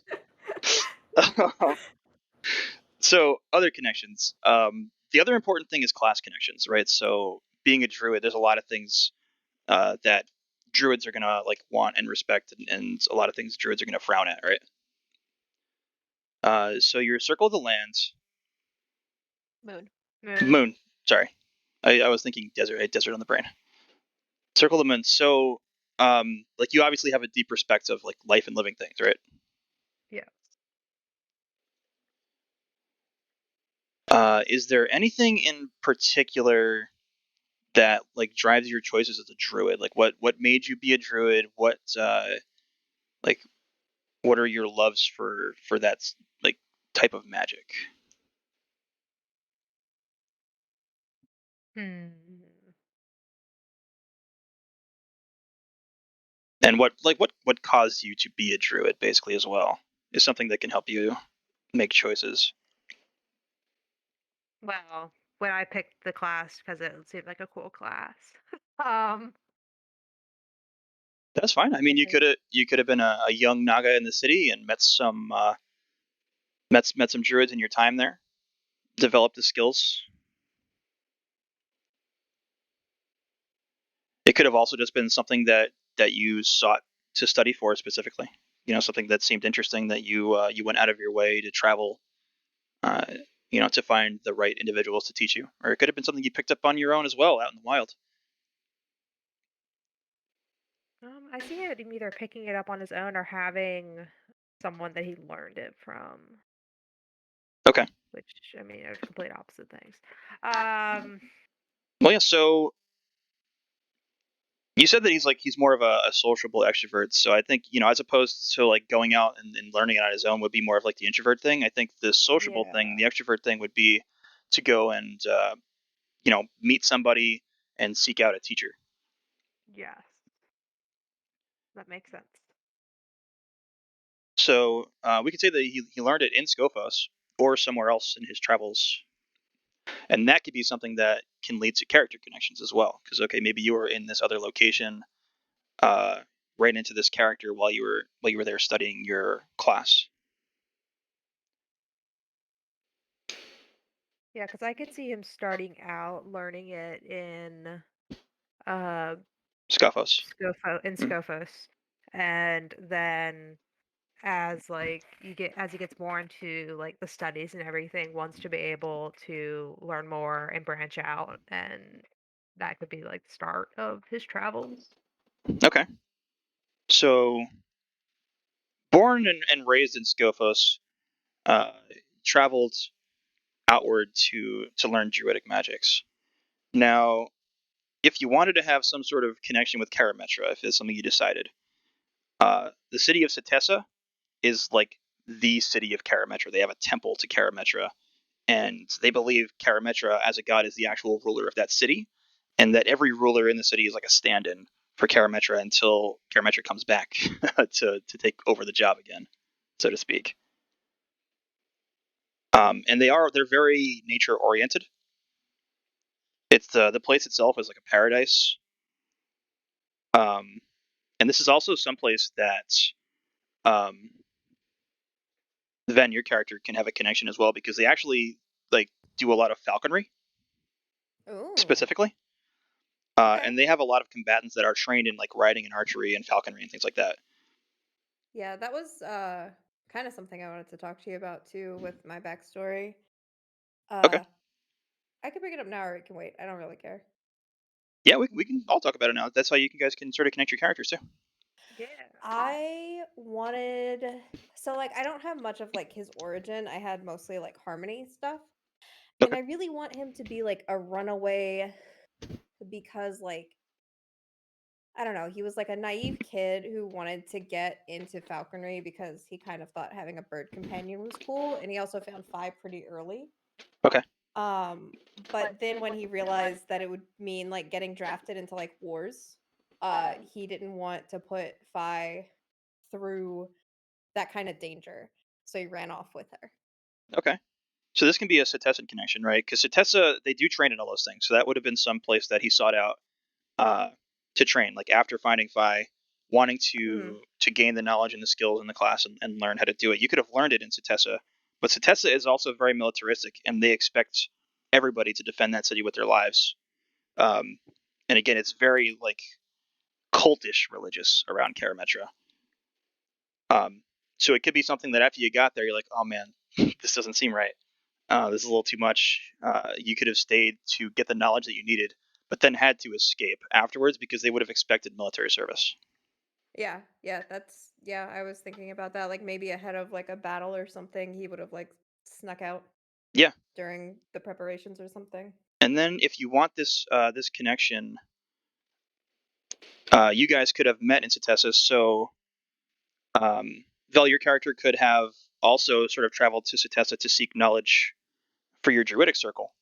Mhm. Being again like a very nature favored place, and run into the same problems. Like, oh man, now they want me to claim my loyalty. They want me to serve in the military, defend the city. You could have met Ben's characters, and you guys could have sort of escaped together. Yeah, that would I be like cool. that.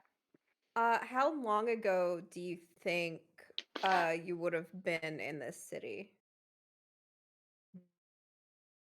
Because for Miaces, in his backstory, he's traveled with Harmony for like years now, and it's been like another year since he's seen her You would have both that been they very reconnected young. on the ship. You would have both Yeah, been very young for sure, it I'd say, because it's like sort of when you were learning your class and your skills. that's How that's how what I wanted to old know. is how old is he? Miaces is like,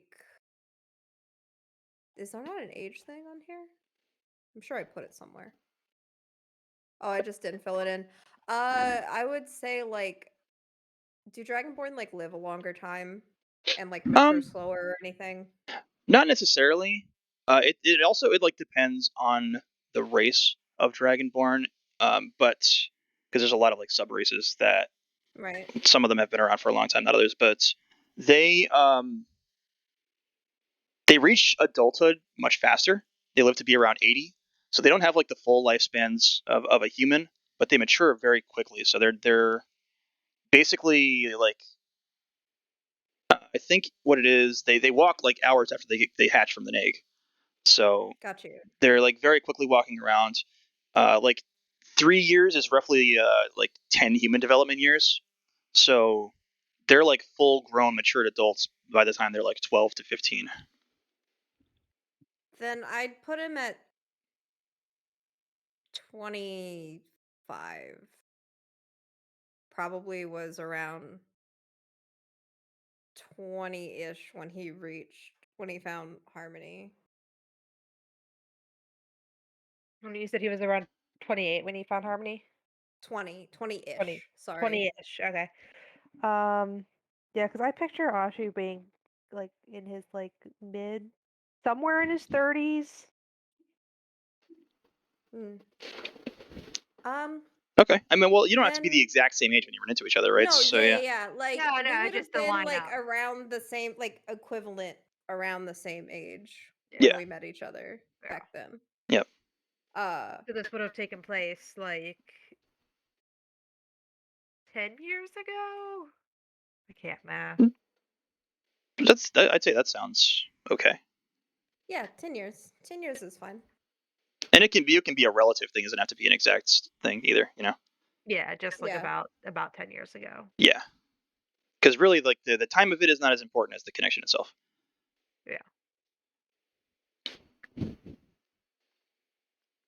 Okay. So that's a connection for both of you now. That's going to help you make choices, you know, based on the situations that you're in. Yeah. And I mean, if we want to kind of like retcon it, maybe like they just didn't recognize each other because it's been like, almost a decade since.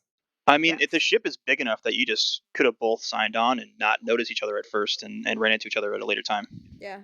And then things also like kept happening really, really fast. So Yeah. didn't really have time to Yeah. That's not even assess like one another. that's not even like a retcon. You know, that's just Yeah. Life. that could have absolutely been, and it fits perfectly in with how you guys began the story. Mhm. But it'll help your choices moving forward for sure. How do you spell the name of that town? Setessa. It's Setessa. Let's see. They are very much like if you would think of like Lord of the Rings elves, they're kind of like that mentality. It's also so there's a thing with gender in Setessa, that they believe women grow to be heroes and become artists by like exploits and actions. Um, and they mean they believe that men have to find their way in the world, so they have to go out and do something and find their like means to exist, basically. Um, it is like a very women oriented society as well. It's run by women. They still like men have a purpose and a place there, but they're always seen sort of like beneath women. But they'll still take you in and train you and raise you. You're just not seen as having as much of a right. But they Right. also very much uh, worship their children. Children are very like they're highly respected. They're treated very kindly, and they're treated like they are adults up to a certain point. And then when you mature up to like 14, 15 or so within the city, that's when they start to look at you more like, okay, now it's time to do something about yourself if you want to continue to have that respect. And again, like the believed queen of Setessa is Karametra, the god.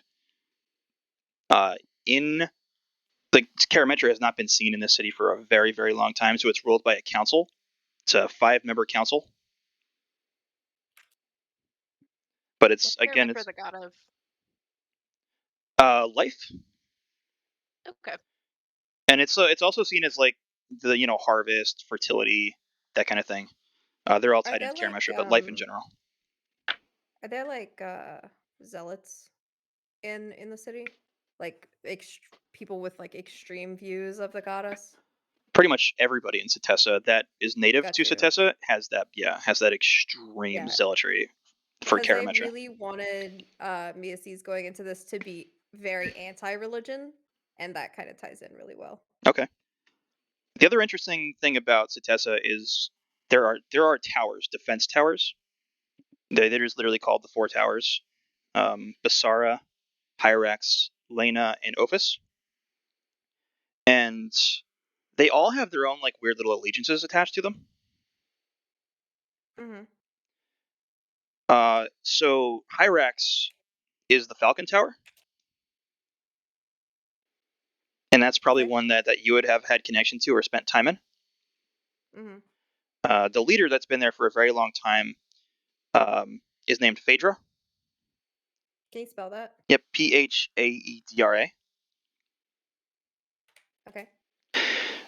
Is actually a 19-year-old, but has been the leader of that tower for like almost their entire life when they were very young. Their father was somebody who ran the tower and had perished, and basically the child took over and matured very quickly.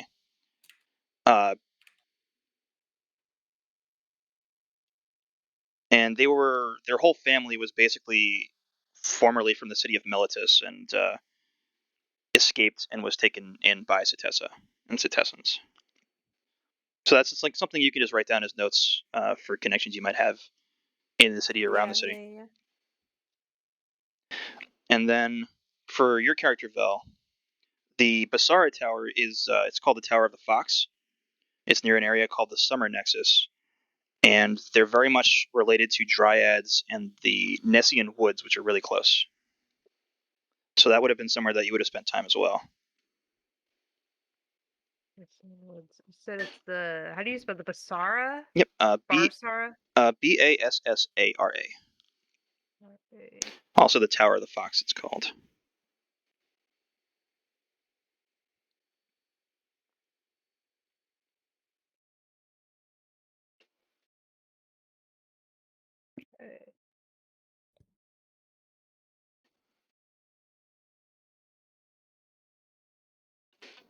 So yeah, that's just little notes on like what you could have spent time in, or individuals that you could have run into contact with. The leader of the Basara Tower is named Niketa. It's Niketa. She's a roughly 50-year-old woman um, who had a dryad partner from out in the woods, and is one of the big reasons that they're connected to the dryads in those woods.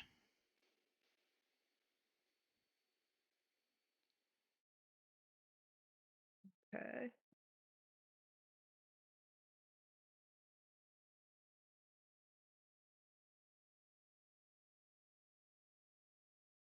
Any other questions about the city, or I can tell you all kinds of stuff about the city. The Nessian woods, they're very, very vast, and it's considered to be the domain of the god Nylea.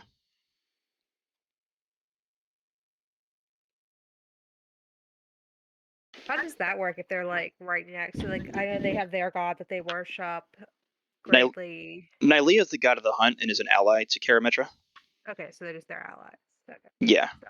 It's still like Nylea is seen as more of a hesitant thing. They're not as allied to Nylea as they are to Karametra, but it is seen as sort of like a symbiotic relationship.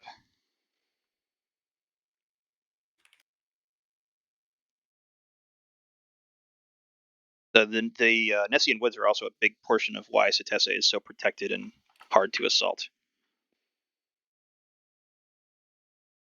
Say that again. It's for what? It's a big reason of why they're so protected, because the Nessian woods are vast, and there's a lot of creatures in there that are very dangerous. So it's difficult for armies to move through and try to attack a city like Setese. They'd have to get through that and then deal with the defenders in the city themselves. Makes sense.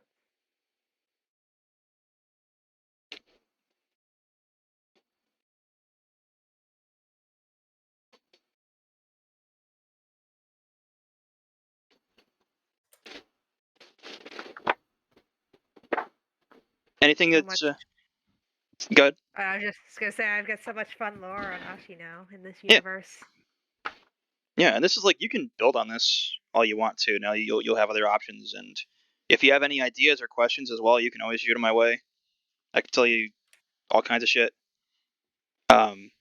If there's like past adventures is another thing that you can write about, that we can work on as well. Like if you've had other experiences, anywhere else around Theros in the past, something that would have defined you.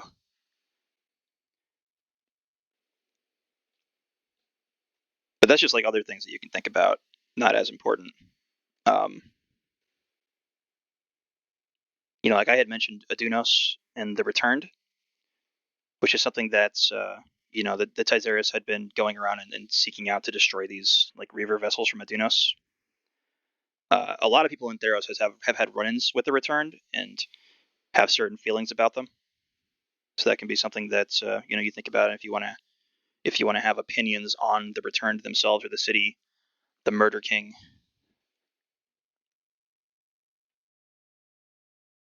The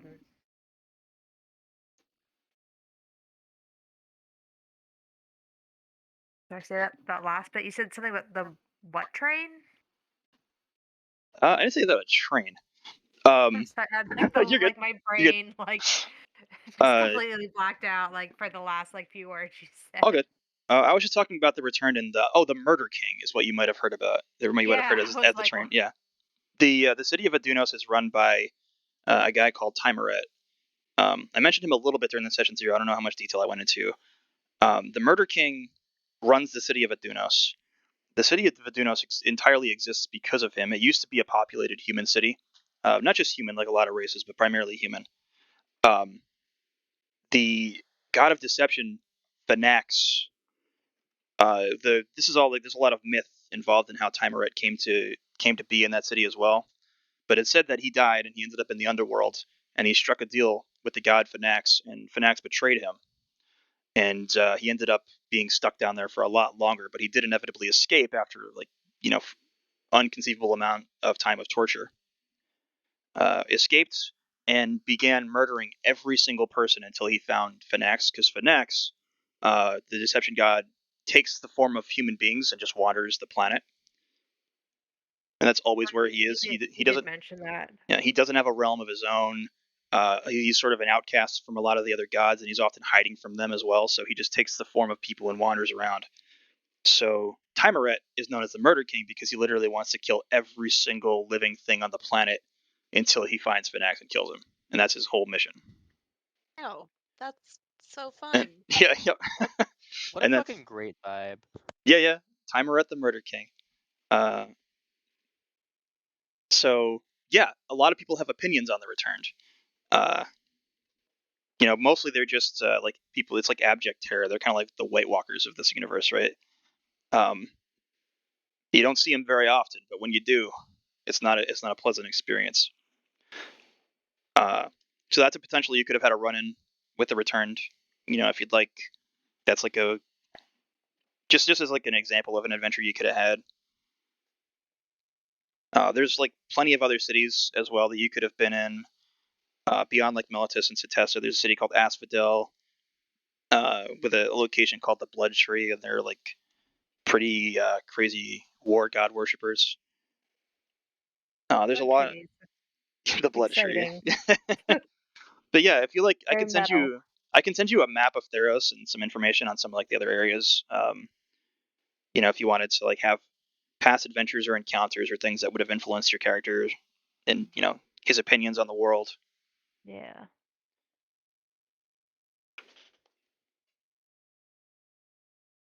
Also, hello Hayden. Sorry, we're doing character bios and stuff.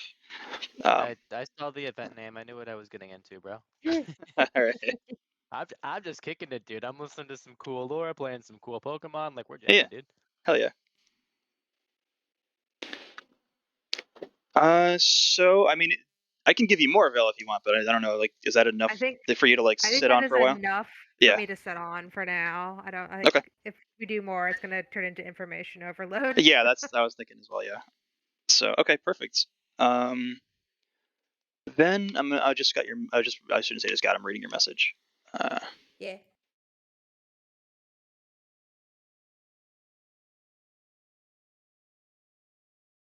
Um. So I'll get back to you on that because I'll get back to you on that after next session. We're gonna Okay. revisit that Yeah, that's because there's actually some things are gonna happen. I just I'll DM it to you. Okay.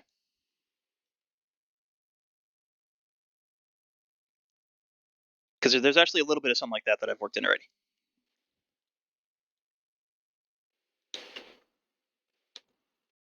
Also, Glassy, how you feeling about Lazuli? I feel like you sort of forged alliances and so forth and made your choices on the character, but you have anything that you want to work on?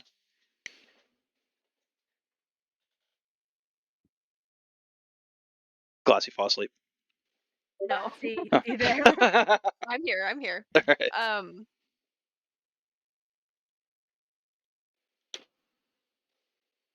I don't know. I want to do more with their background. Okay. I want them to have a more concrete goal. Well, maybe not a concrete goal, but just a less vague one. Okay. Well, I mean, I don't know how much you want to reveal about like what we did talk about as far as. Yeah, that's kind of the thing where it's like, oh, I don't really want Yeah. to talk about it right Yeah. now. So we don't have to talk about it right now. We can like talk about it in a DM, or we can have like a conversation later. Yeah. Yeah. Okay. No, I definitely want to talk things through. Yeah. And it feels like there could be some potential, like I don't even know what the right word would be. Influence, significance, whatever, with Meletis in the story coming in, possibly. Yeah. I threw that so- out there for a reason. Yeah. So that you would catch it because. Yeah. Yeah. Yeah. So playing off of that. Okay. Yeah, we Because there's going to be like I have a lot planned with a lot of the things the info that I gave to you.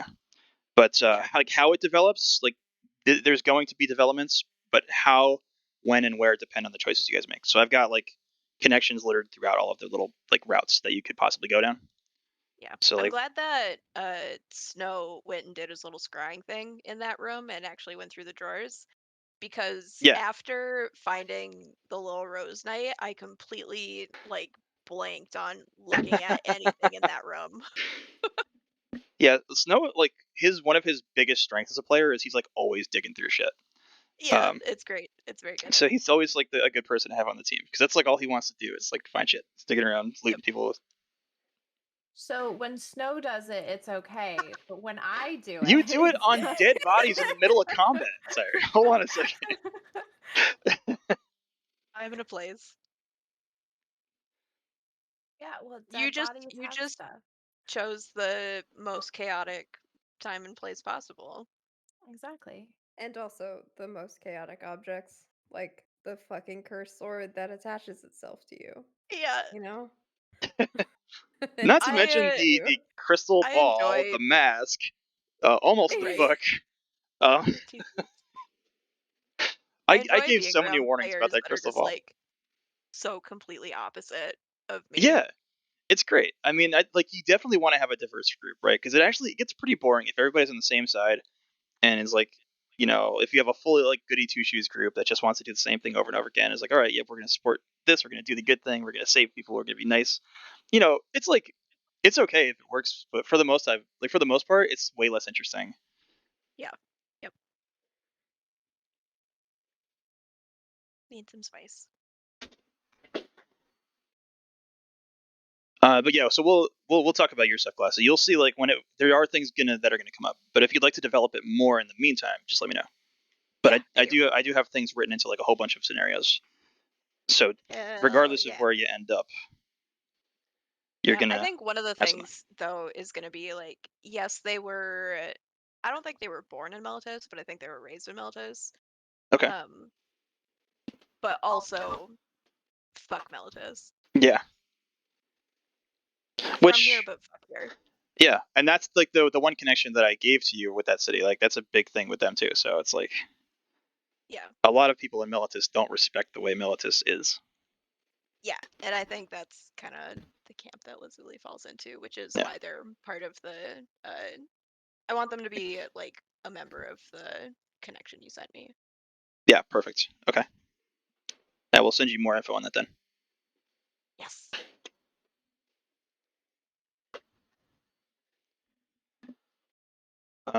Is there anything you'd like, Ven? Like world info or anything that you want to be sent that would help you? I do want to figure out like a hometown, but at the same time, Okay. like a vaguely mountainous, like smaller village that he would have to leave to go elsewhere to learn falconry also is just like fine. Okay. I mean, there's actually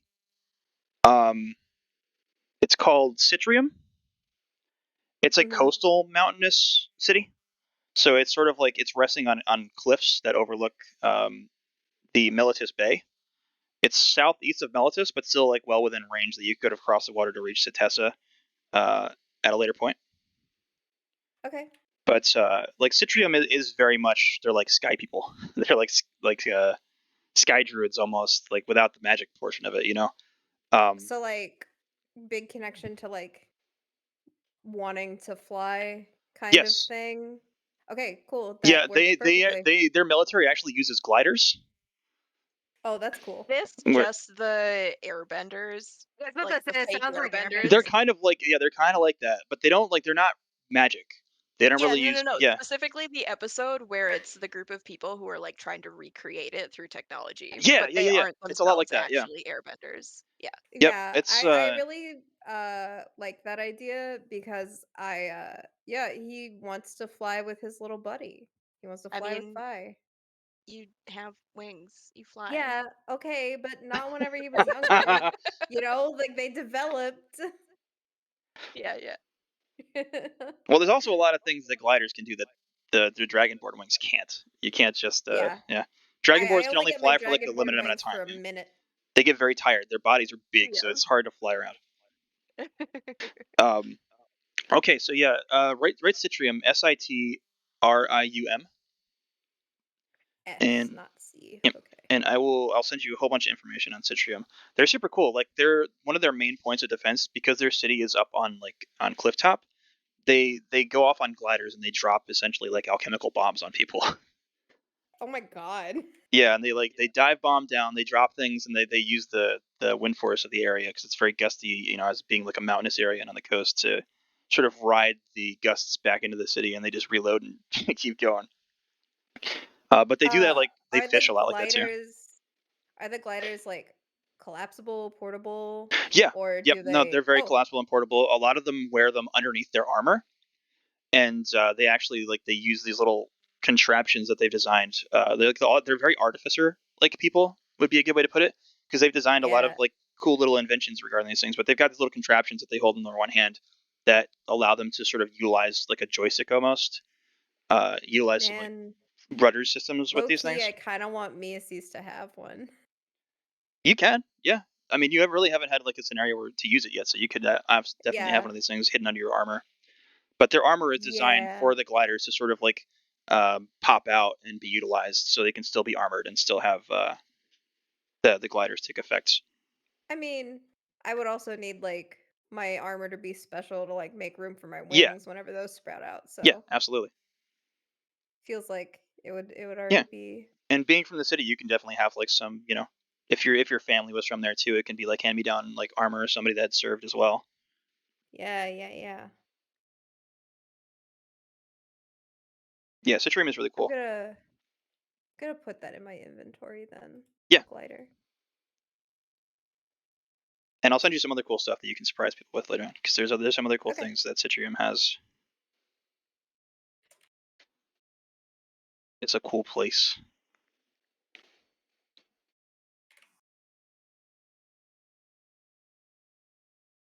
And then I'm gonna send you. Let me write this down.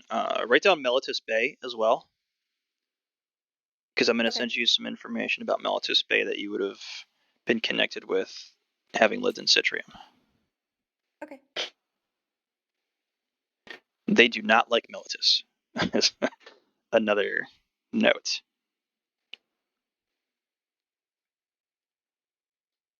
Melitus, like Across, is the city that is like they're more central in Theros.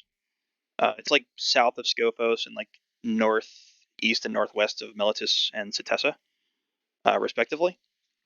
But it's this massive city. They extend their empire. They have settlements everywhere, military outposts. Like they're akin to Rome. I think I've mentioned that before. They're like very much like Roman expansionists kind of city. Melitus takes on that same thing with there's like a southwestern sort of tip of landmass that Citrium is located on, and some other cities like Neolanton, which is sort of Atlantean almost. Mm-hmm. And there's a city called Atrasos that actually used to be a Melitus settlement that rebelled, like gained their independence. Um, there's a whole bunch of cities there, and Melitus is constantly trying to like bring them under its control, and they're very much resistant.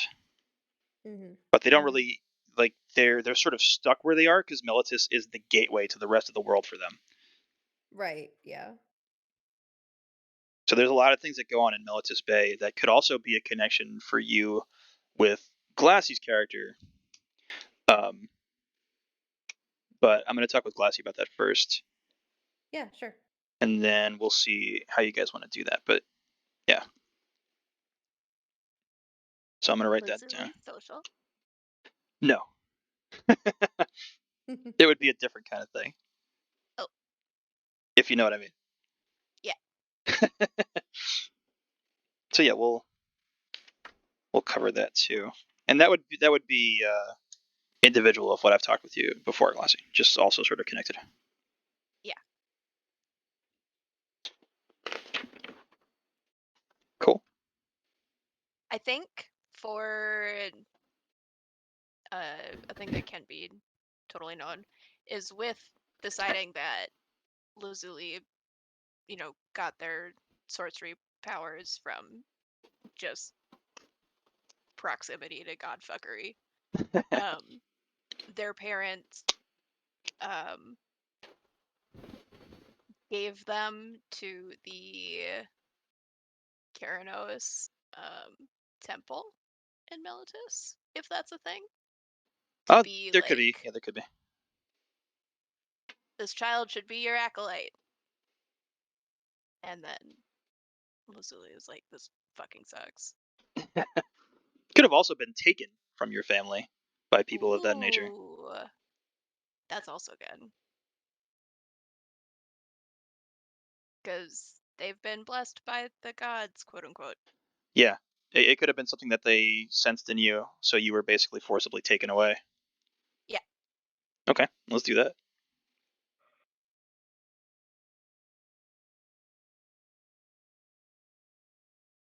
Except for I wonder if that kind of that could create an interesting dynamic with the captain being like, "Hey, I'm gonna fight the storm god," and then Well, that Lazuli dynamic's there probably regardless, just because of your like it birth. is, Yeah. but I think Lazuli's would start to like bend towards, yeah, fuck the storm god, instead Mhm. of like, well, this is neat. I mean, it could be like how you define your relationship with the storm god too.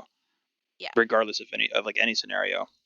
This is the first time that you're actually interacting, or at least have the possibility of directly interacting with this entity, so to speak. Yes. Yeah. So, regardless of your past opinions, maybe this is like something that's going to define that now finally. Yeah, that's very true. Because their bitterness would be at the people That took you involved away, with yeah. the worship. Yeah.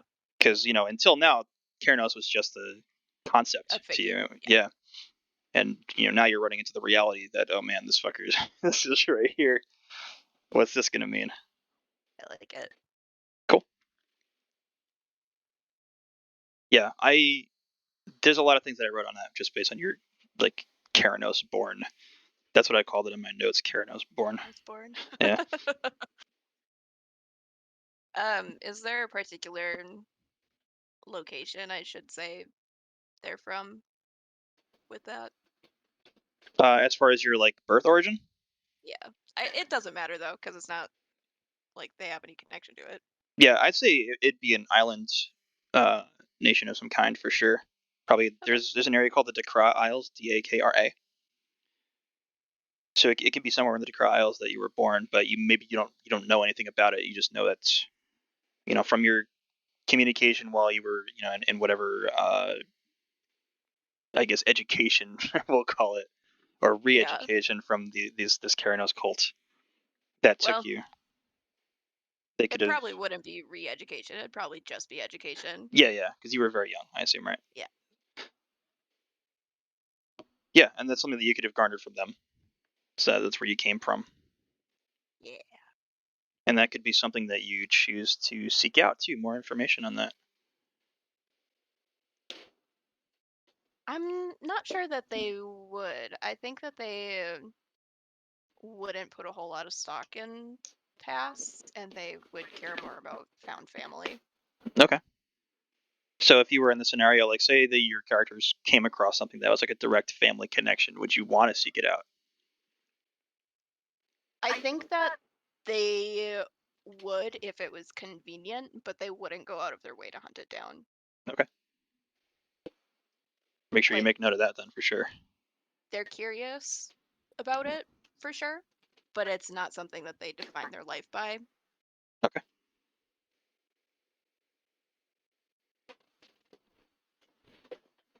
Perfect.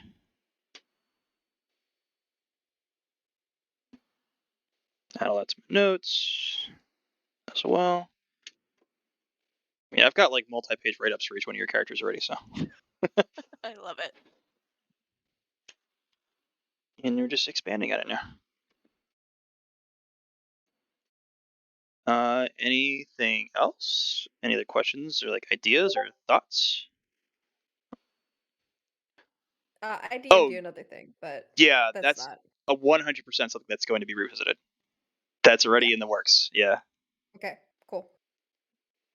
And I'd say without being too meta, anytime that like you should always ask me crew connections. If you meet a new crew member, ask me Yeah. like, okay, who were they allied to?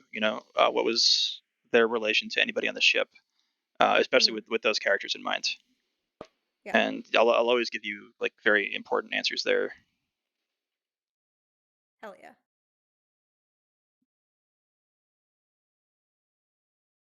And that's like any scenario. When you guys meet new crew members, it should be like a point of reference. Like, okay, who are these guys? What were they on the ship? Well, did they do anything important, so to speak? Because I'm glad I decided to be on the ship longer. Yeah. It seems pretty important. Yep, it's very useful for sure. Yeah. It's very useful. Like in the other group, Spy's character is the one who's sort of been on the ship for a longer time. And he chose like I think he's been on there for a couple years was his thing. But yeah, like being on longer gives you more of a connection. But even in the short term, you can make connections too, make friends and so forth. But you being there for an extended period of time gives you more connectivity. Yeah.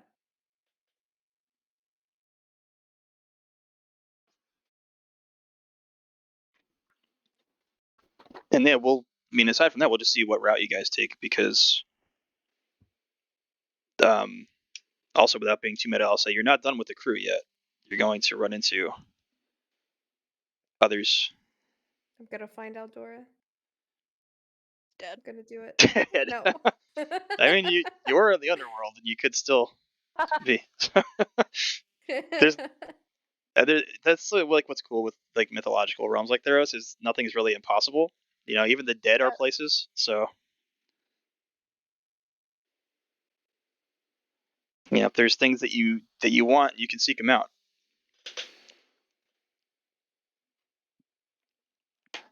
And yeah, like the more you play, the more sessions we go through, you'll sort of get more info and have more freedom to move about as well.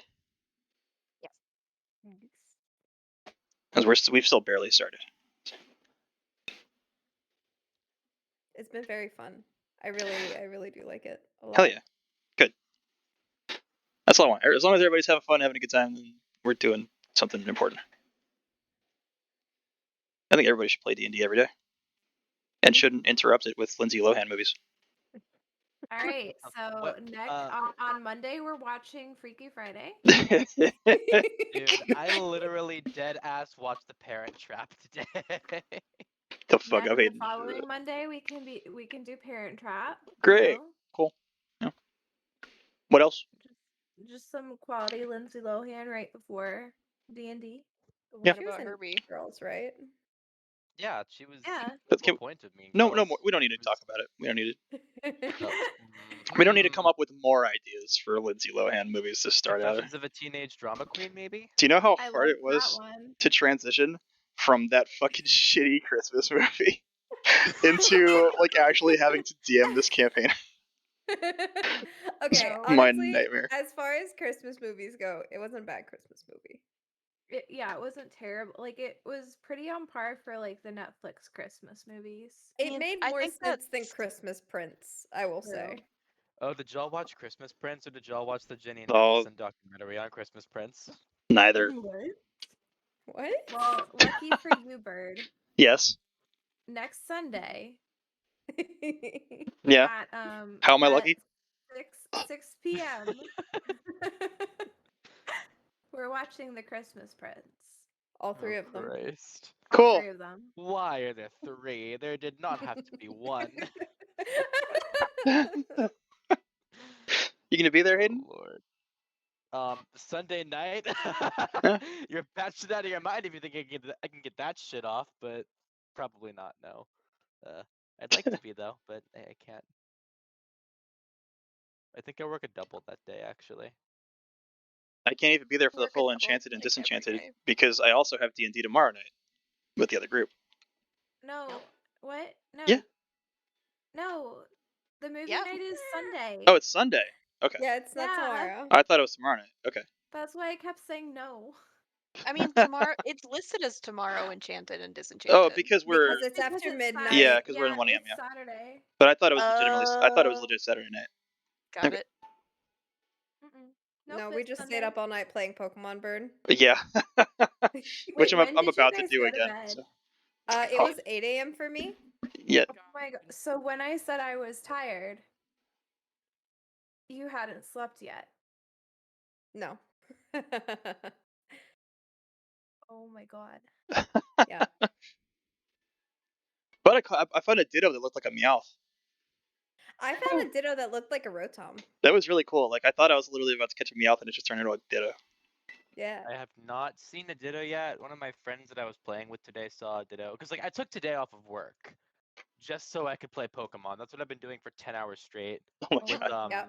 with various movies in the background. And I'm only on my third gem and my second And you missed Lindsay Lohan? well I did watch a Lindsay Oh Lohan shit. movie. I watched Camp Rock. Camp Rock